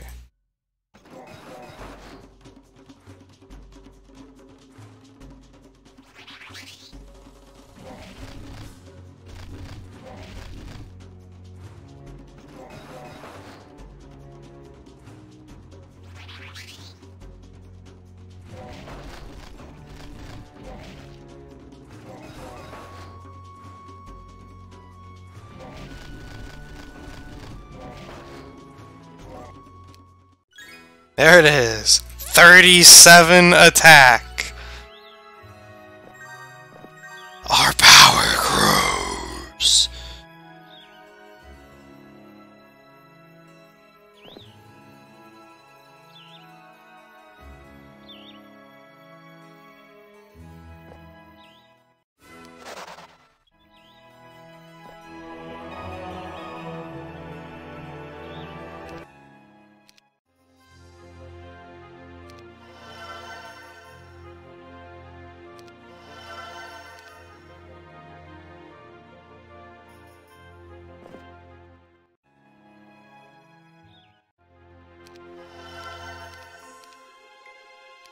Oh, hideous.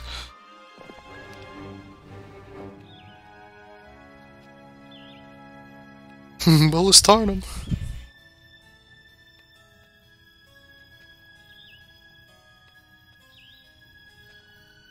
Don't look in tavern, you will puke. I know, right? Yes, because I was born in 39, clearly.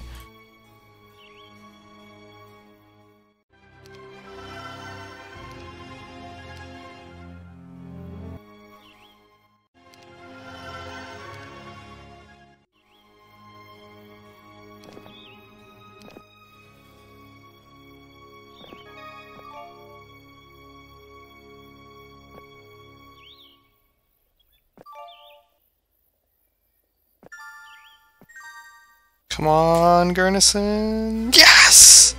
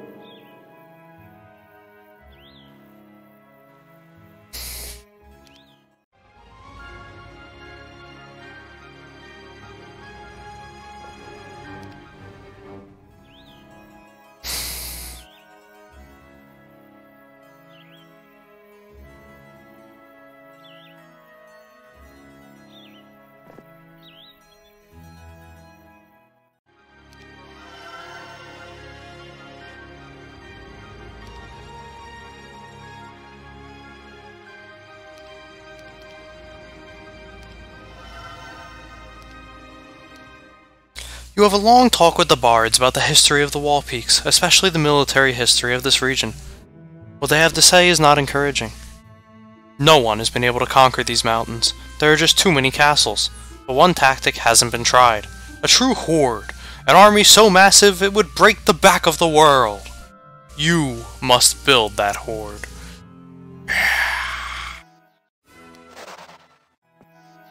For the horde.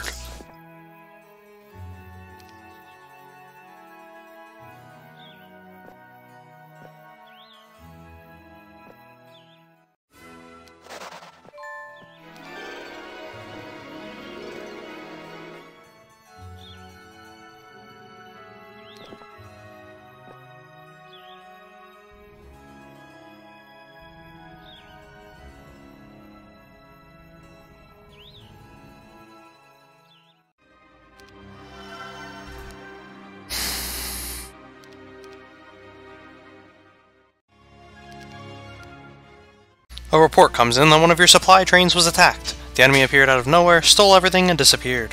Trackers tried to follow them, but nothing. It was as if they were never there.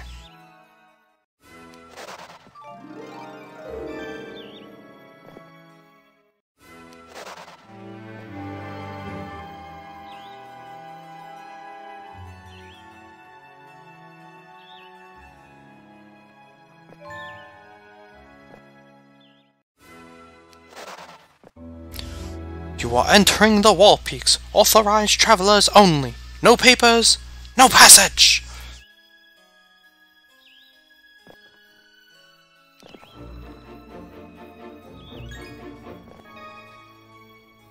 wall peak shall fall.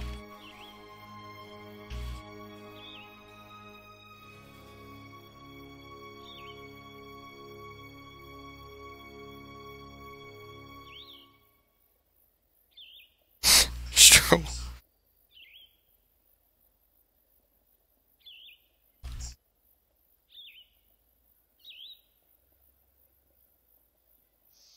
Why 39? I'm 39. What part of that don't you get?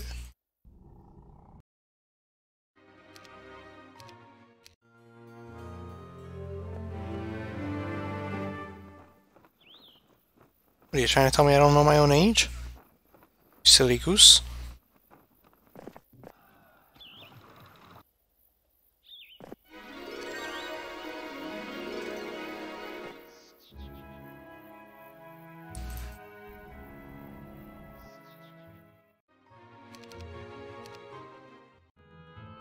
While sitting at your evening meal, one of your warriors tells a story about a secret place where bandits dwell, the Raiders' Plateau. It is believed that these bandits have a secret entrance into the wall peaks, where they constantly ambush the supply wagons of the wizard kings of Brakadoon. Wouldn't it be nice if this place were real? It is real, isn't it?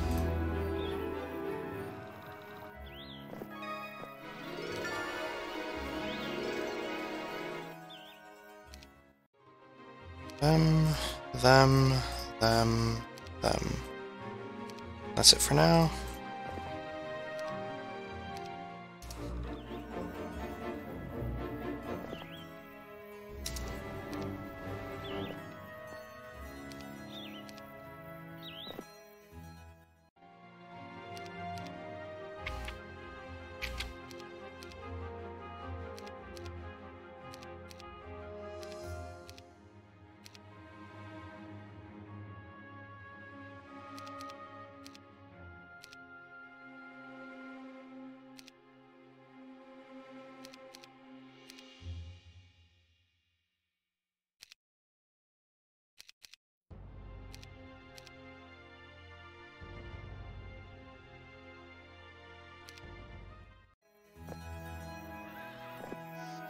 Alright, let's go, Horde, rush mid!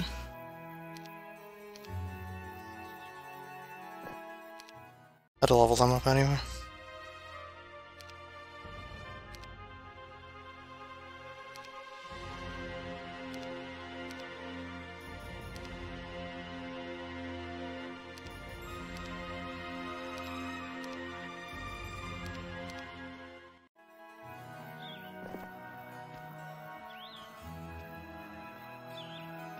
Honestly, this is dumb.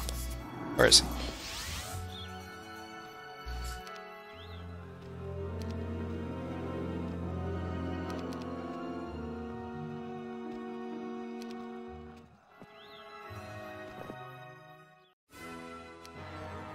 No!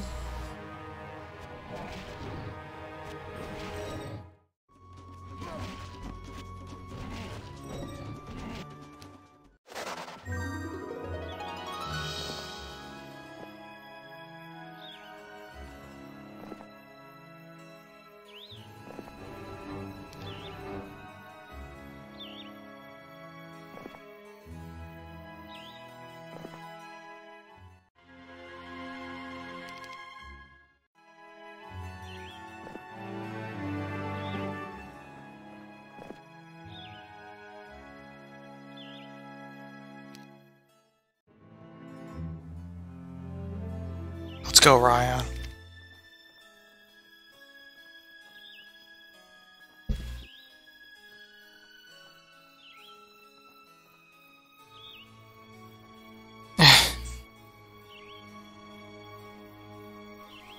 It will take the top of the listings without bots. Lord York.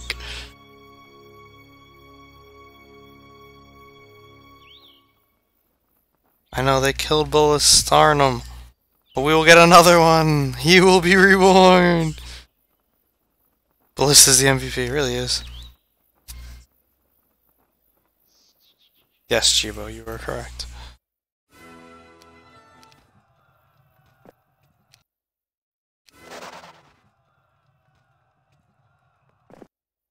Ahead are the tall stone walls of a castle. Never have you seen such an organized defense of a town. You ask your captains if any have stormed a castle before, but they just shake their heads. So, you shall be the first. Oh, what a defense! Oh my god! Oh, how did we ever pull that off? Oh my goodness! Truly, the defense of the ancients!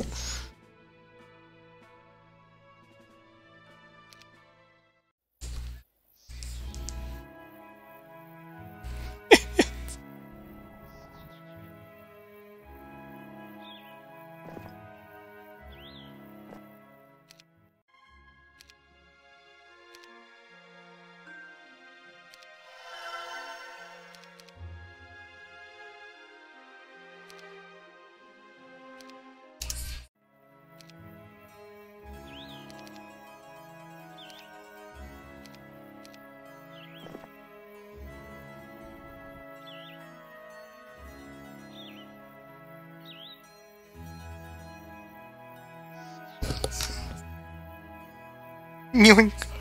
First try Castle Siege and it's a success!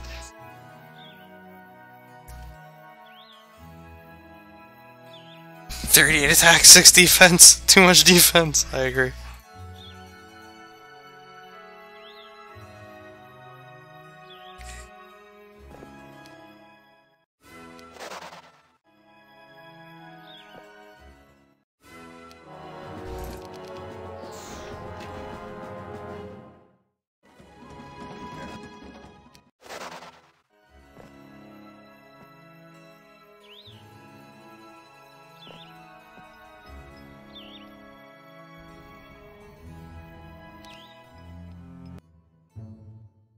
I'll trample!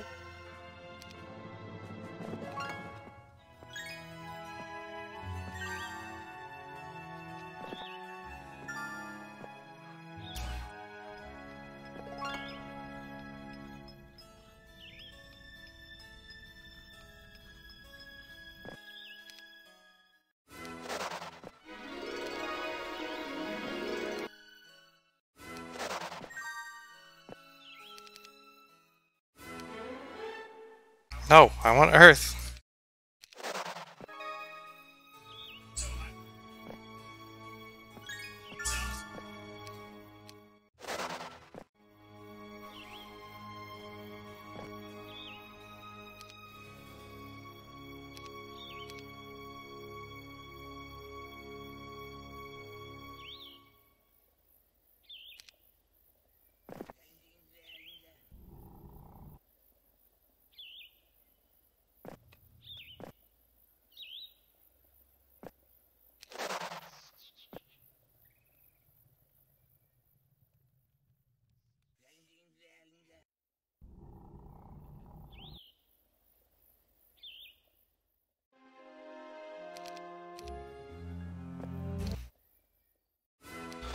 We did it, boys. We made it to 39.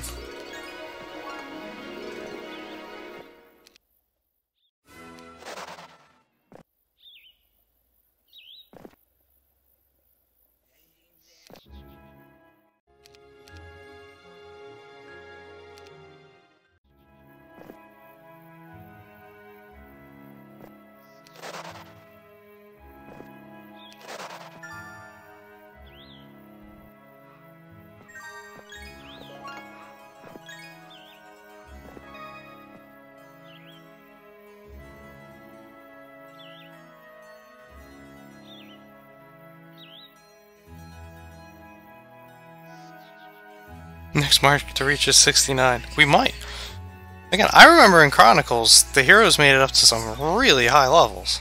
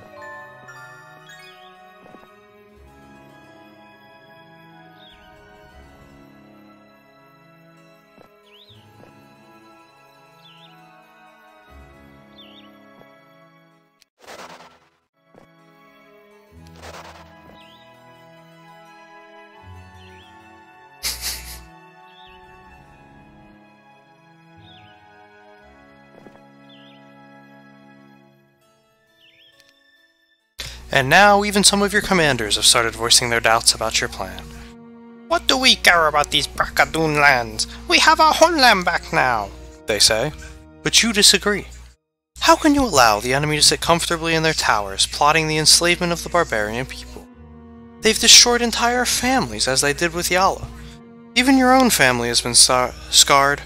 2 days out of the year, your mother would always break out in tears as she recalled the birthdays of your 2 older sisters. Braccadoon law stated that no barbarian family could have more than 1 child, and your parents were so poor they needed a son to help with the work. They didn't want to do it, but they had to give their own daughters to the wizards. And then there was what they did to Yala.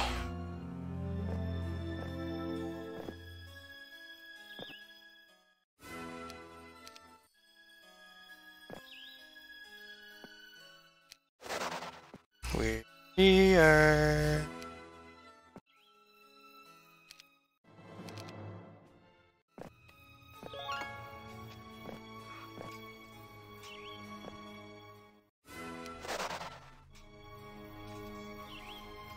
I do have the green tent. Well, well, well.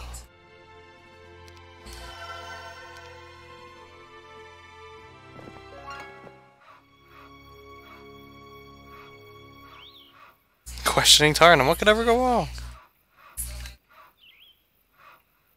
Yeah, man, we fought through some negas. Maybe you can be of help to an old lady, eh? These days I'm too weak to go traveling about looking for artifacts, but I'm not ready to retire yet. If you can bring me the Hourglass of Evil Hour, I'll give you a little reward. Some gold, maybe. Actually, don't even have it.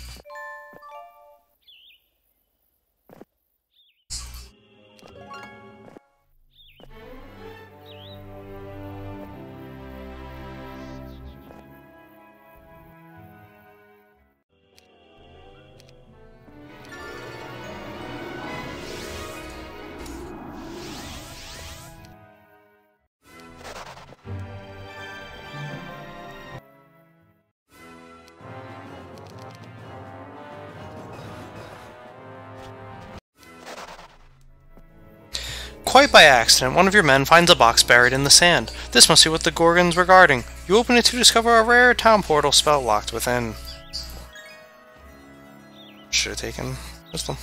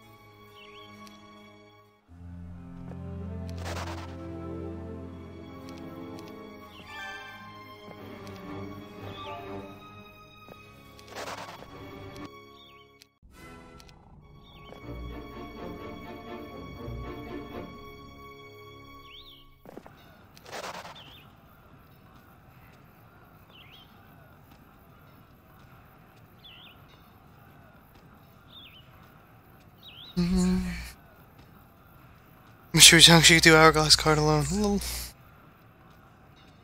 Don't have wisdom. I know, right? Imagine trying to join your forces. Damn spies. That's why we turned them down.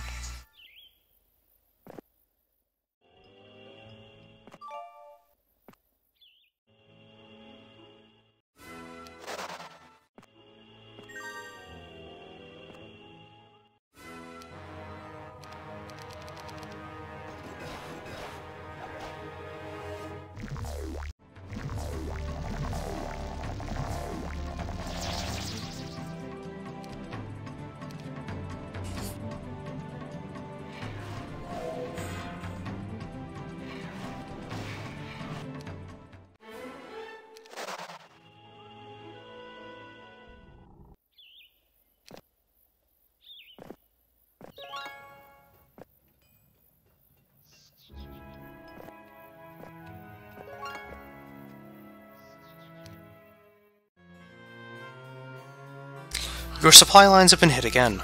This was no ordinary ambush. The enemy struck quickly and vanished before the troops you assigned to protect the wagons had a chance to react. This will get costly unless you can rid yourself of these ambushes. Raiders Plateau. Can I help you, Adelaide?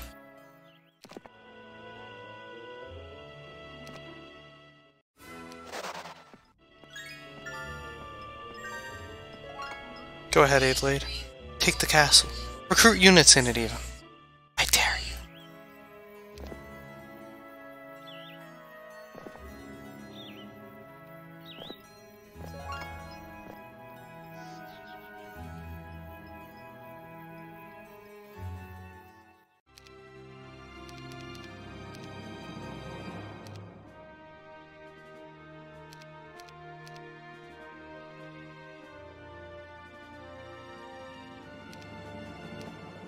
That's what I thought.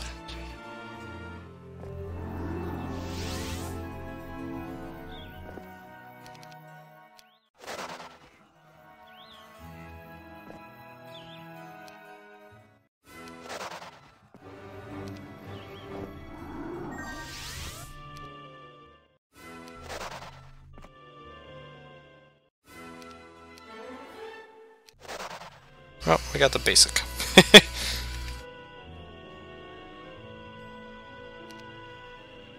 Hey, there's Aragos Evil Hour.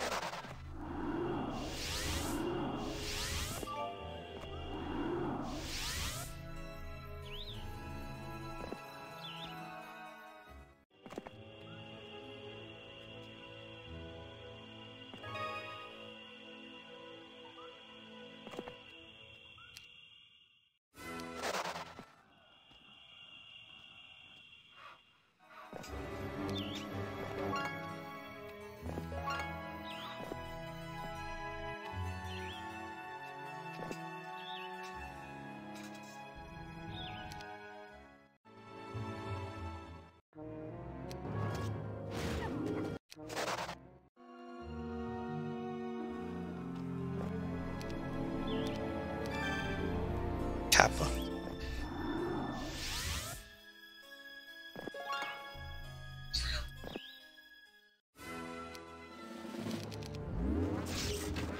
Not the tent! I just went to such an effort to get that tent. Now you're gonna pay.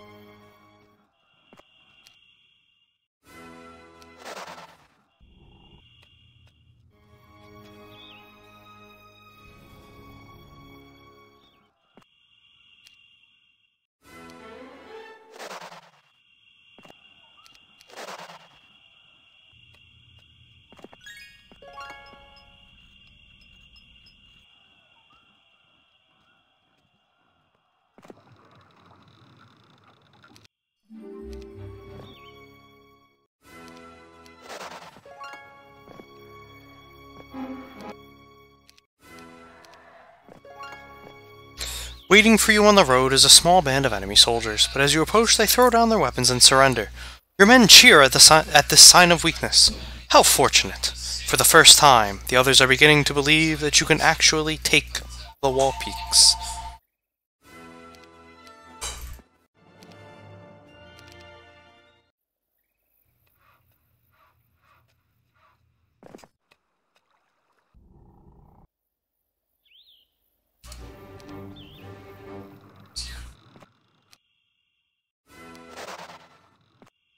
You stumble upon a small circle of colorful wagons camped beside a river. These are gypsies. They gladly mix with your troops, laughing and singing and dancing. The gypsies even give you lunch, and an old woman reads your palm. When you finally part company with these folk, you and your men are in good spirits and continue humming some of the songs of the gypsies.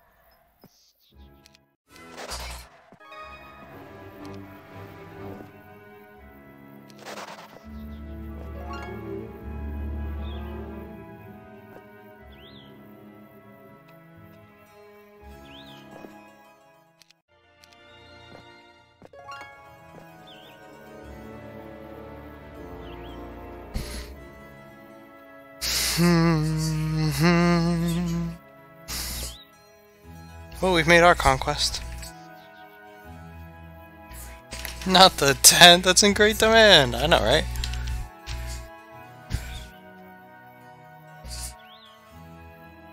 It was beautiful to look at raped by 16 ancient bees. Now she looks like Vey. Damn.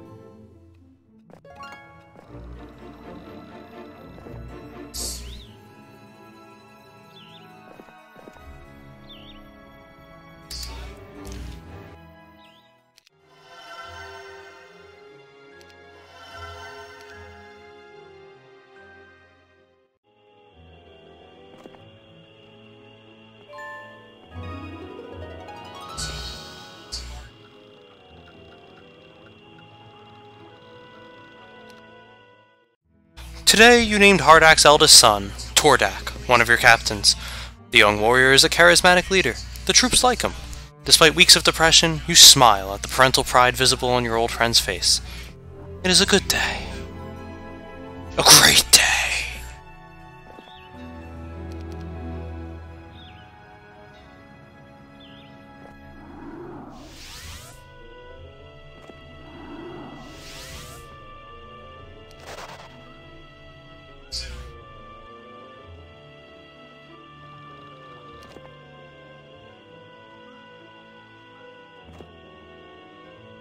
Again.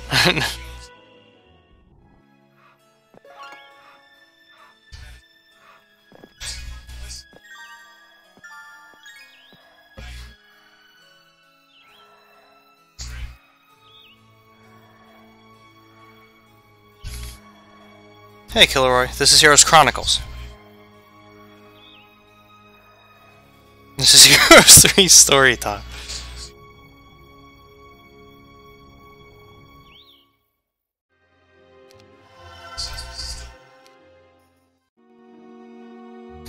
Today was a very bad day. You had to kill an orc chieftain who had been with you since the beginning, a bold captain and a good leader. But Ungrad went too far. It happened so quickly. Ungrad's accusation that you were putting your personal blood quest ahead of the interests of the clans. You're as arrogant as a wizard, Smark. Those were the hasty words that enraged you. Swords were drawn.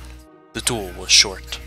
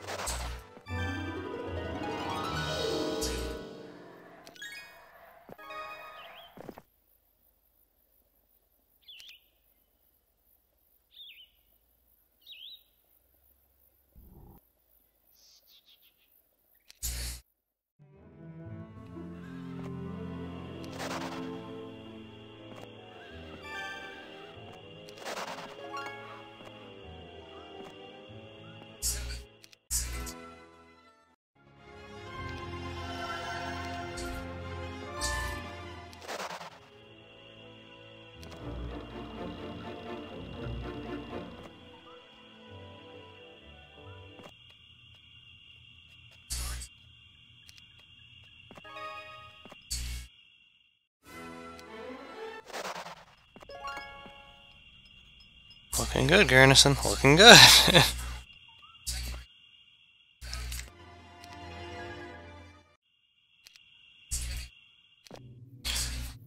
A warning, says an advisor as you approach the monolith ahead. The markings on this portal reveal that it will only take you in one direction. Once you step through, you can't return, and on the other side is rumored to be a massive enemy force. And there is. He's not wrong.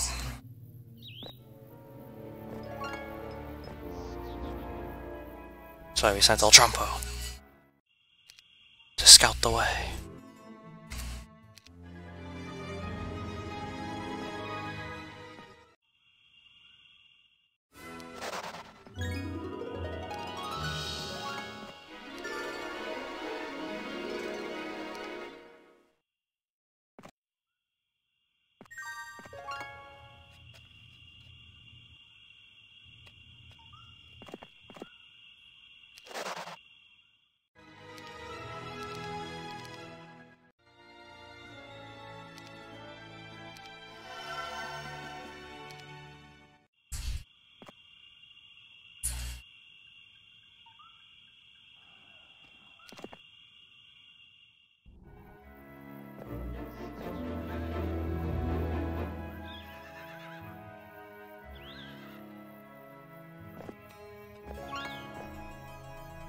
Well then.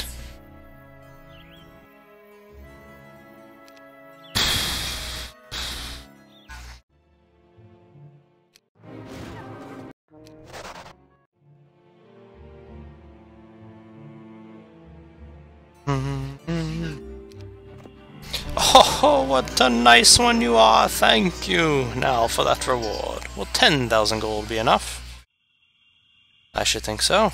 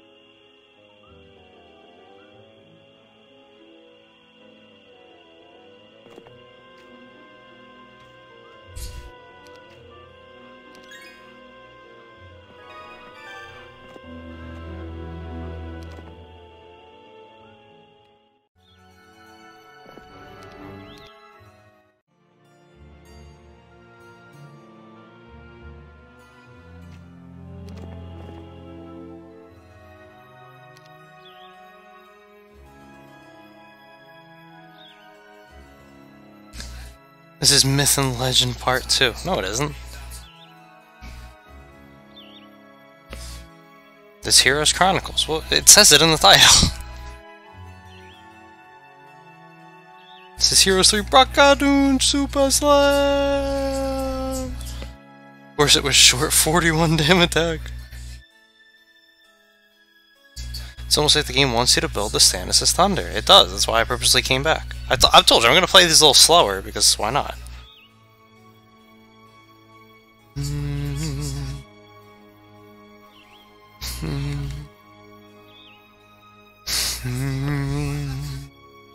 10k, yeah man. Hey Jenda. Turn on no magic, go face. Go face your mother. Oh! Oh! Oh! Oh! Oh my god!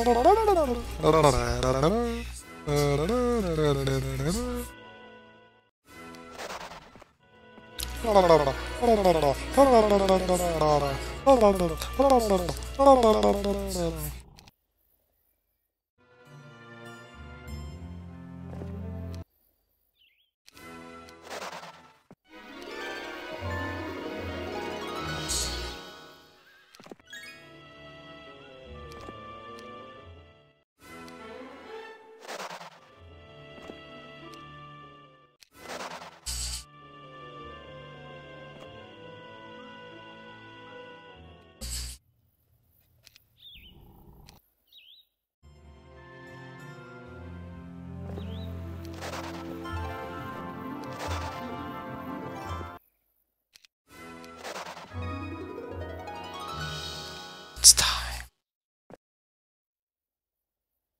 Time to deliver the helmet of Hell's Storm.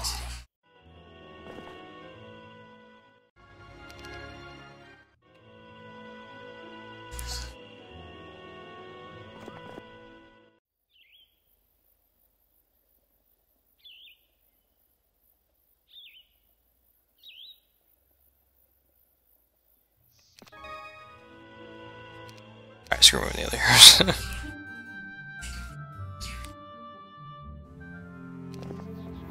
Ooh, the Hellstorm helmet is much prettier than this old thing. Here, take it and leave me alone.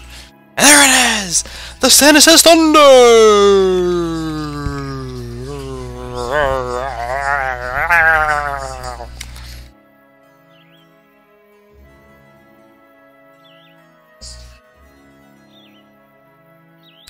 So Stannis is the Thunder.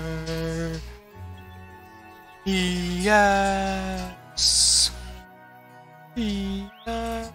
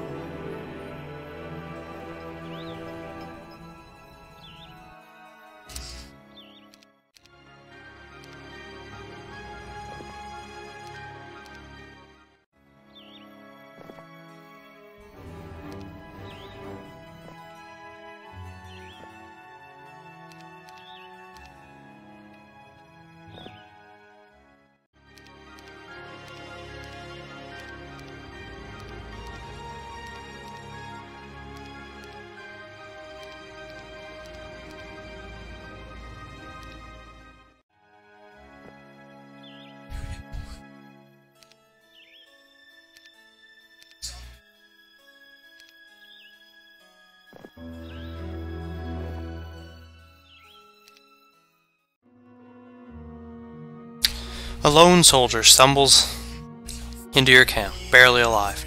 He tells you of another ambush. They were part of a small band attempting to transport some gold secretly through your territories. But one night, as they pitched their camp, two giants appeared out of nowhere.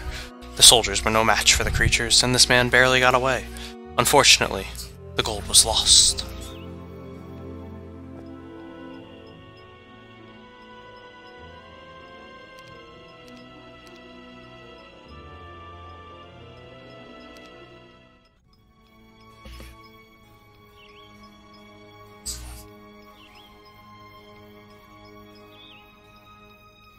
50 ancient behemoths. I think that's probably enough to win the map on its own.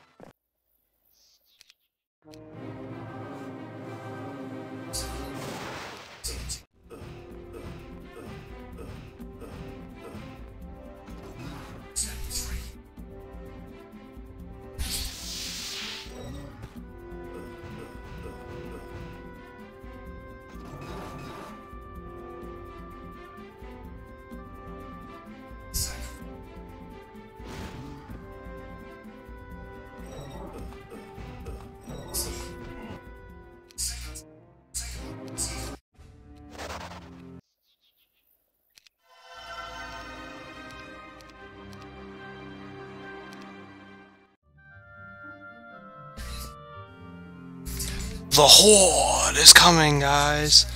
And the boy is pregnant! How the fuck were they ambushed by 2 giants? Indeed.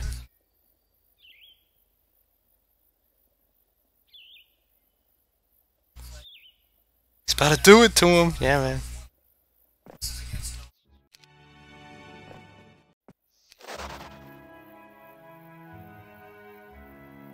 X gon' give it to him. We gon' give it to him. X gon' give it to him. We gon' give it to him. Let's ride.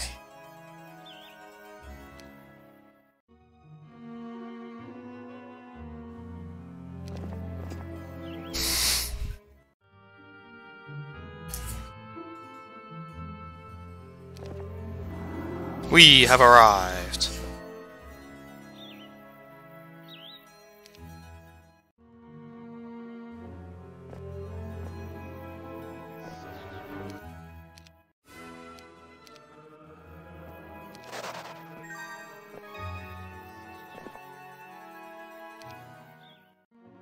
The ambushes have become an unbearable annoyance, so you gather your captains and advisors and ask if any of them have any idea how to stop them. The son of your friend, Hardak, is the first to step forward. "A trap, my king," says Tordak. "Load wagons with soldiers in disguise, waiting for an ambush. We'll release the rumor that half our gold is in those wagons so the wizards can't resist attacking it." It's a good idea, and from one so young. You are impressed, so you make Tordak the leader of this trap. Oh, he's dead. Ryan.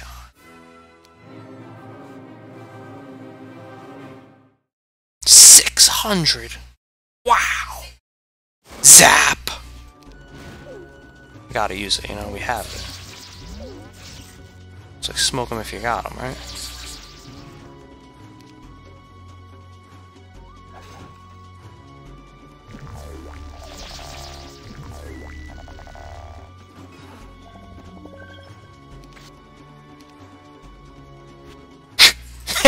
I didn't even attack with him. Just walked forwards with him. That was enough to get him to run.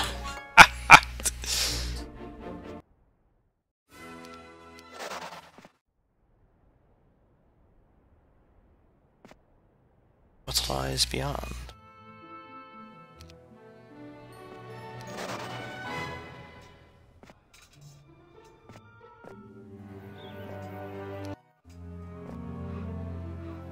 Hold on, you guys can keep that castle real quick. I want to go find out what's in here.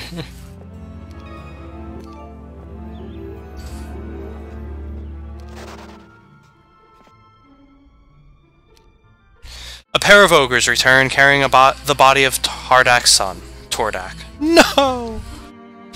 Between them. Tordak's trap was a success, but it came at a high price. They were attacked by several giants, led by a powerful wizard, which explains how the enemy appeared and disappeared so quickly. Tordak and the other soldiers fought bravely, and Tordak even managed to slay the wizard before he too fell. Then Hardak arrives, distraught and weeping as he clutches his son's corpse. Placing a hand on your friend's shoulder, you say, "He died with dignity. You should be proud." Hardak looks up at you, a flash of regret in his eyes as he says, "I brought him along with me."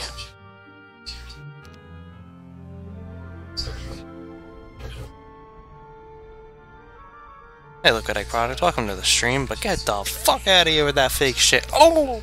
Any reason that the AI is special kind of retarded? They're not a special kind of retarded. What are they gonna do? They're stuck here. Like, they can't go anywhere. I bum rushed the other castles. They explain how you get ambushed, yeah, and hey, Tricklin.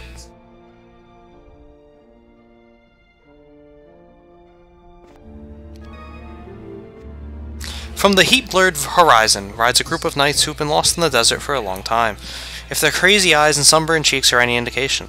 "Stand back, you foul demons!" shouts their leader. "We are the guardians of our lord's treasure! Stand back!" God.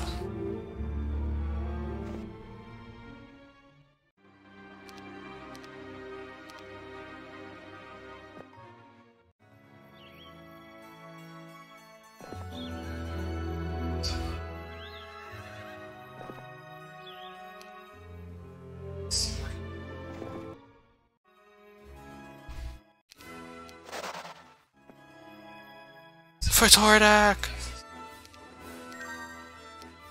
For Yala! Death to Brakadoon! Pretty sure that's where that goes, isn't it?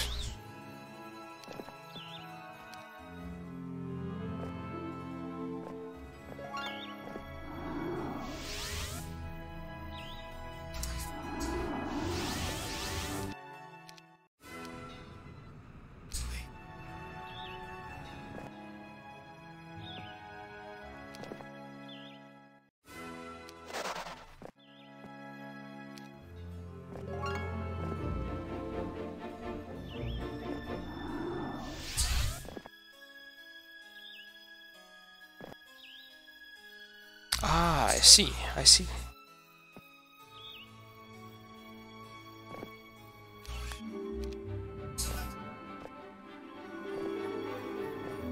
Welcome to the Empire of Brakadoon! Land of magical beauty and beautiful magic. Hey!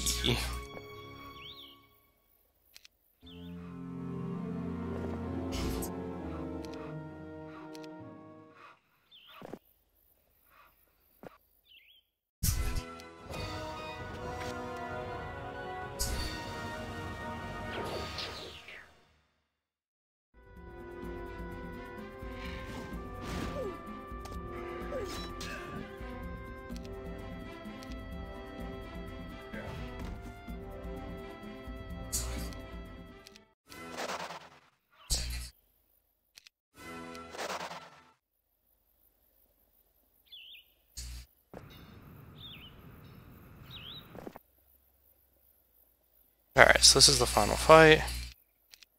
We're gonna save here, and we're gonna start skipping for story. We need him. But it doesn't matter, we're gonna skip for story here anyway.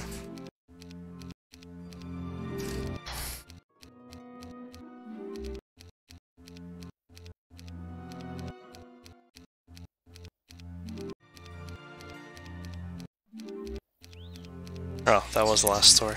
How about that? So we're actually finishing these maps just in time.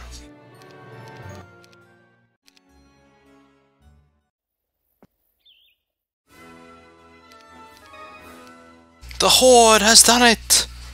We have conquered the wall peaks! Yeah! What a tragedy. I'm sure Tarnum will take better care of Hardak from now on, indeed.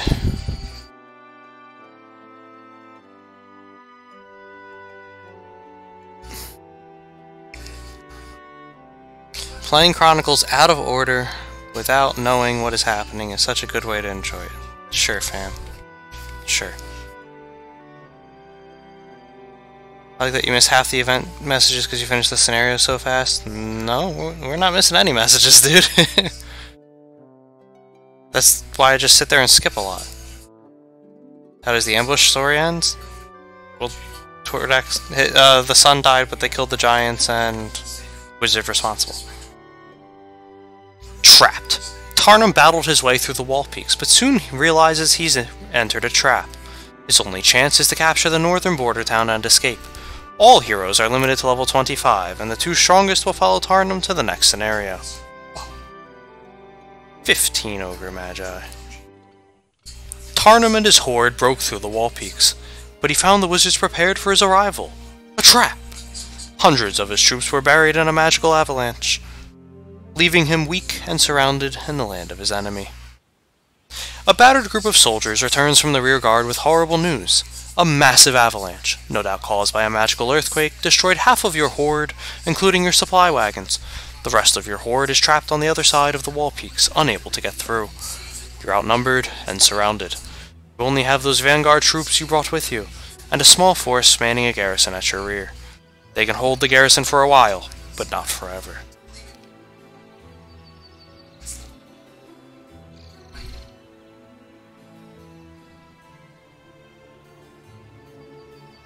Ogre Drive!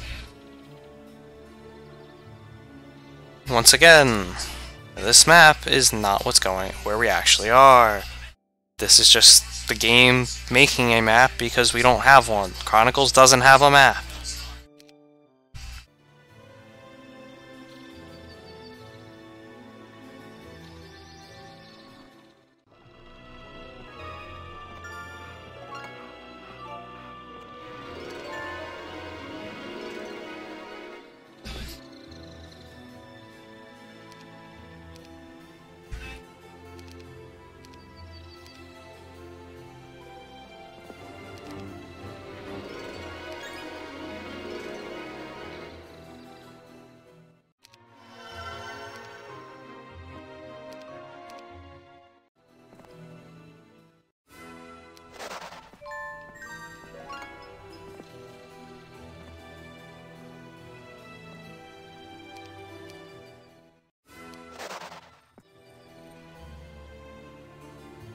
I'll be right back.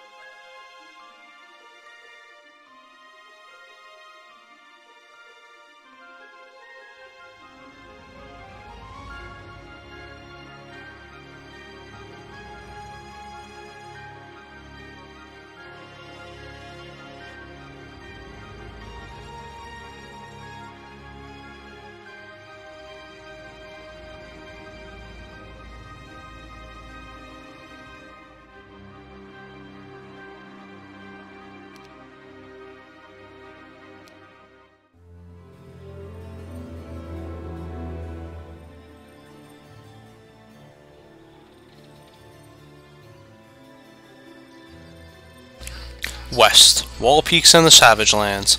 East, Empire of Brigadoon! And don't worry guys, I wash my hands. Adios Don Valentine, maybe next time you'll actually pay attention and not have to ask the same questions. Oh.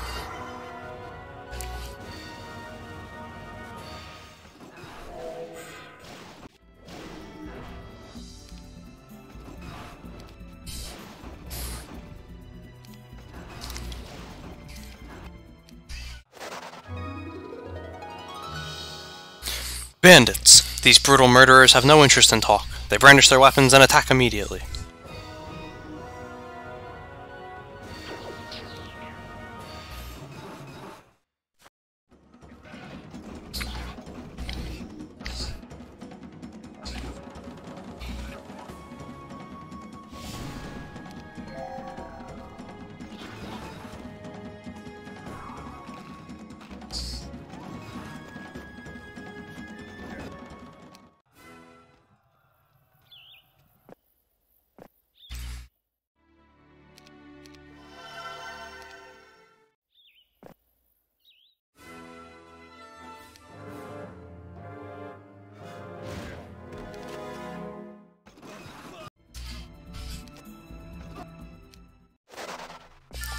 Down goes Cockbird.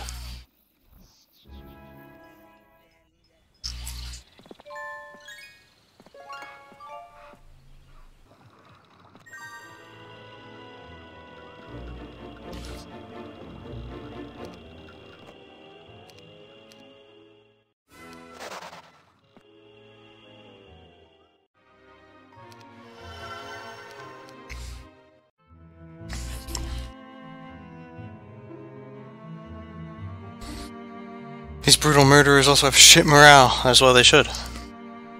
Word comes from some barbarian rebels loyal to your cause. They've captured a pass to the north, a pass to the land settled long ago by Jarg's descendants.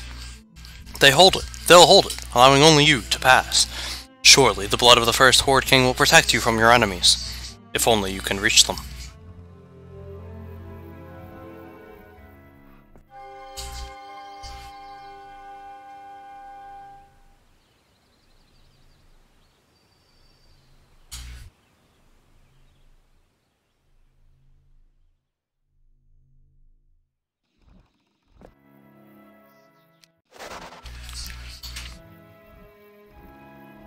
Yeah, no, it's a capture town. Victory.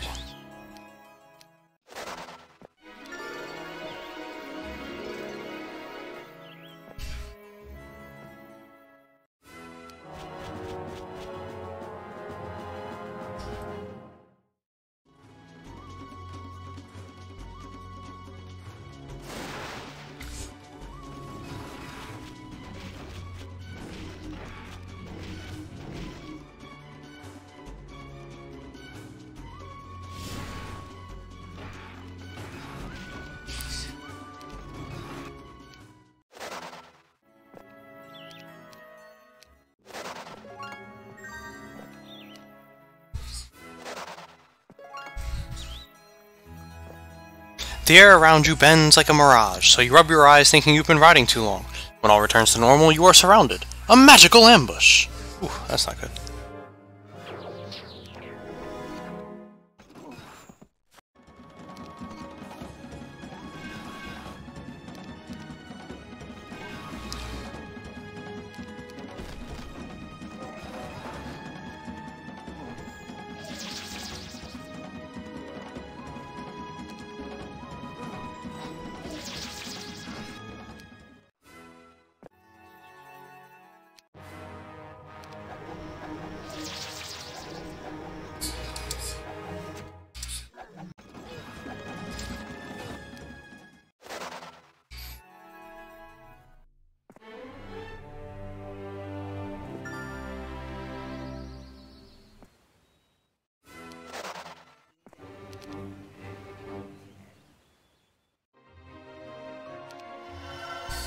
We need some more ore!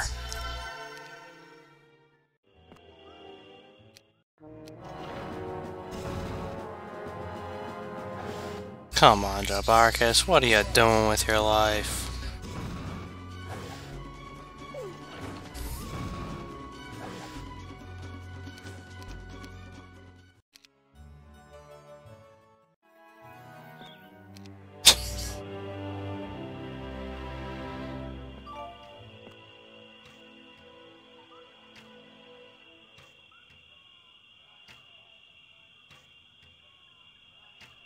Yeah, sure.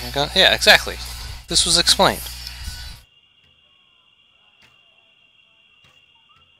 Conquest of the Underworld after this, yeah, man. All we need do, my king, says your advisor, Hardak, is get through the northern pass. Our forces are tired and weak. I doubt we can fight off the wizards. In the land of Jog's kin, we'll find protection.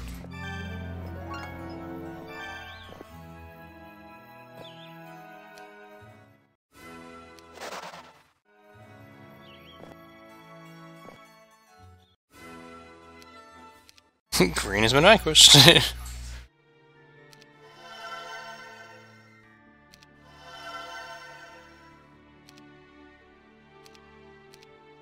Today is yesterday's tomorrow.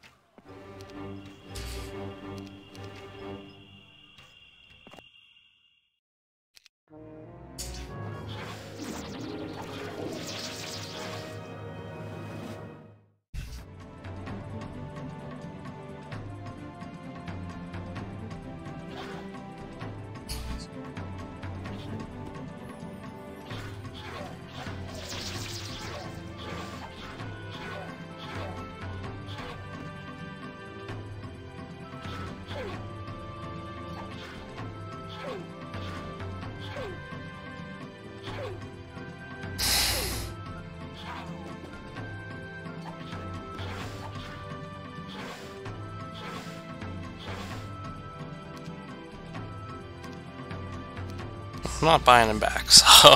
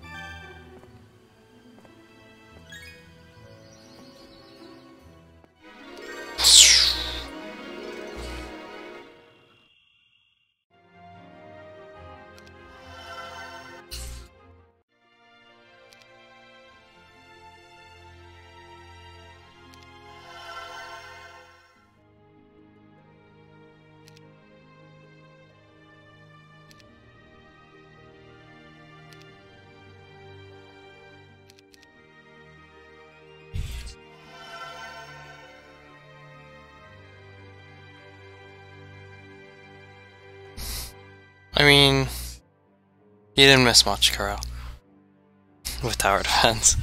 The real one was today during the woodcutting. That was funny.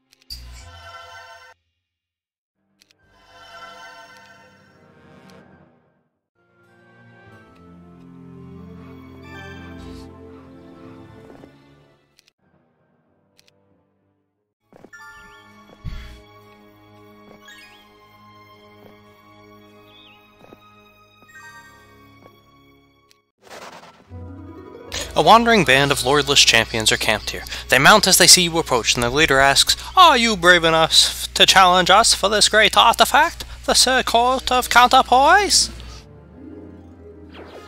Are you brave enough to try to stop me?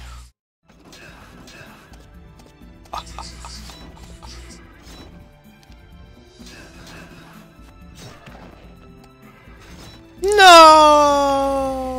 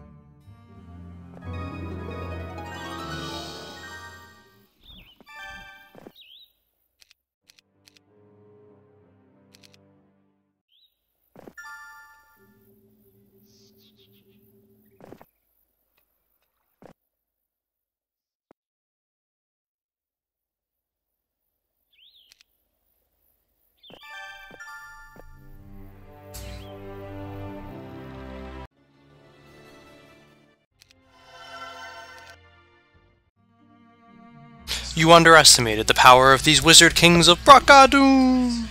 So far, your victories have been many, almost preordained. Nothing could stand in your way. Until now. You can't help feeling guilty about the hundreds buried in the wall peaks beneath tons of rock. Your troops. But tightening your grip on the hilt of your sword, you swear that those who died will be avenged. I want to know where the Stannis' thunder went. That was... It's supposed to be a big deal that he built that.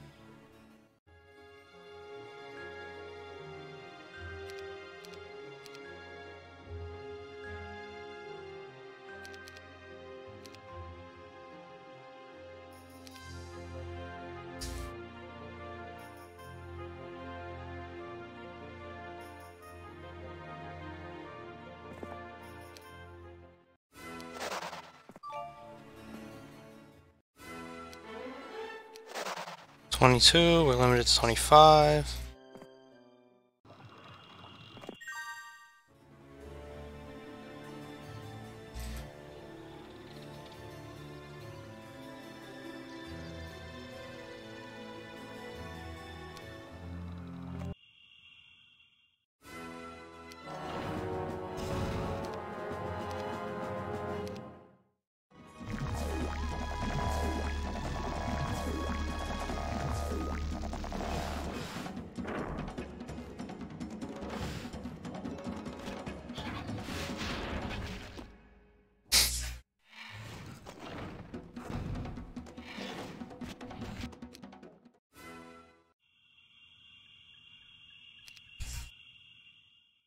Oh. And there was no reason to come up here at all.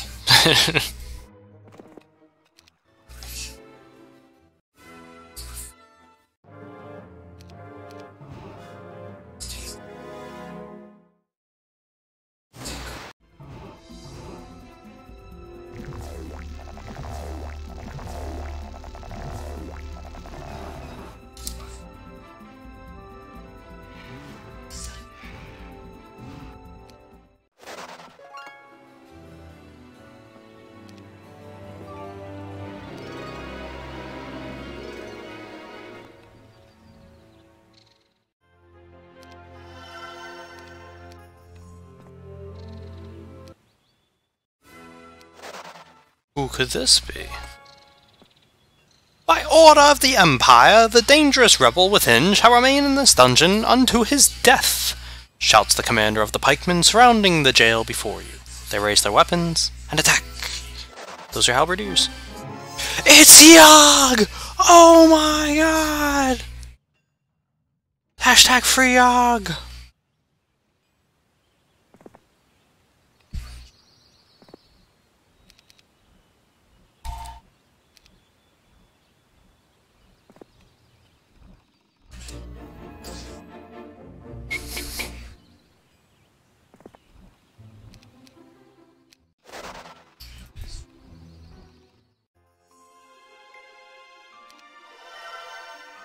Hey, the one from Ayer!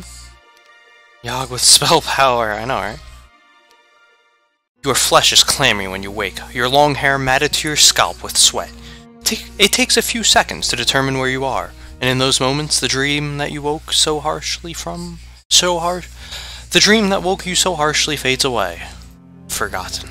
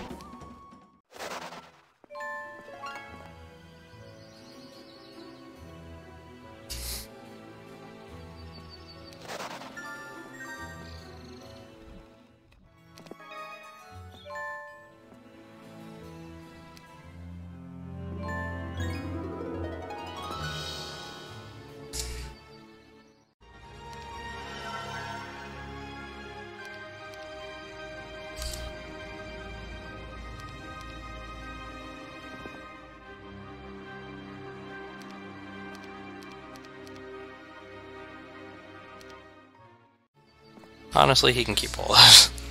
Not using them. Northern border towns is supposed to be the end, so I'll leave that. I'll push south.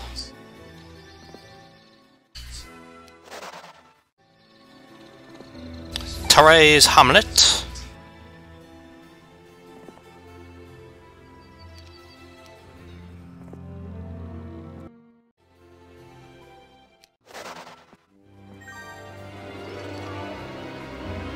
Lots of zealots stand outside this sanctuary, praying. Around the neck of their leader is the pendant of holiness. Do you wish to fight them for it? Oh, if they insist.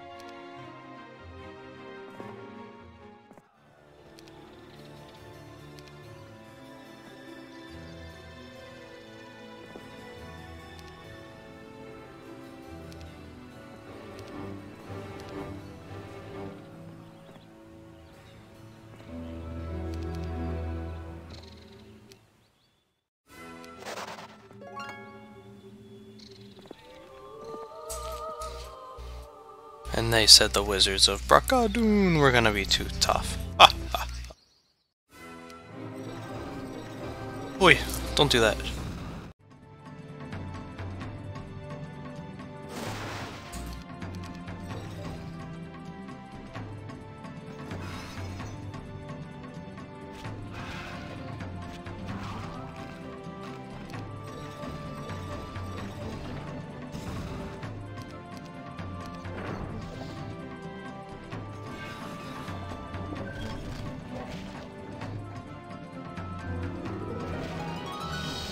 Oh yeah.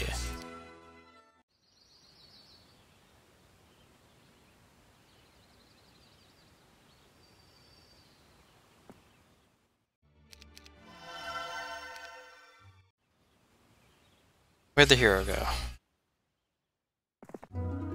You see an ornate golden bow leaning against an old tree, but you can't just take it that easily. First you'll have to fight the numerous royal griffins perched in the trees. Do you want to fight the guards? I do.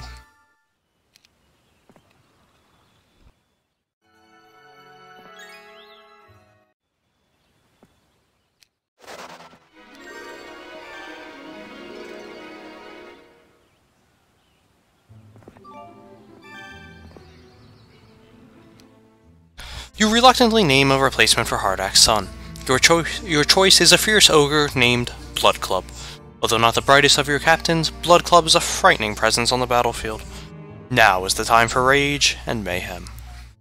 Although you have won the battle so far, it seems the wizards are always ready and willing to strike back, as they recently did with the ambush in the wall peaks.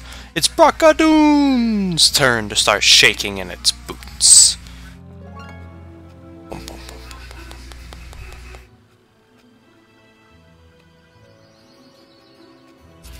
Fake Yogg, he's not meant to be a barbarian yet. I know, right? And hey, Betkiss.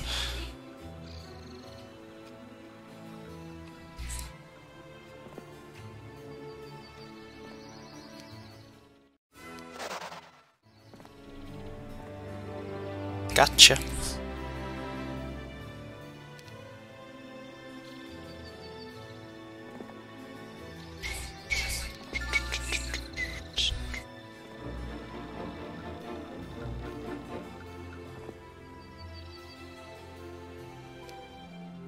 Gotta say, I expected a bit more from the AI.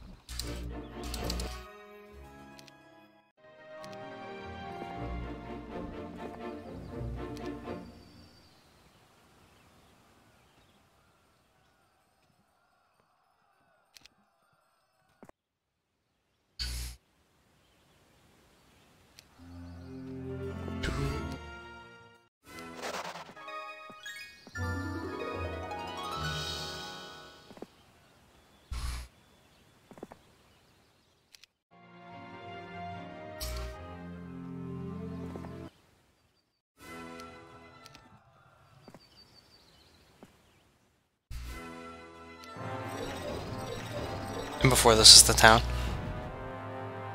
Who would have thought that barbarians would succumb to wizards for over thousands of years, even though wizard troops couldn't move for shit in rough terrain? I know, right? That's why they set up all the teleporters, though. Is Bragadoon or Rathian Mercado in the past? It's an empire. It's the empire. Hey, Davro. Yep, 1K vids. We did it.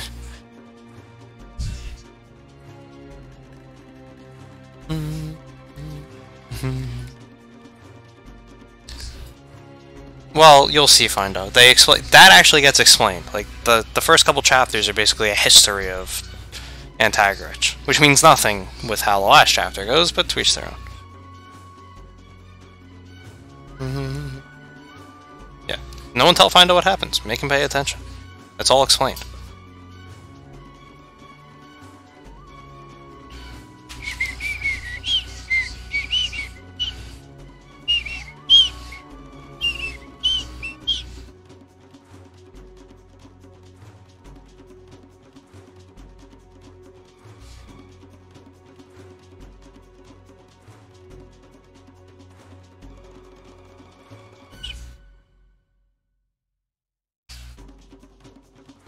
No spoilers. In other news, Bragadoon!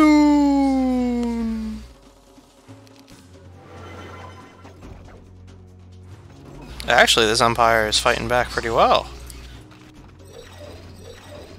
Oh, come on.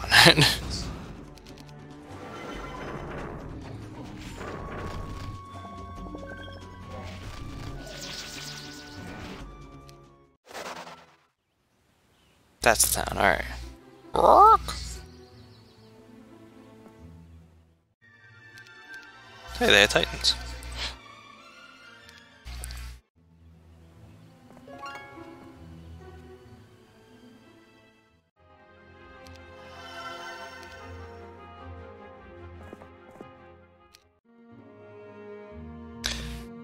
How did you get separated from your army?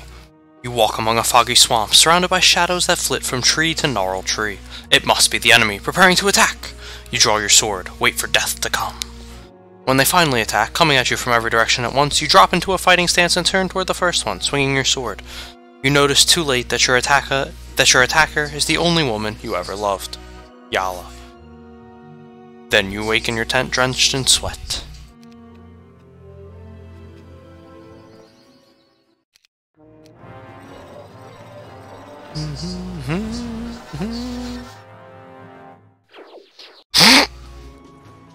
Nice magic me here.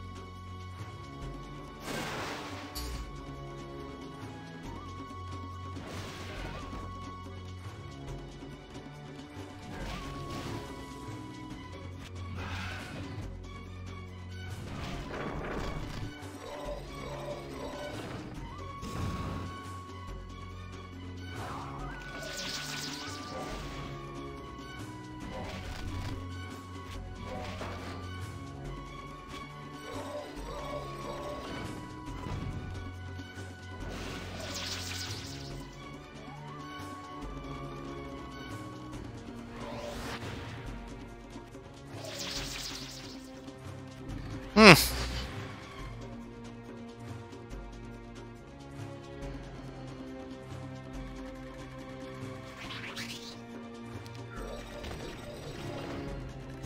come on.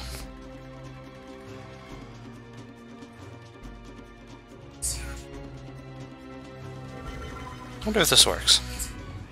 It does! Ha! Protection from fire. Easy.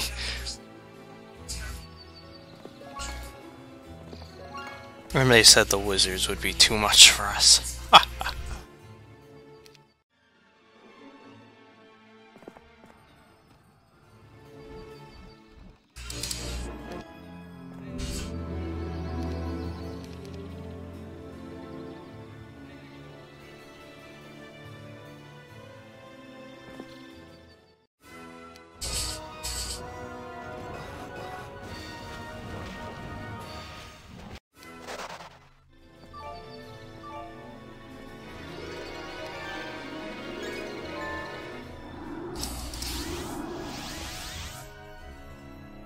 Hey, Yoda. Nice behemoth to knock the door, I know, right?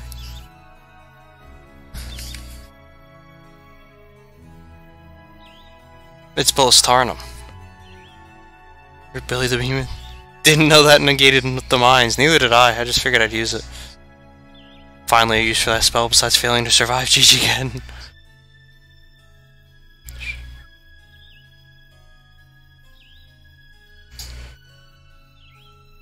Hey, Sana, welcome to the stream. It makes sense, just like real life. Protection from fire to mitigate landmines. What is this? This is Heroes 3. Actually, this is Heroes Chronicles. Warlords of the Wasteland.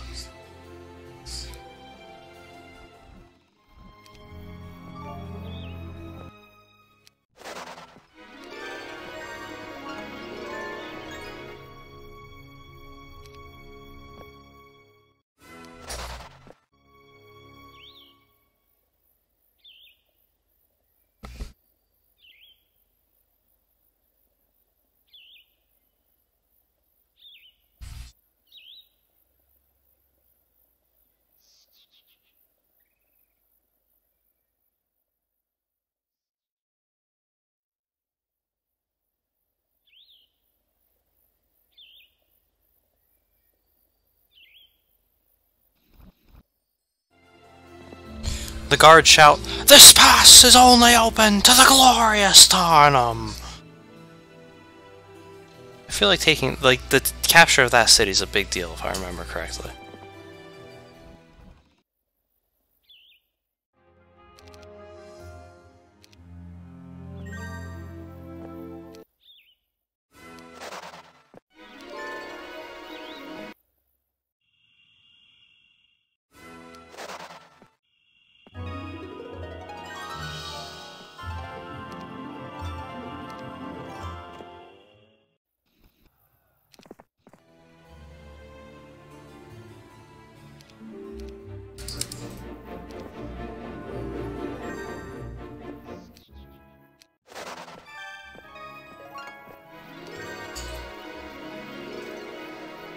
So close.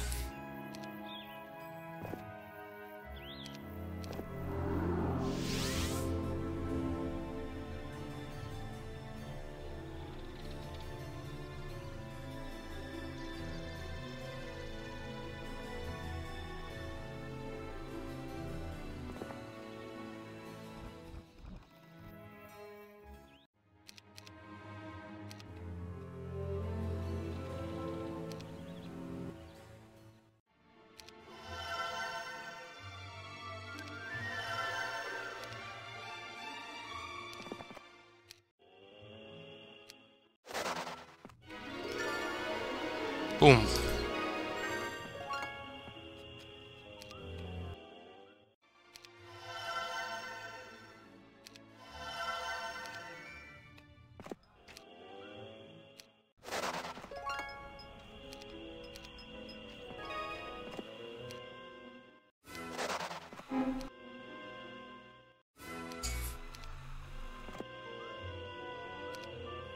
Hardak enters your tent with a grave expression on his face.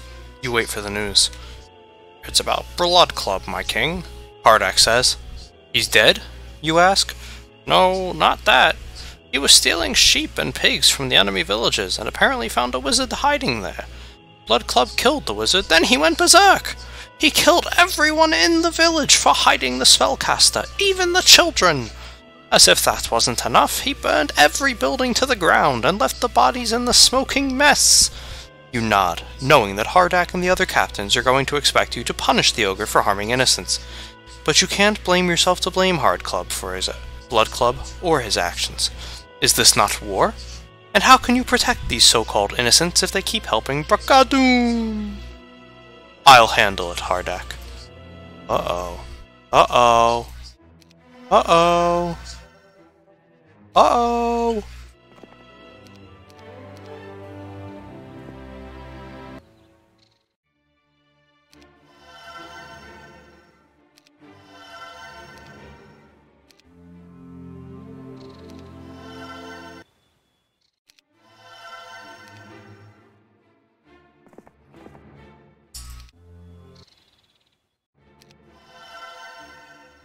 Alright.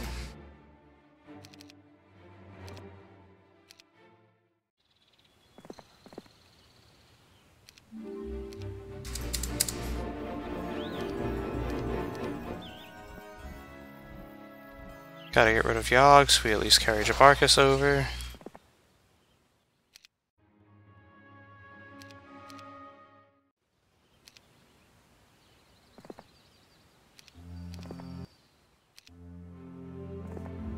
Is it really you? Says the guard captain. I heard you were over 8 feet tall. Oh well, do you want to pass now, my king? He does. One of the gate guards informs you that he was unable to close the pass before a sizable force fortified the border town ahead. That is all that blocks you from entering the valley, where Jarg's descendants settled long ago. Today, Blood Club returns from his mission and immediately comes to your tent. You summoned me, my king? Yes, you say. You murdered innocents. They were unarmed, I hear, and you killed them all. The ogre frowns at the accusation and says, They were hiding a wizard. They were enemies. Besides, a wizard needs no weapons to kill. You nod, realizing that Blood Club has a point. Just don't do it again. You're dismissed. He let him go! He let him go! How's Chronicles compared to normal Hero 3 campaign? Yeah, I mean, I remember liking the first 3 chapters, and then the other ones felt a little stale. But we'll see. I mean, maybe playing them on Impossible now will give me a much better queue. This one doesn't feel any different. It still feels really easy. We really haven't struggled at all, and I think you guys have noticed. But having never played the rest on Impossible, I don't want to give, and only playing them once before. This is only the second time I played this one. Let me finish this. They're linear and easy as fuck. Yeah. Hey, Starking. They seem more like the ROE campaigns. I think they're a little better than the ROE campaigns. I'll give them that.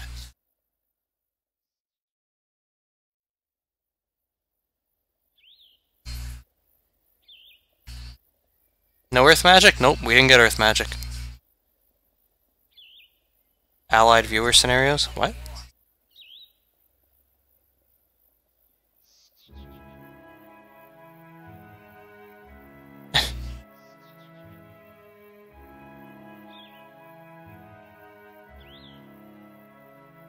Blood Club is my Chronicles waifu.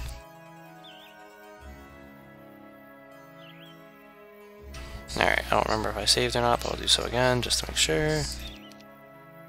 Yeah. Is that all you're going to do, my king? Blood Club is leaving for the field today. I thought he was going to be punished. Hardak says. You shake your head and say, My friend, he's a good leader and a great fighter. I can't lose someone like him right now. If you haven't noticed, we are in the thick of it now. Thicker than ever. So, Hardak says with a frown, all he gets is a slap on the wrist for slaughtering children? Hardak leaves without waiting for an answer. You tell yourself he'll cool down, and then he'll see that you're right. 7,000 gold. There wasn't even a message. You are eating lunch when Hardak returns from a scouting mission. When he dismounts, you notice he's limping. What happened? You ask. Nothing, my king. My horse was frightened by a snake and threw me. I hurt my knee is all. It'll heal. I plan on getting myself a new horse, though.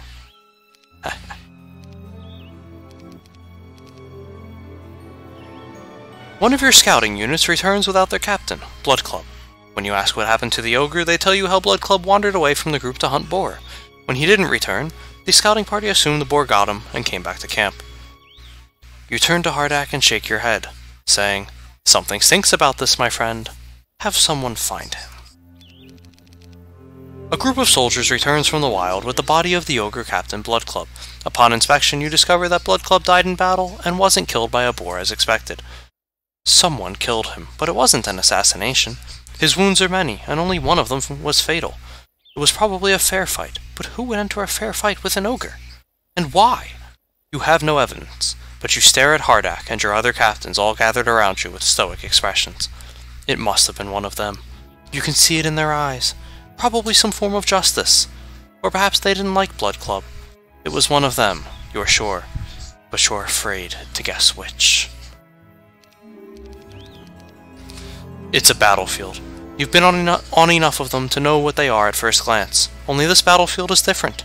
You stand alone, aware that this must be another nightmare, but unable, or unwilling, to wake. It seems like more than a dream, almost like someone whispering into your ears. And scattered about your feet is everyone you've ever known, enemies and friends alike. There's Yala, dead by your sword, and your mother, your father. Both your sisters, too. Still little girls, although that is impossible. They are older than you. And there's Hardak, next to his son, Tordak. Blood Club, the old bard with the arrow in his back, the wizard, Curl, your captains, your soldiers, and more. All piled on top of each other. All dead by your sword. Then you wake. This time, however, you can't forget the dream, even though you wish to.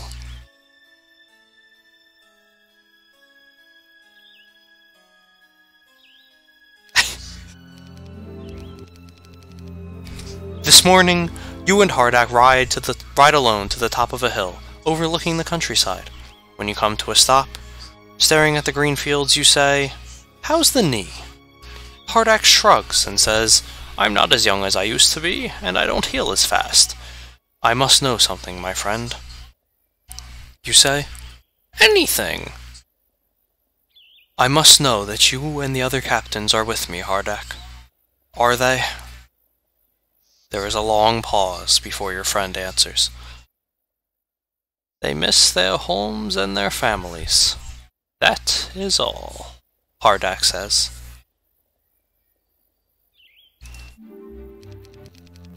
I think that's the last one, right?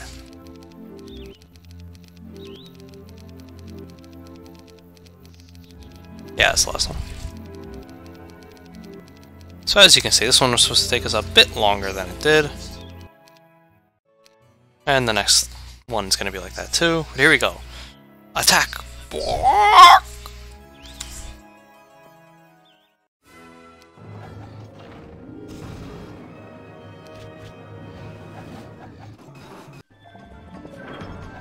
That's a no. It's an ominous saying.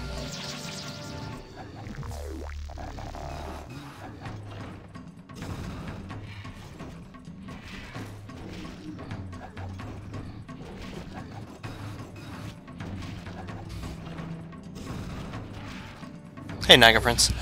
How are you supposed to know if there's more dialogue? That's why I make the saves and then just start skipping ahead. Now, after about 2 months pass in game time and no dialogue shows up, I'm gonna go out on a limb and say I got it all.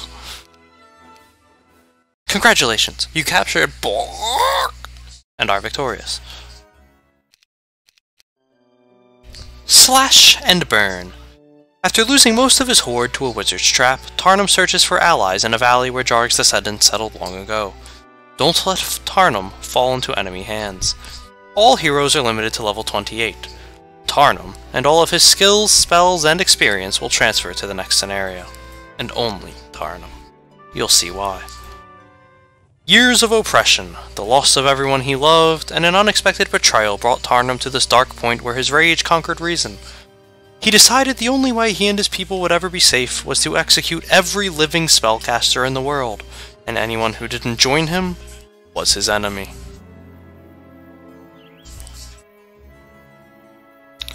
For now, the Wizard Kings are regrouping, preparing for your next attack. Perhaps you can rebuild your forces from the descendants of Jarg himself, rumored to dwell in this valley. That would make a grand army indeed. So you send your advisors out to the surrounding towns to recruit a new horde, to replace the one that died in the Wall Peaks. And this, well, this is the scenario of the change.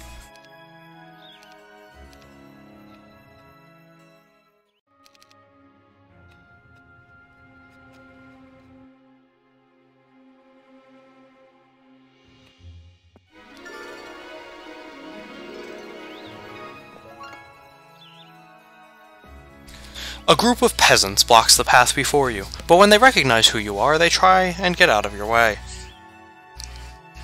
When you ask them to join your cause, they shake your heads.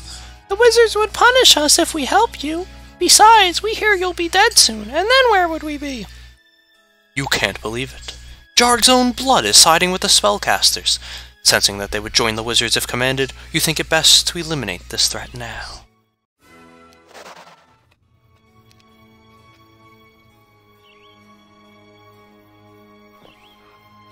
But the goblins are loyal.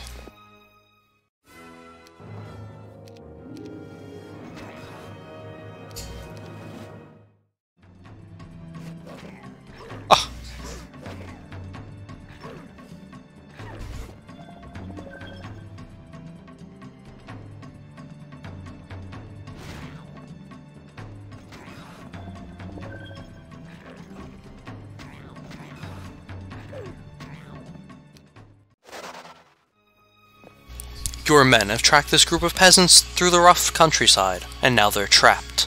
Nowhere to go. And as you talk to them, you realize why they ran. They're trying to avoid you because they refused to join your forces. Perhaps they were fleeing to join the wizards? You can't let that happen. And then they died.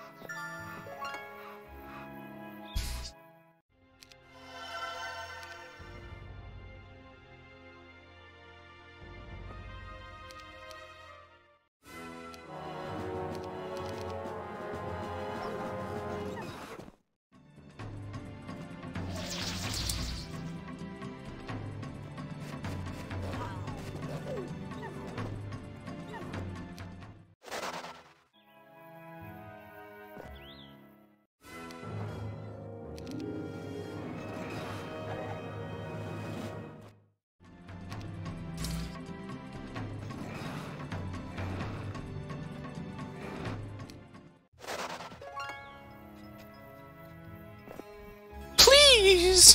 One of the peasants shouts. This is all we have! Please don't take our mill! We don't want to take it. Join us. Fight off the wizards, and you won't have to fear anyone, ever again. But the peasants shake their heads. Their spokesman says, You don't understand what they would do to us! We can't join you, and we can't surrender! You clench your hand around your sword. What's wrong with these people? Have they been slaves so long they've forgotten how to fight? Conveniently forgetting the beginning of this campaign when his people felt the same way.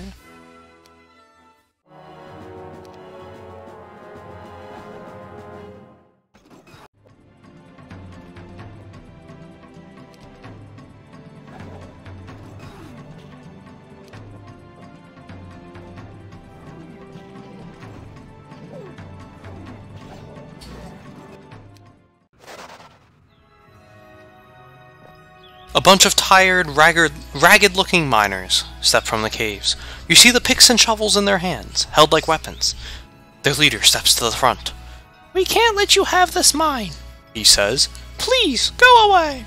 We don't want to fight you, but the wizards will punish us if we join you. Does anyone in this valley have true barbarian blood? You shout to the skies before you attack.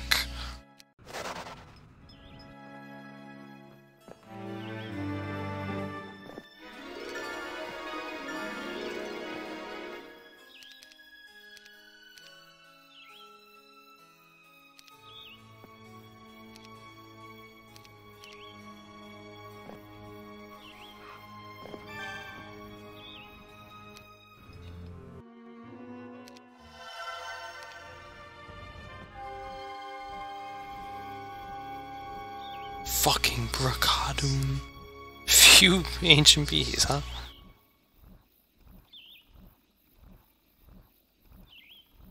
Tarnum did nothing wrong. Change! Hey, English Uncle.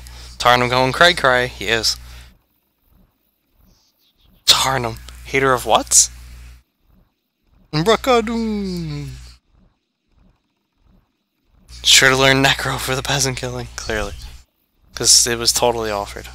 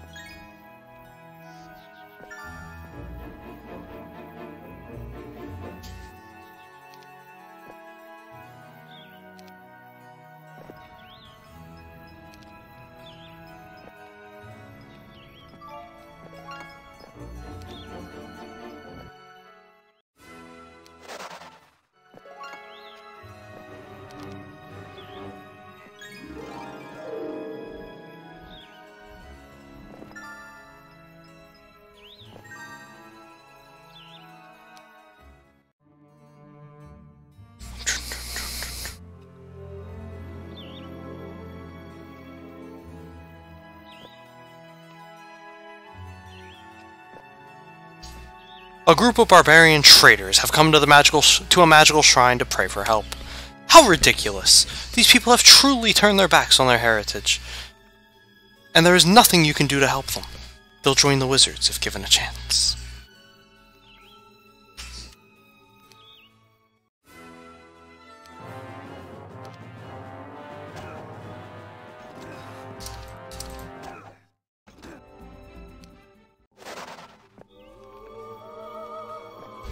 Not long after your army burns an abandoned village to the ground, you discover a group of refugees attempting to hide in the wilderness. Like the others, they're probably trying to avoid you so they can join their wizard masters later. Nice try, you say. No traitor escapes King Tarnum.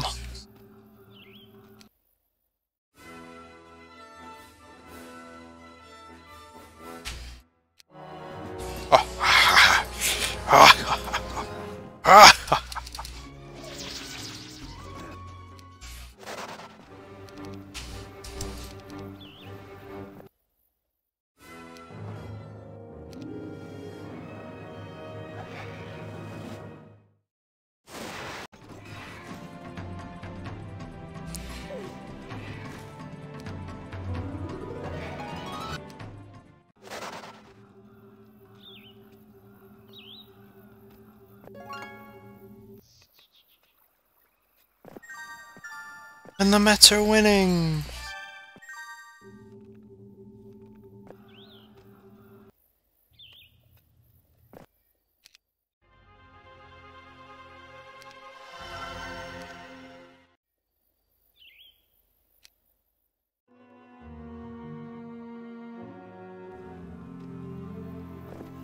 Ahead is a sizable force of filthy, wizard-loving peasants. They obviously think that their large numbers might be a match for your armies. "We'll run no longer, murderer!" shouts their leader. "You should have!" You scream back. Then, you attack. A glorious victory.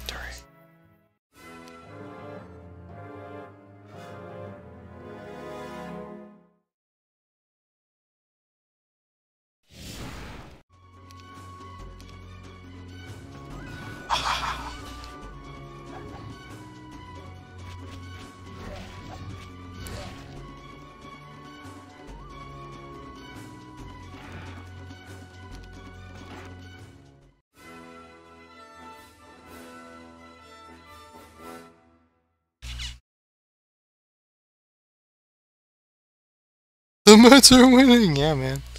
That was a lot of dudes, and they still died.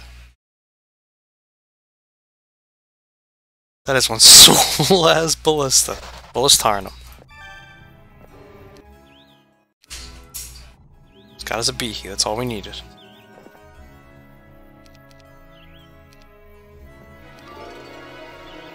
Now we shall truly smirk.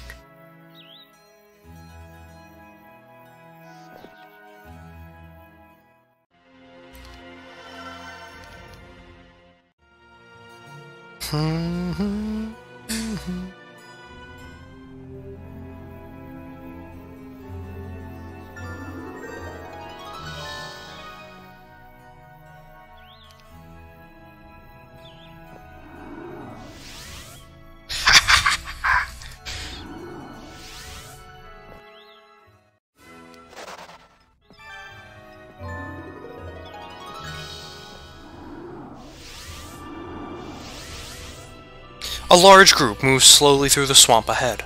Another band of these weakling villagers, my king, says one of your captains. Not worth our time at all, I think. You say, I will be the judge of that. Kill them all!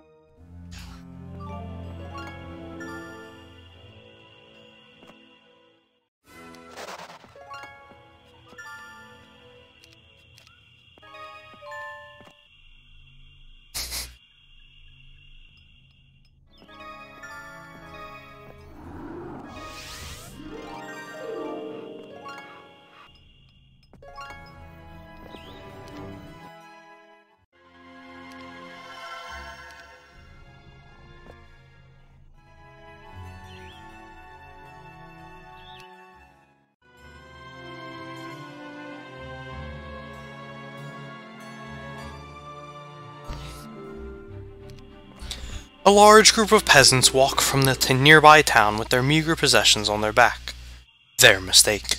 They should have stayed inside the walls of the town. Your men attack! Look at all the peasants in the town.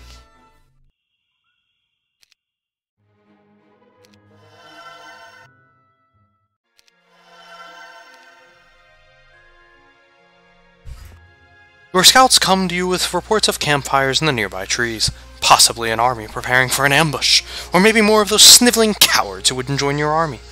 Either way, they're in for a surprise. Mounting, you shout, "Attack!"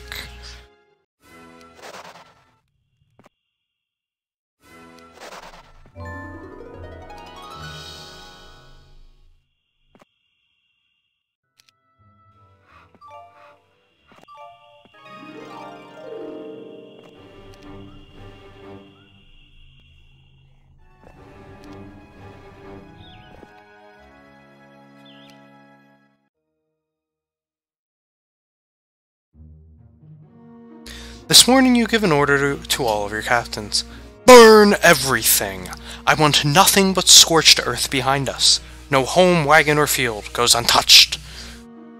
These veteran warlords fidget and look uncomfortable, but your stern expression lets them know that there will be no arguments.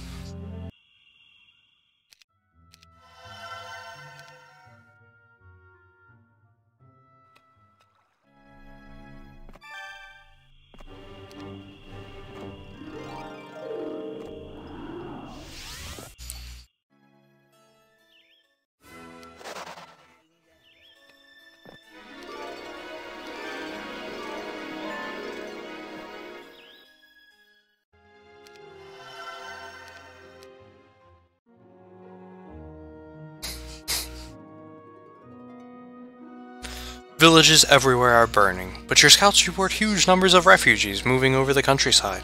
Refugees? Or militia waiting for the opportunity to attack?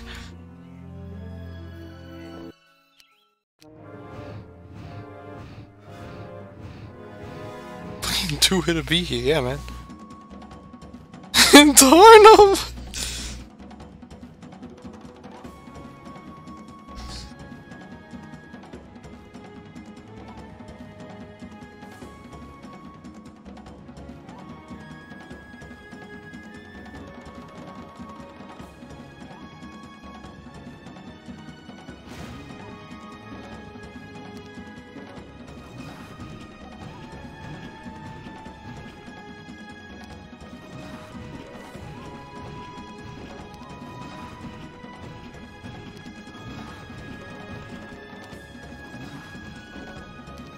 switch targets.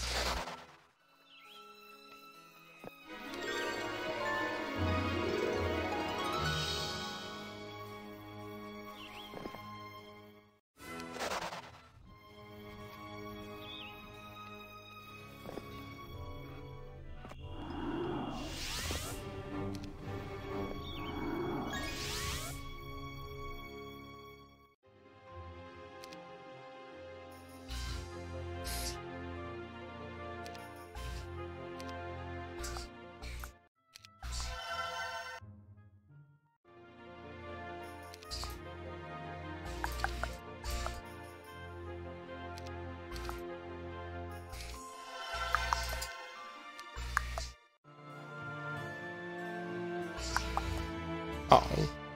Oh! That's what you got, Shiva? Fuck you!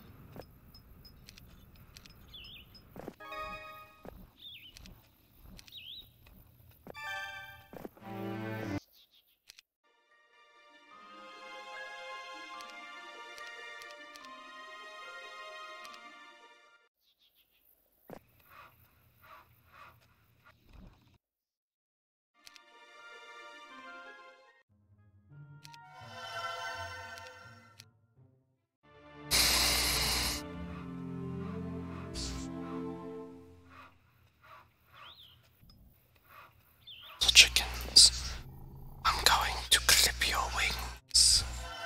Wahaha.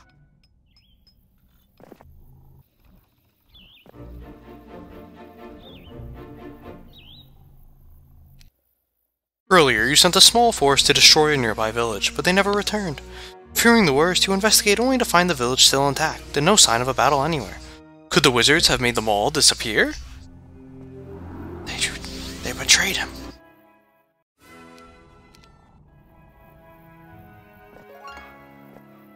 A group of peasants with pitchforks stand outside the village ahead. Their leader steps forward and says, "Please, leave us alone. We have no wealth, but we are willing to give you everything we have. Just let us live." You laugh at this man's nerve. We'll take what we want, including your treacherous lives, wizard lovers. 2 gold. Put them all down. Yeah.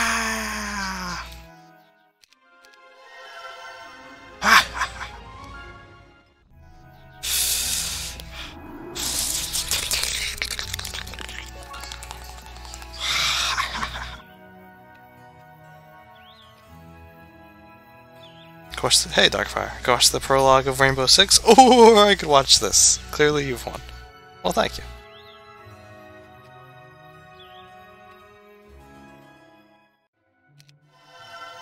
If you notice, I'm doing a good job of trying to get into character here.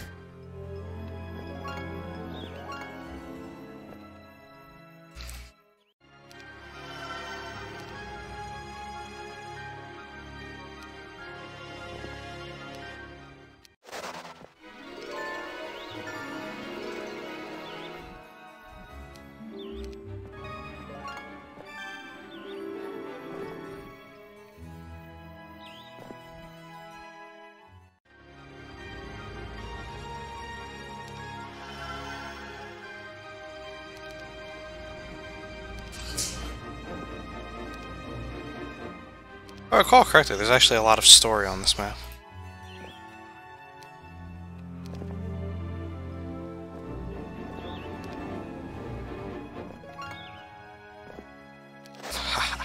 They knew. They knew!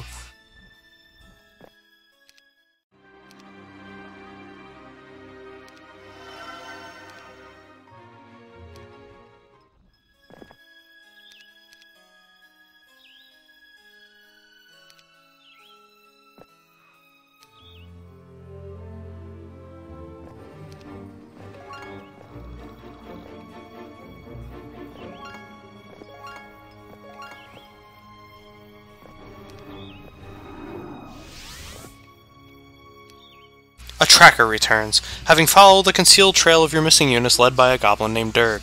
What happened to them, you ask? The tracker shakes his head.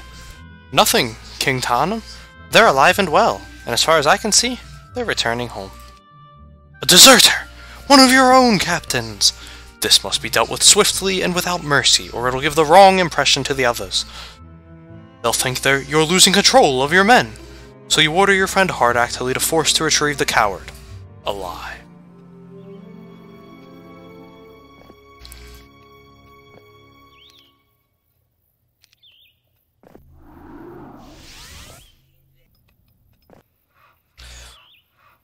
You would have marched your army blindly on, except you notice a ragged peasant's cloak poking out from behind one of the trees. We're surrounded! Ambush from the trees! You shout. The peasants, woodsmen, come into the open with horrified expressions on their faces. No, we were just... Too late. Your men attack.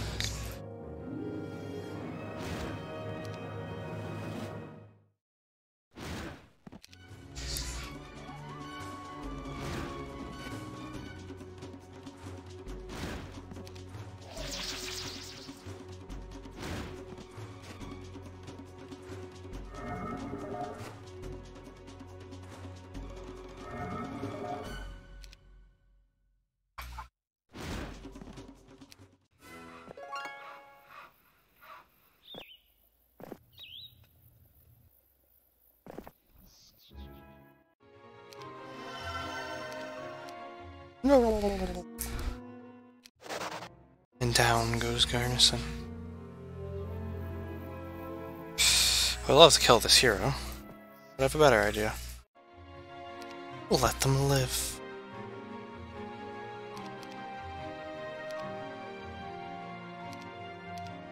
$12,000.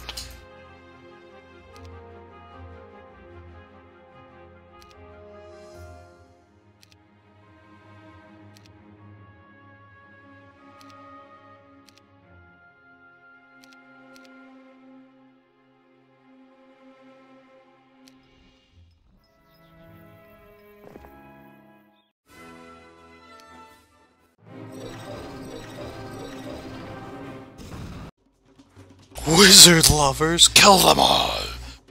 Imagine if all the peasants had joined him and they have 5 HP due to the Arties. I know, right? BM ingenious. A tremendous tactical maneuver. That's why they had to take out Garrison. He removed all the obstacles. That was just too much.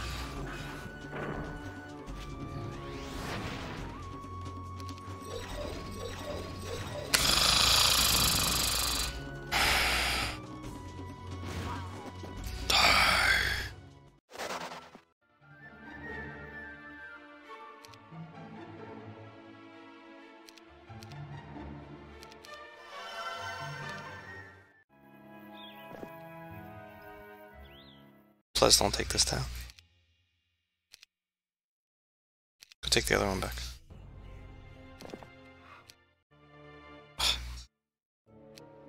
Oh, that works.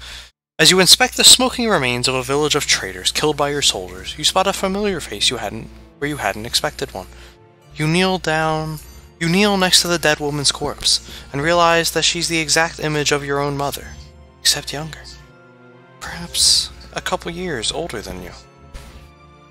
Although you've never set eyes on your eldest sister, she was taken away by the wizards before you were born, you know in your heart that this is Anata. You begin weeping.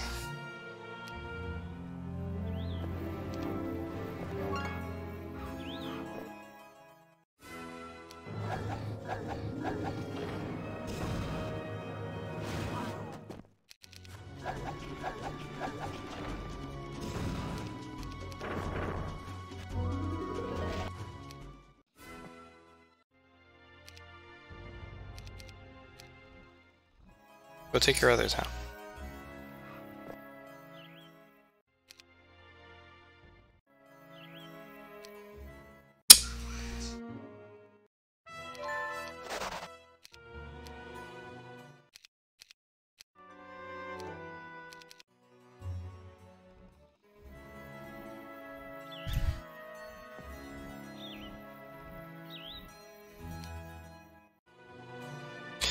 It seems like you've seen this before. A horrible dream that is more than a dream. Gala's dead body, killed by your sword. your mother, father, and sisters too. Still young girls, even though that's impossible. And there's Hardak, Tordak, the old bard with the arrow in his back, the wizard, Curl, your captains, your soldiers, and more, all piled on top of each other. All dead by your sword. Then you wake. Can you stop losing things, AI?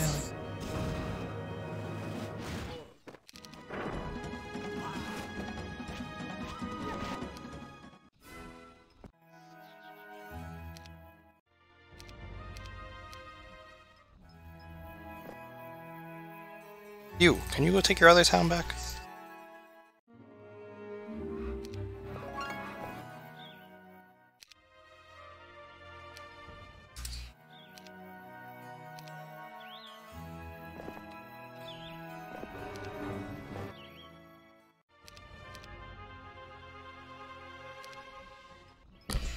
Take that down. Yes! Now I can kill this hero.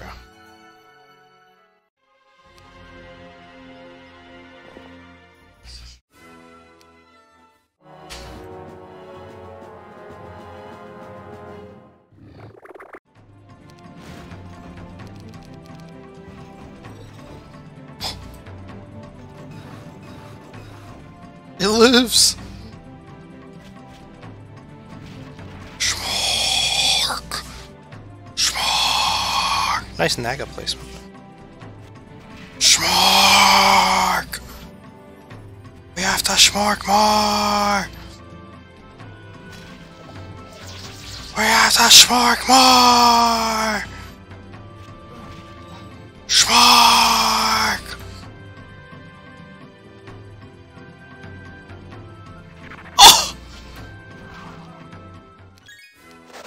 Wah!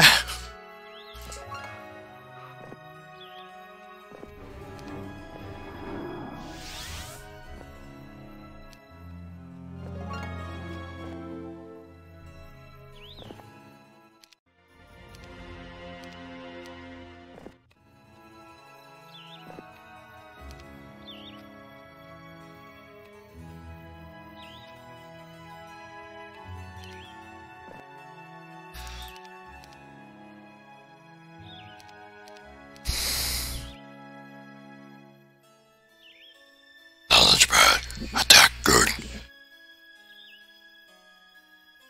That's right, Girl is dead by his sword, not just in the dream. Never seen the hero before. Tarnum, he's the hero for Chronicles. Hey, Circle, I'd try to say something funny, but I'm too tired. Hey man, we're still going.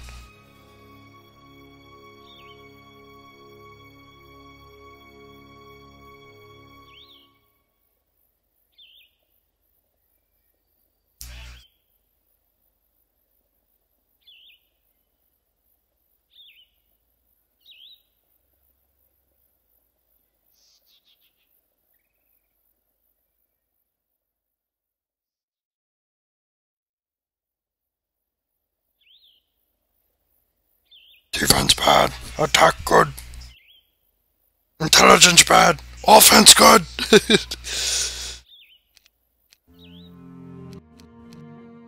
15 crystal. 4 additional ancient keys available to recruit in Kruber.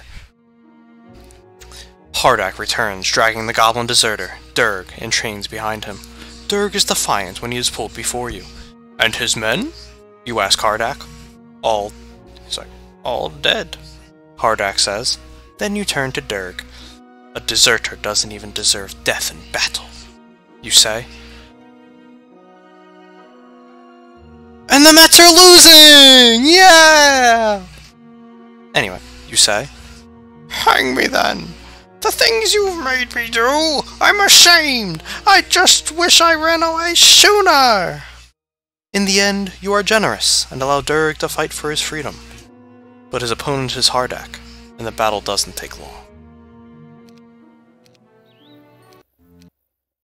Your strategy sessions are quiet meetings now, with you doing most of the talking. Used to be, everyone shouted their ideas back and forth. Finally, you've had enough. You stab your dagger in the sand. What is it? You're all acting like a bunch of mute children. No response. They just shrug and stare at you. and you no longer see the admiration that used to be in their eyes. It's been replaced by something else. Fear, perhaps?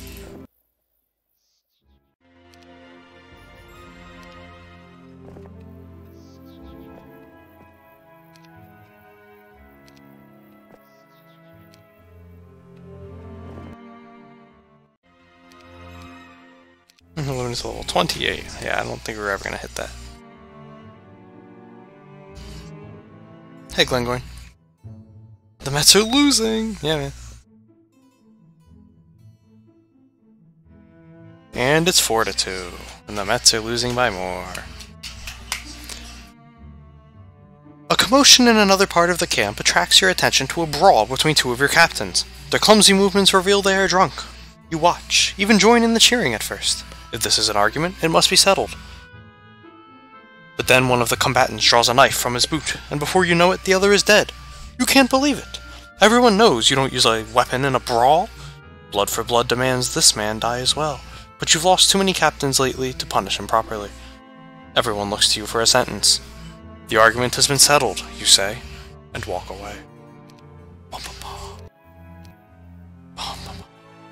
One night you sneak from your tent, disguising yourself in black furs. As you move quietly through the camp, you hear your captains talking softly among themselves.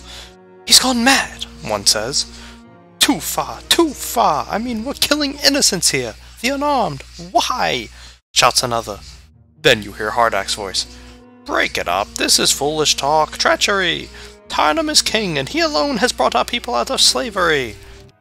Good old Hardak, what a bro. Yes, he's done a great many things. For that we love him. But this is too far, too much. What are we doing here?" says another captain. "Battle," Hardak replies. "We've had enough of battle, Hardak," says one of the elder leaders. "And we would think you have had enough too. Tarnum's war has cost us too much, and it has cost you the life of your son." There is a long pause, followed by Hardak's firm command. "Break it up!" So, at least Hardak is still with you. Hardak comes to you in the privacy of your tent. It's late. All but the guards are asleep. "It's time we stop this killing, King Tarnum," he says. You're surprised and a little hurt that he too has joined the other captains in their rebellion against you. What are you going to do now? Together, the captains are too strong for you to force them to your will. They would never act unless Hardak was on their side, and as a group they have the power to take your command away. You close your eyes and say, "Perhaps you're right, my friend. We'll talk about going home later, when there is no longer a threat from Jarg's people. Over a feast, perhaps. I promise." Hardak nods, smiles. "It's for the best, my king." Bum bum bum.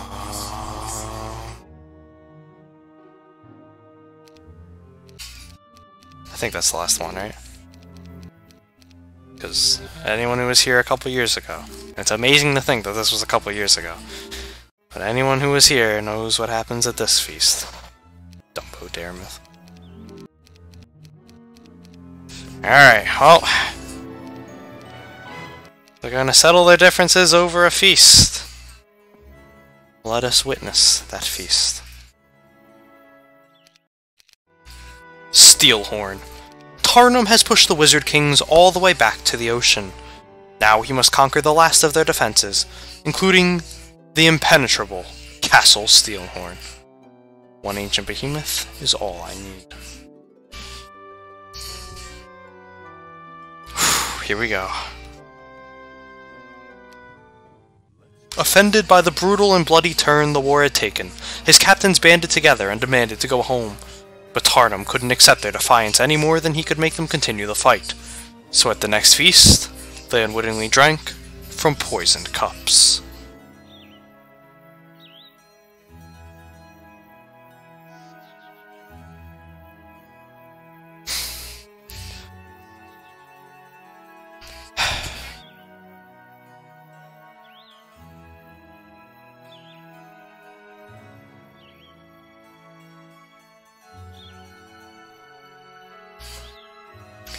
You expect some of your troops to desert or rebel when they heard of the murder of Hardak and the other captains, but you experience just the opposite. Your men love you. They especially love the victories you have been able to bring them. Now, you promise that you'll finally break the back of the evil wizards. Castle Steelhorn, that which cannot be broken, will fall before us. For all eternity, the glory of what we do here will be remembered.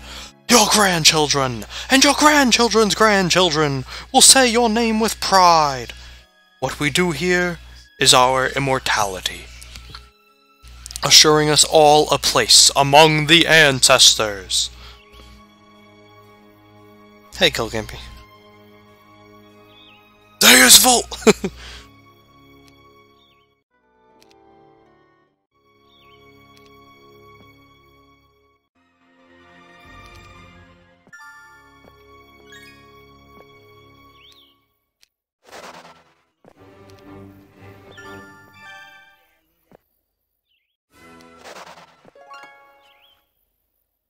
He has no captains. And he may not get any. He is truly king alone. A lone knight leads a filthy group of peasants. Put away your swords, the knight orders you. I am the protector of these people. With your cowardly captains holding you back no longer, you see no reason not to continue. No one tells me what to do, you say, and order the attack. A crusader.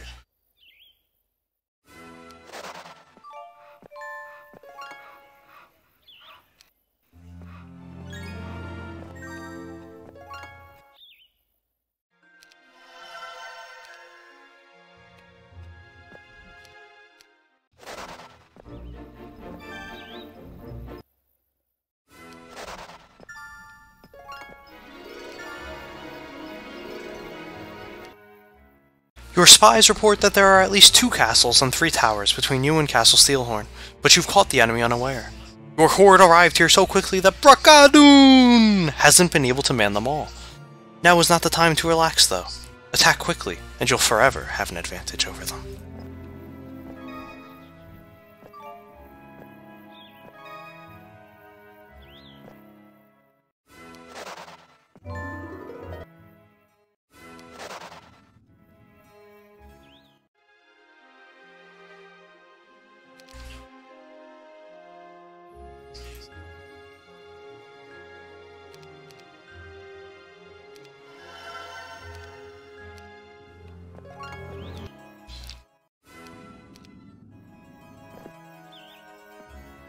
You find a weak-looking band of miners camped at the side of the road.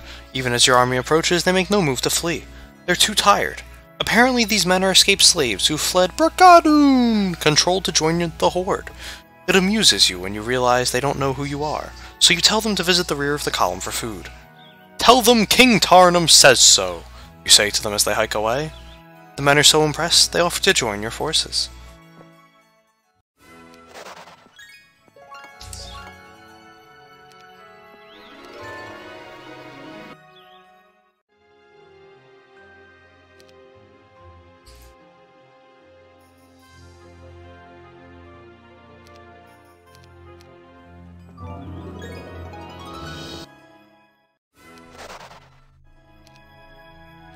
Argus, the ancient behemoth, continues his schmalk.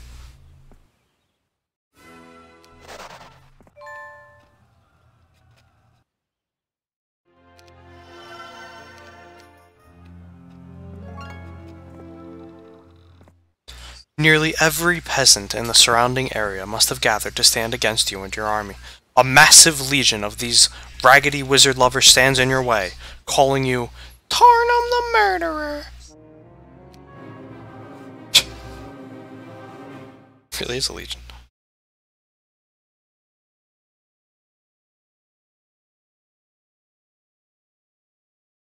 Let them burn.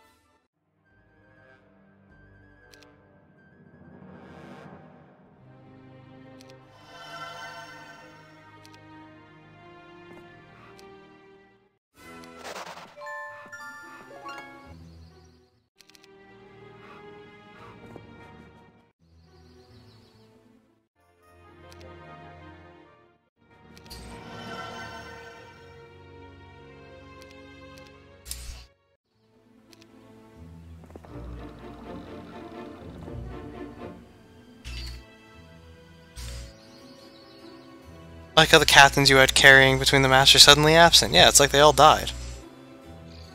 You're not my real dad. Tarnum to the Lone Knight. Paraphrased. Hobgoblins? Orc chieftains? Fuck them up. Crushed by what, Lord Yorix? That epic firewall, though. Shh, shh, shh.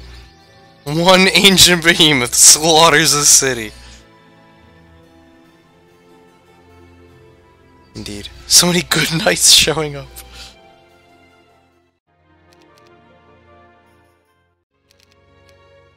You consult your seer as you do every morning. She throws the bones, stare at them for a long time, and says, "Assemble the broken man, the statue of Stannis. With it will come strength and glory." I shall.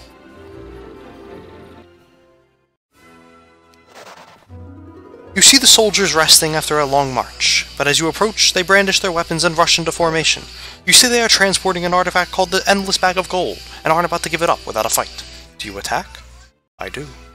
And I win. Jesus Christ.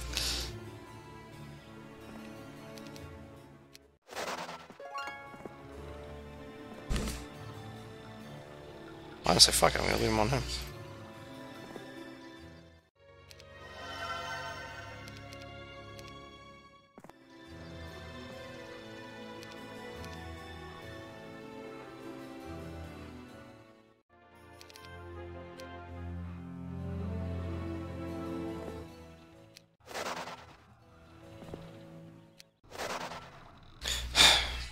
A fire caused by a careless cook roars through your midday camp. Your soldiers escape injury, but your supply wagons are destroyed. Although you can cut the wood, you must pay an experienced craftsman to help you build new wagons. Fuck 'em up, Tarnum.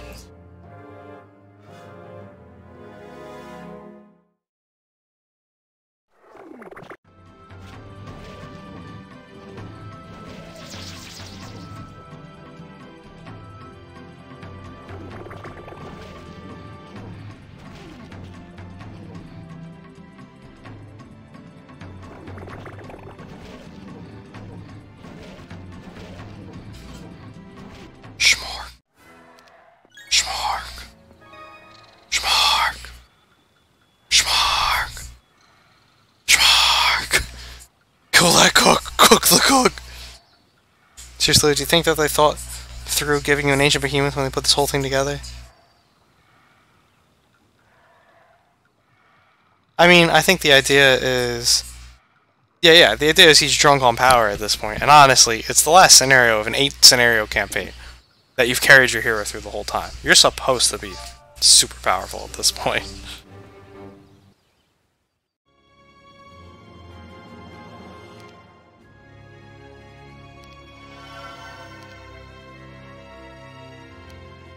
One of your scouts returns from the ocean, where he has been spying on a Braccadoon tower to the east. He tells you a story that makes you suspect this scout visits the bottle too often.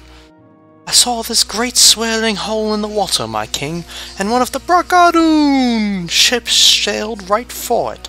I thought to myself, they are dead, when the hole swallowed them. But to my surprise, ship and crew returned the next day, although I think there were fewer soldiers aboard than they started with.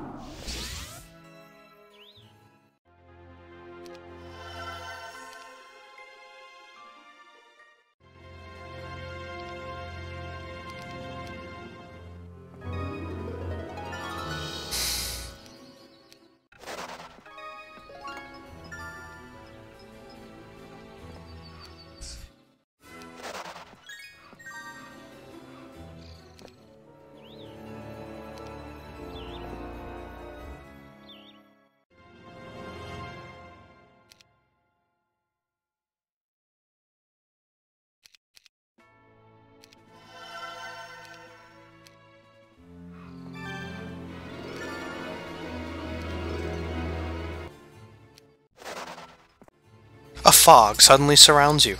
You can barely see your hand before your face, yet you ride slowly on. You are bound to come out sooner or later. But when the mist clears, you find a small army in front of you. Prepare to attack. Solmir. Or like Deadmere.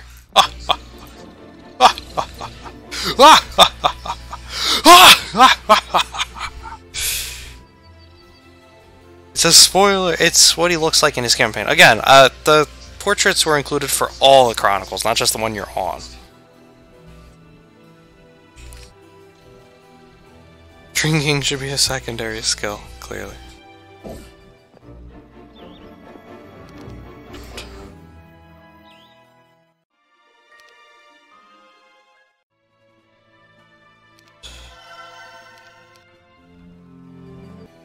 Mistos. Maestos.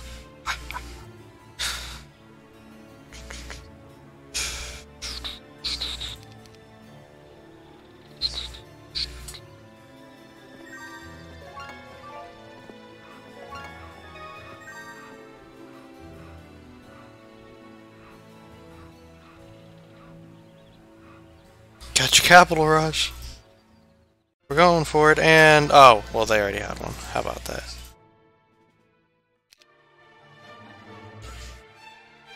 Didn't realize that's what you meant. At least 50 of your soldiers have come up to you over the past few months to tell you they've had a child and named it after you. Apparently, back in the Wastelands, the same is true. Having your people honoring you in this way makes all the pain fade for a moment. But more importantly, it pleases you to know that everyone believes you're on the right path as well.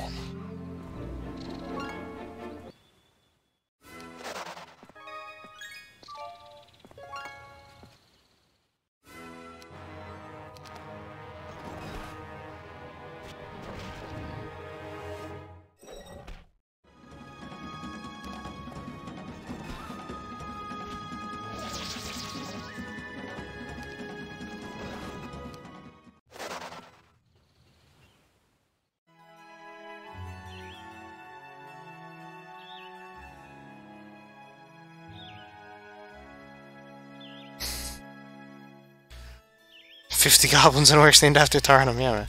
Welcome back, Shalalala. Well, you missed the Red Wedding. The Red Feast again. Where Tarnum poisons everyone. As we know.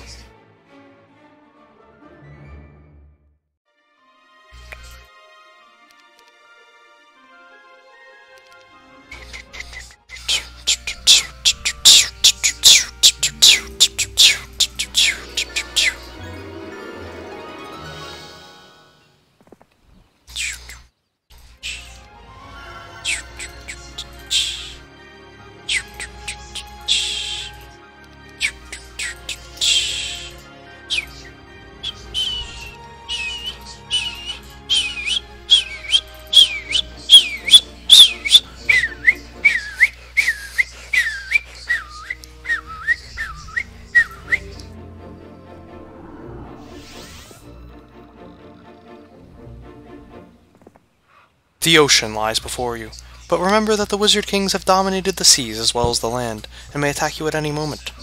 So watch your back.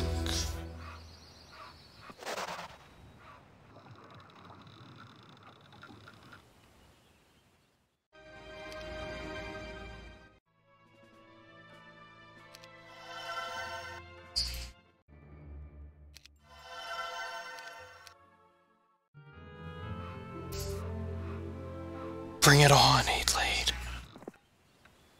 Camped by the side of the road, as if waiting for you, is a band of rugged mercenaries. Their leader approaches with a cocky grin on his dirty face.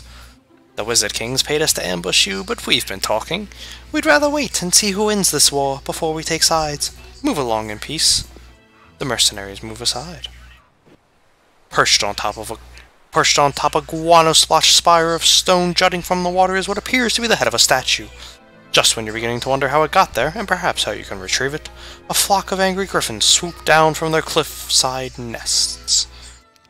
And die!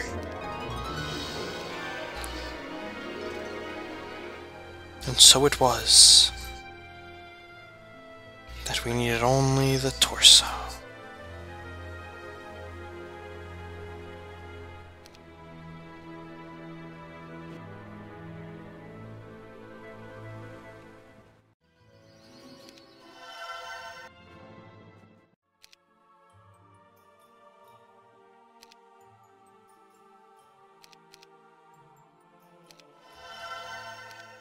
Really? I got no crystal mines out of all those?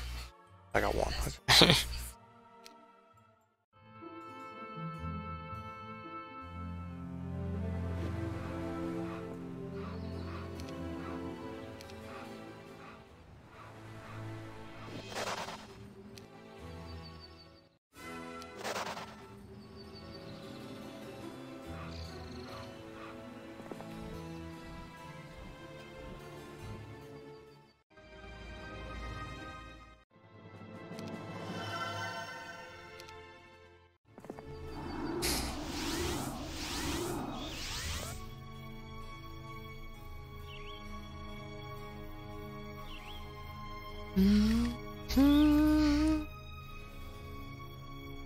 Whistling intensifies.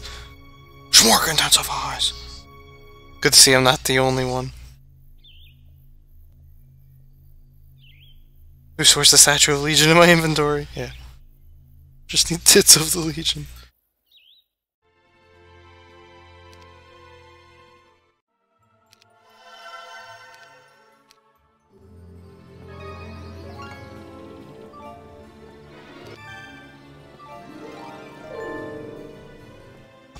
Giants, including 2 Teen Titans. Go!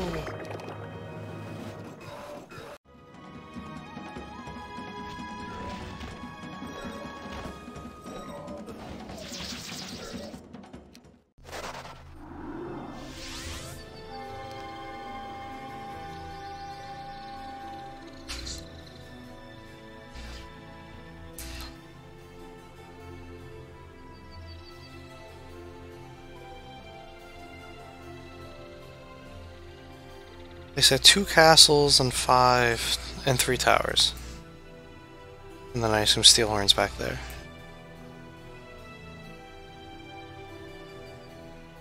Actually, Armageddon's Blade.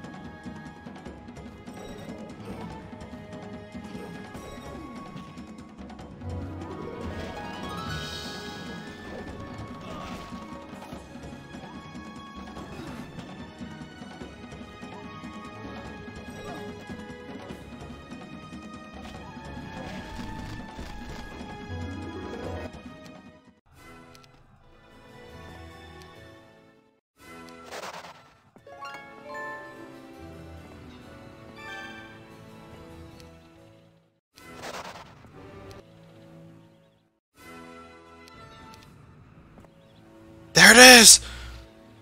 There it is! And on day 7! Bring it on, sir, bitch. Armageddon's Blade, what the fuck? The luck barely adds any more damage. Well, yeah, I mean, we're just smorking. You have the dream again. The dream, that's what you call it now. Always the same. Always everyone you know is bloodied, torn, dead. And you know it was your hand that killed them. But it's just a dream, isn't it? You never would have hurt Yala. Nor your parents. Nor... well, killing your sister was a mistake. If the wizards hadn't stolen her from your home, it never would have happened, right? And Hardak. Well, you had to kill him and the other captains. You regret it, but Hardak's death was for the good of your people. Hardak and the others didn't understand that the Wizard Kings had to be completely destroyed, like an injured limb that has become infected. Must be chopped off to save the body. What does Armageddon's Blade do? What do you think it does? Tarnum's Krykak, yeah.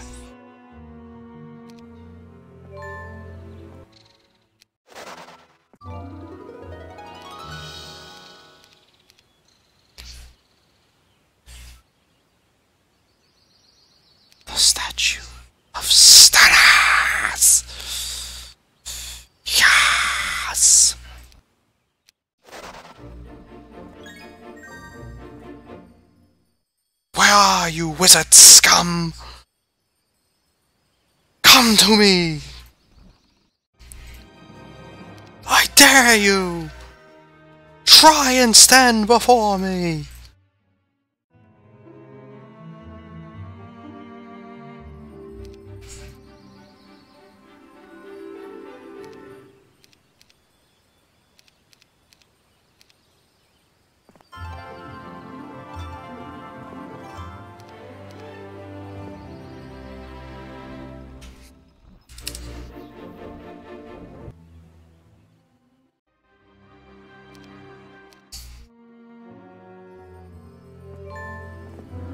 The ogre magi blocking your way turns out to be strikingly charming, and is nearly has you convinced that you should be friends.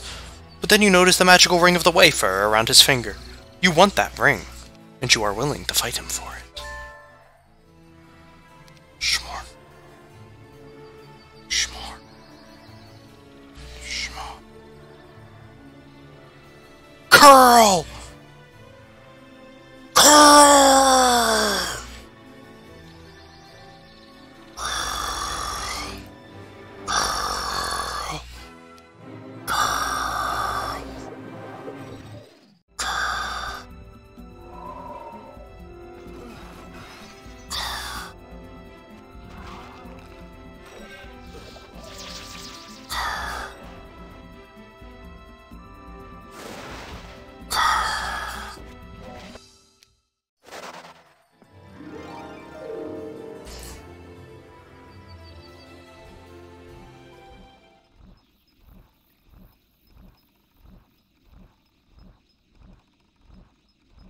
You just schmeagled him. Yeah, man.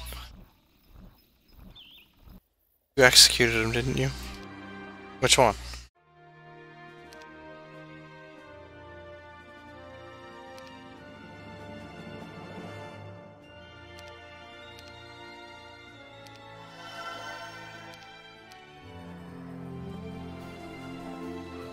Before your eyes, your army turns to stone. Nothing but cold, lifeless statues. You wander among them, your sword drawn. What manner of magic is at work here? Then a shadow moves at the corner of your eye. You turn. Nothing. Another shadow. Soon you're spinning in slow circles, knowing that an attack will come. When it does, you almost react too slowly. The shapeless shadow spills onto you like a giant wave. You're blind, slashing even as you feel your muscles hardening, solidifying. Then your sword luckily strikes something and you hear a scream. You open your eyes to the blinding light of day and find yourself on the ground. Your soldiers gathered around you. If not for your efforts, you would all be stoned now. Instead, we are conquerors!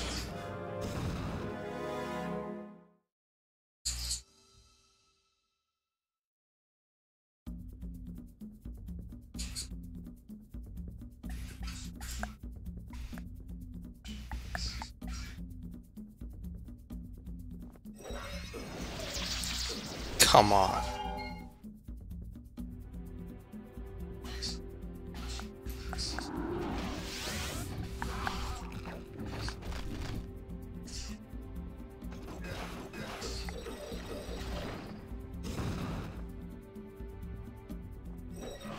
Ugh.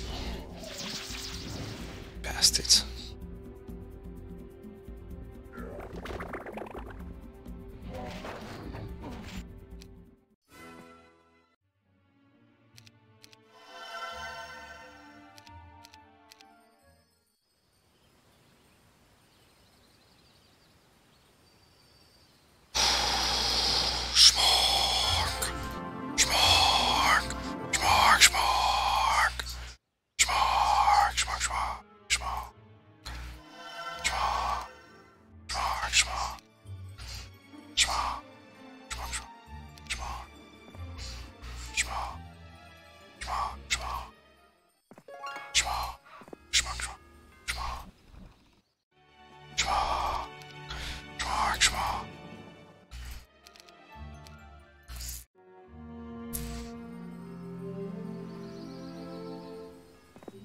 A treasure chest sits on the ground before you, obviously forgotten by your fleeing enemy. So you order one of your servants to open it. Unfortunately, the box explodes, the servant disappears, and the steaming cloud billowing from the chest fly... And from the steaming cloud billowing from the chest fly an ambushing group of genies!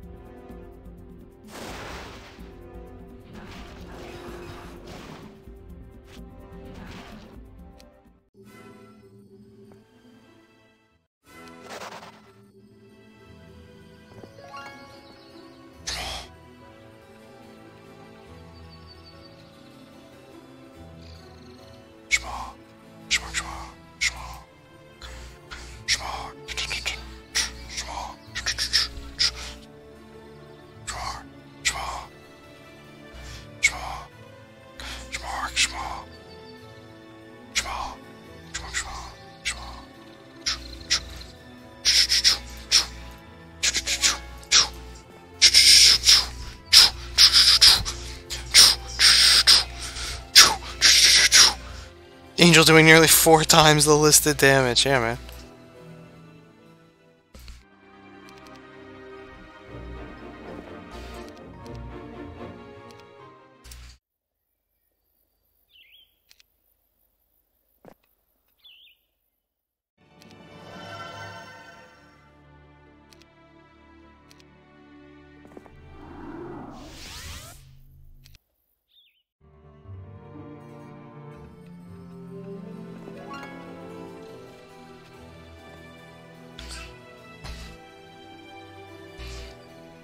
You don't believe your eyes, but then this magical land has been filled with many wonders that don't seem real. But there, by the side of the trail, is a tree ripe with fruit. Fruit that turns out to be precious gems. You quickly order some of your troops to pick the tree clean, aware that not all of the gems are making it into your coffer, but who cares?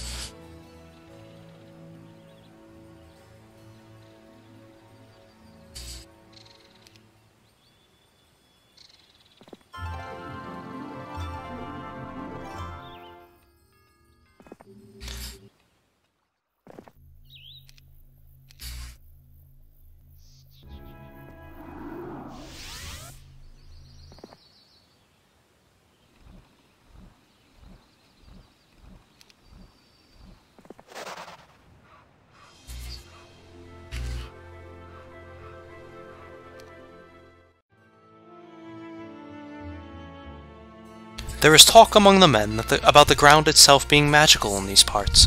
The wizards have lived here for centuries, and their spells and experiments have seeped into the ground like water into a dry lake bed. Now it is rumored that the ground itself sparkles from these enchantments, and the magical strength of any who stand on it is greatly increased.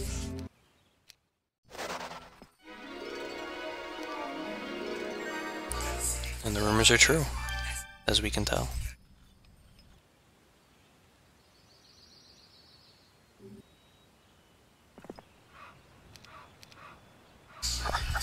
This is the army that you fools send against us.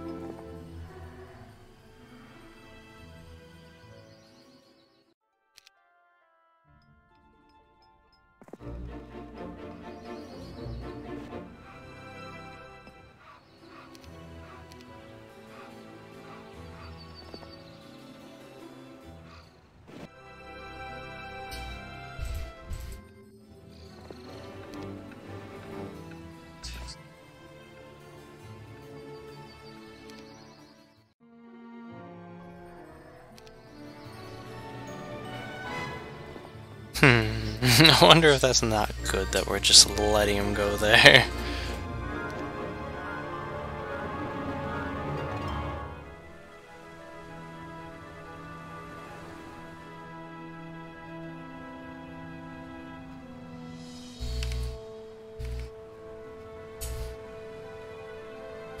Hello again, Klongo. Not sure why you're trying to act like this is the first time you've been here.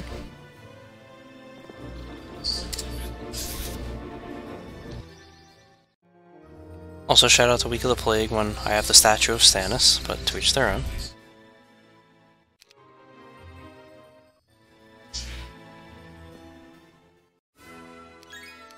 Ooh.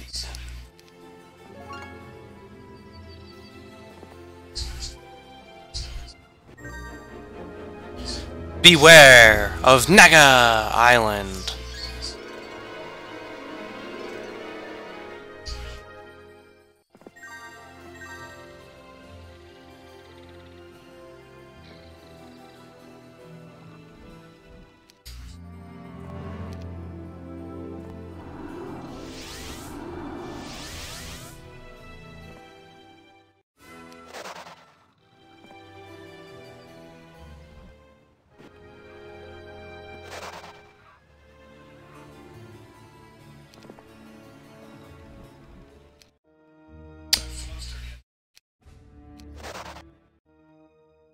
Stop using that.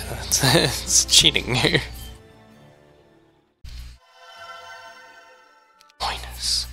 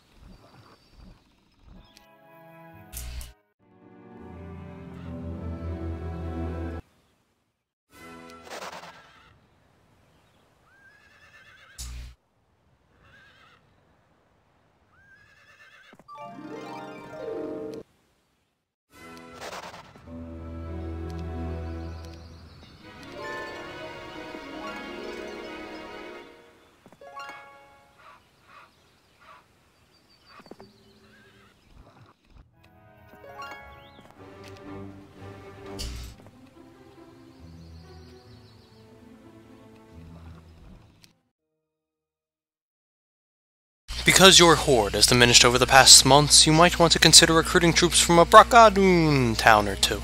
It's not difficult to force them to switch sides once you have their families under your control. Quick and powerful troops such as the Archangel would be powerful allies, and you know that the enemy will certainly have the same. As your people say, never enter a sword fight with only a spoon.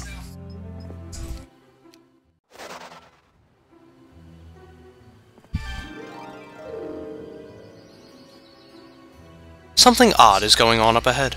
You see a lone man taking a shovel to the road. He's working furiously, ripping up the stones and tossing them into the nearby bushes.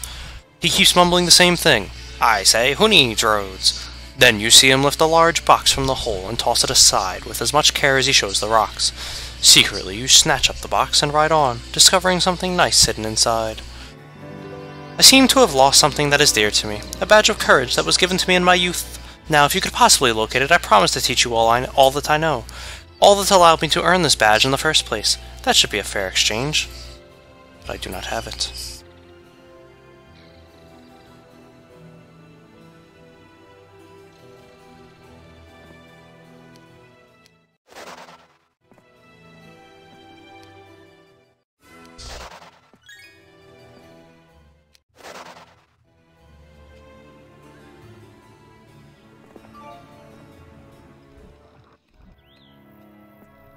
Unfortunately, while riding along this path, your horse steps on a discarded nail and bucks, throwing you into a pool of mud. It's jarring to the morale of the troops to witness you in such an embarrassing position, but there is nothing you can do about it except change horses.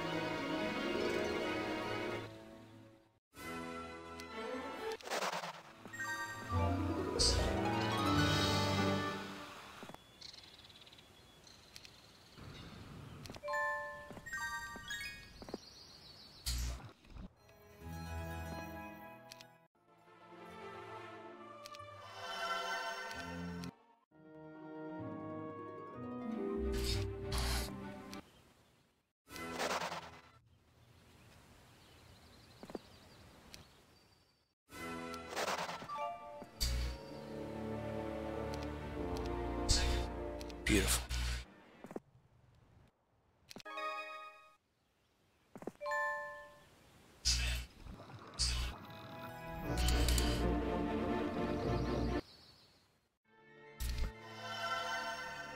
Minus attack, drunk. Indeed. Klongo, great barbarian from the north. In Heroes 4, are you doing those two DLCs? We're doing everything.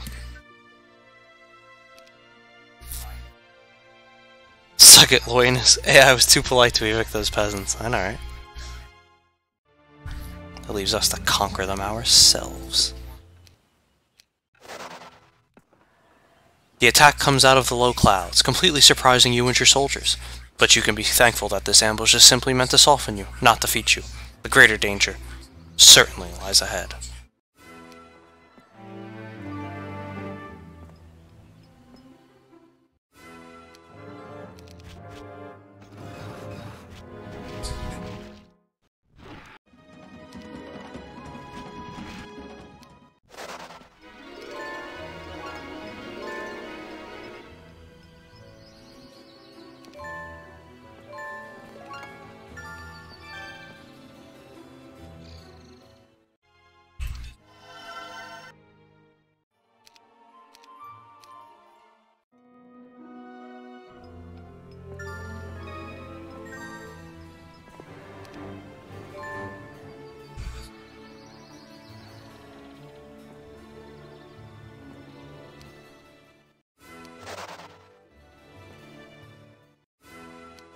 One to four? Four.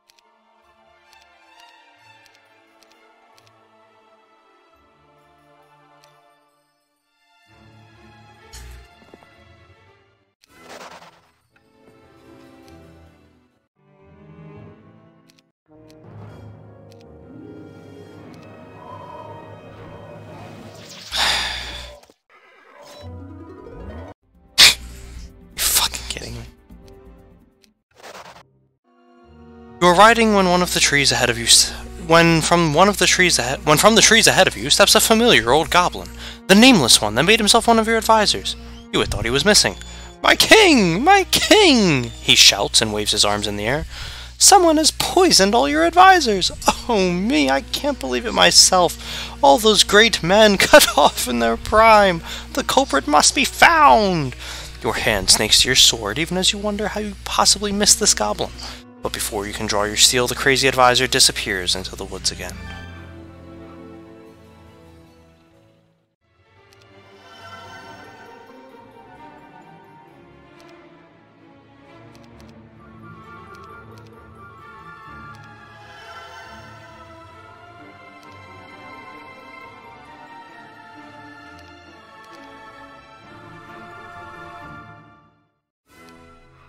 The Ogre's Club of Havoc.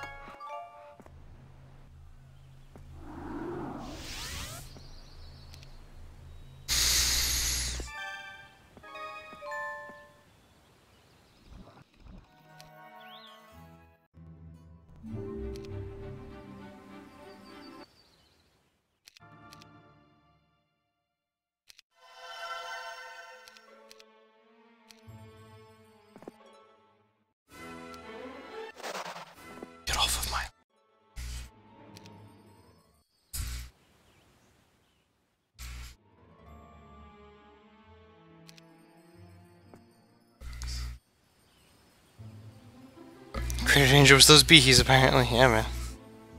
Whoa! Underground, yeah. This campaign making us feel bad about all the tutorial NPCs. It does. Where's summon boat when you need it? We got it, we got it, we got it.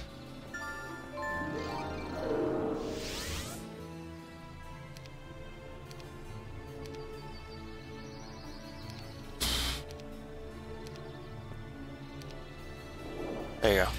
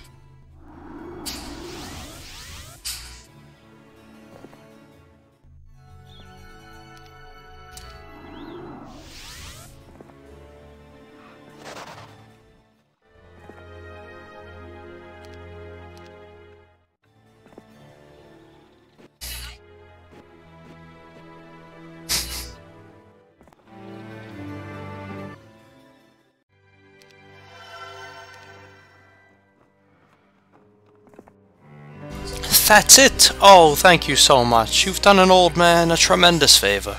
And now let me show you all that I have learned over these years.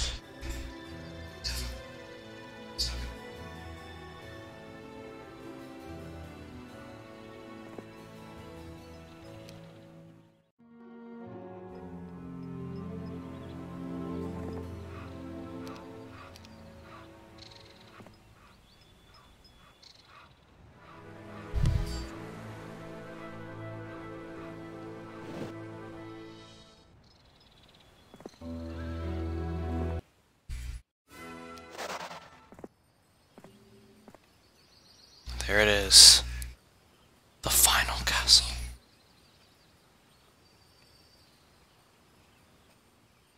Our final triumph.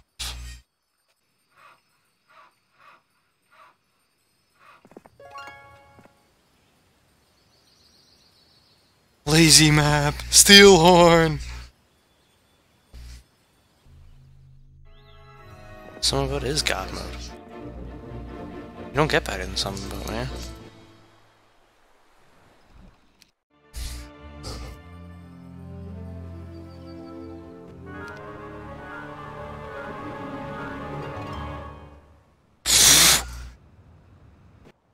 How? How?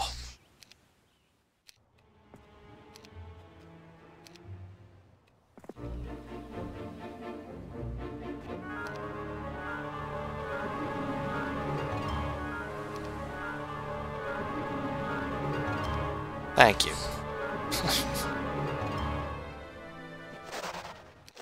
The hell was that?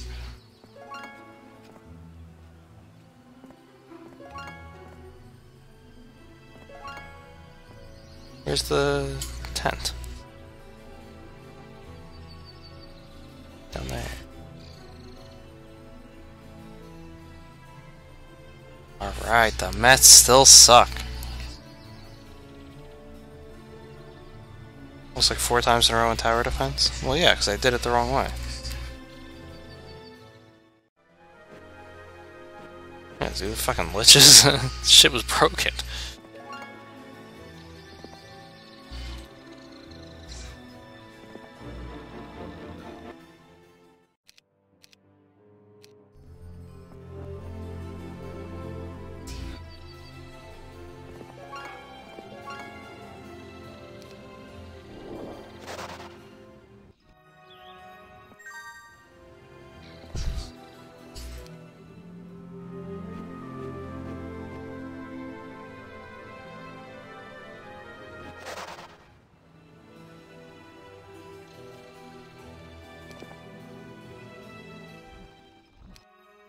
You learn that the place where you grew up has grown considerably since you left, becoming a hub of trade and culture back in the Wastelands, and the people of that community have renamed the town after you.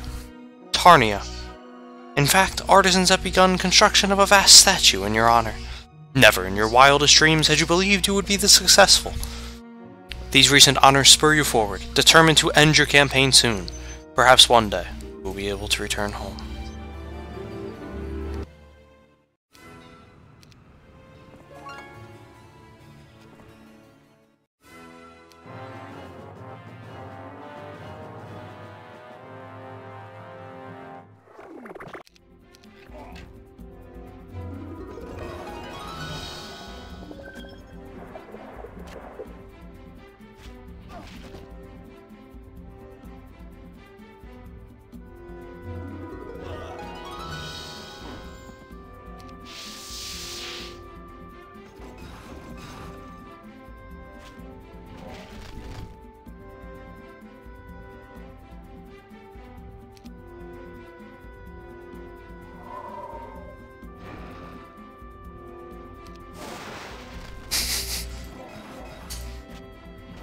Worth it, because now you can't leave.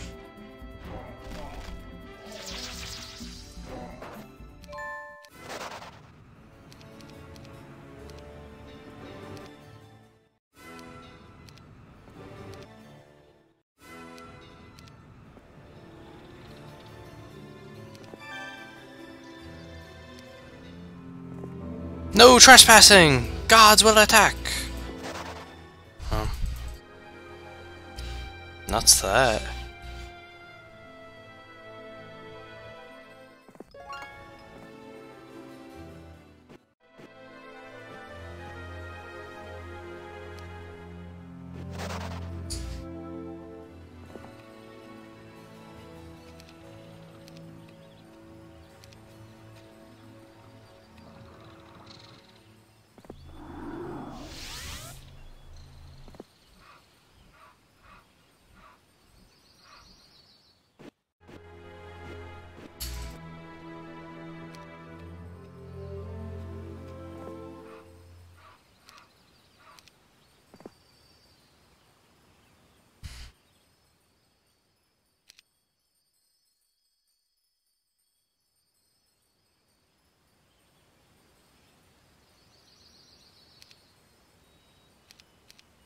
And that's all. So we'll save there, because we're going to go for the kill next.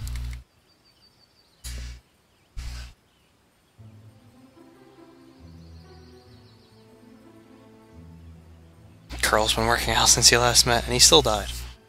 Time to defeat Bragadu. But first I have to do this. A messenger from the Wizard King arrives today.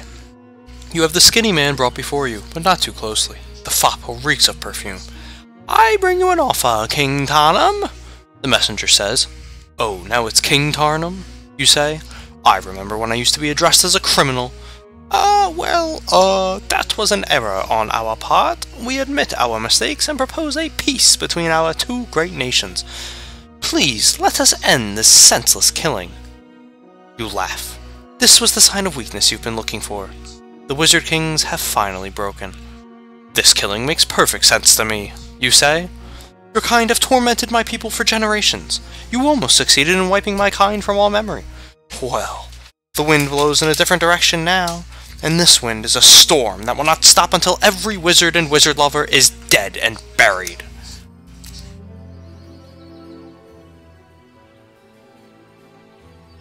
Notice I didn't even pick that up.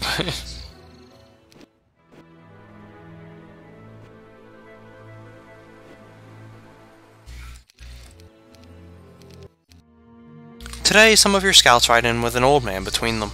Even as they approach, you recognize the slumped elder as your father. You help your father down from his mount, and find him too weak to walk. We found him on the road, my lord. He said he was trying to find you, says one of the scouts. Immediately, you call for a witch to tend to your ill father.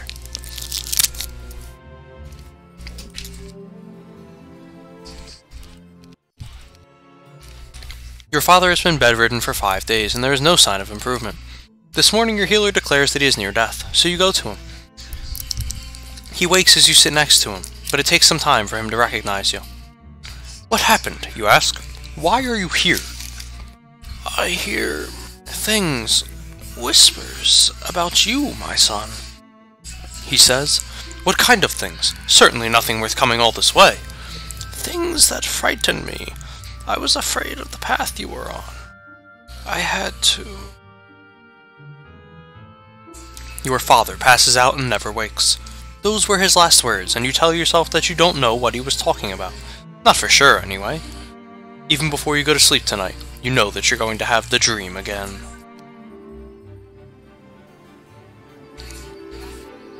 This guy sure runs into family members a lot. Well, of course.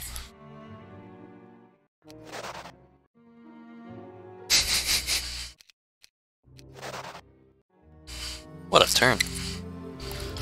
One of your servants delivers a message scrawled in crude letters on the inside of a wizard's robes. It reads, King, me looketh for poisoner, not find among wizards. Me wonder who? There is only an X where the name should be, but this is certainly from that crazy old goblin. Who would have guessed the runt could write?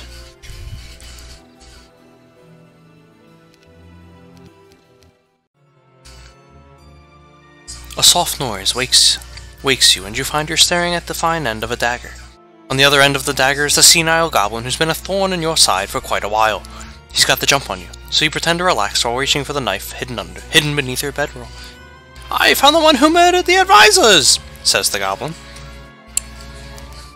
Thinking the goblin has discovered that it was you who poisoned the cups of your captains, your hand snaps forward, burying your blade to the hilt in the goblin's chest. He collapses to the ground with a shocked expression. What did you go and do that for? I was going to confess. It was me! That elk we ate. Well, I didn't kill it. Found it on the road 2 days ago. 2 days dead. Must have been rotten. Poisoned them all. You must have known all along, didn't you? Yes, you lie. Poor old fool. I guess I get what I deserve. The goblin mumbles as blood dribbles from his mouth. One day, we all get what we deserve. And he dies. Again, I love the writing in the early ones. It's so good. It's such a shame what the rest turn into. The nightmare begins like the dream. Your family, Yala, Hardak, and your captains, everyone you've ever known lying dead at your feet, your bloody blade in your hands. Then you enter a great hall, a glorious place with a pair of doors before you larger than any you've seen before. And somehow your parents, your sisters, Yala, Hardak, and all the others stand before this door. They frown down at you, never saying a word. Then they turn their backs to you. And the dream ends, leaving you with the knowledge that you'll never have it again.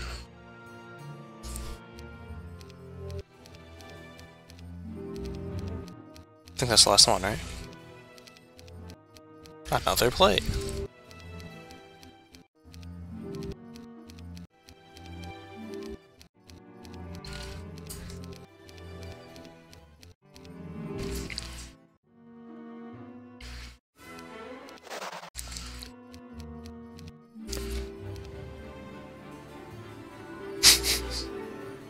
And now... Wait, I want to do one more thing.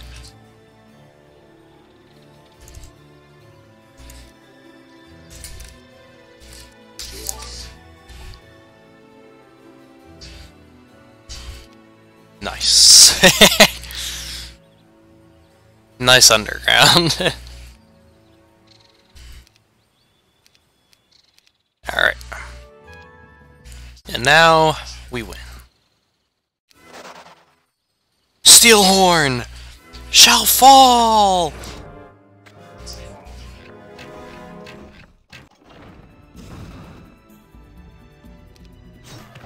Yeah!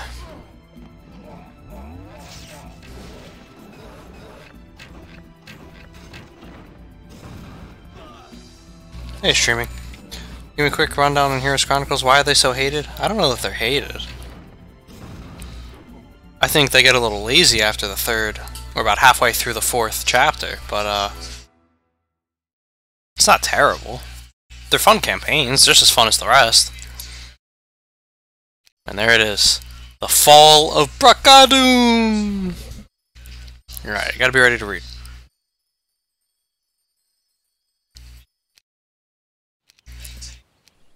With the defeat of Castle Steelhorn, Tarnum shattered the power of the Wizard Kings, but his tyrannical rule was short. Out of the ruins of the Empire of Brigadoon climbed the upstart nation of Arathia, and one day its king would defeat Tarnum, sending him before the ancestors to be judged. But that is another story. And as you recall, the intro cutscene was him dying to the ruler of Arathia.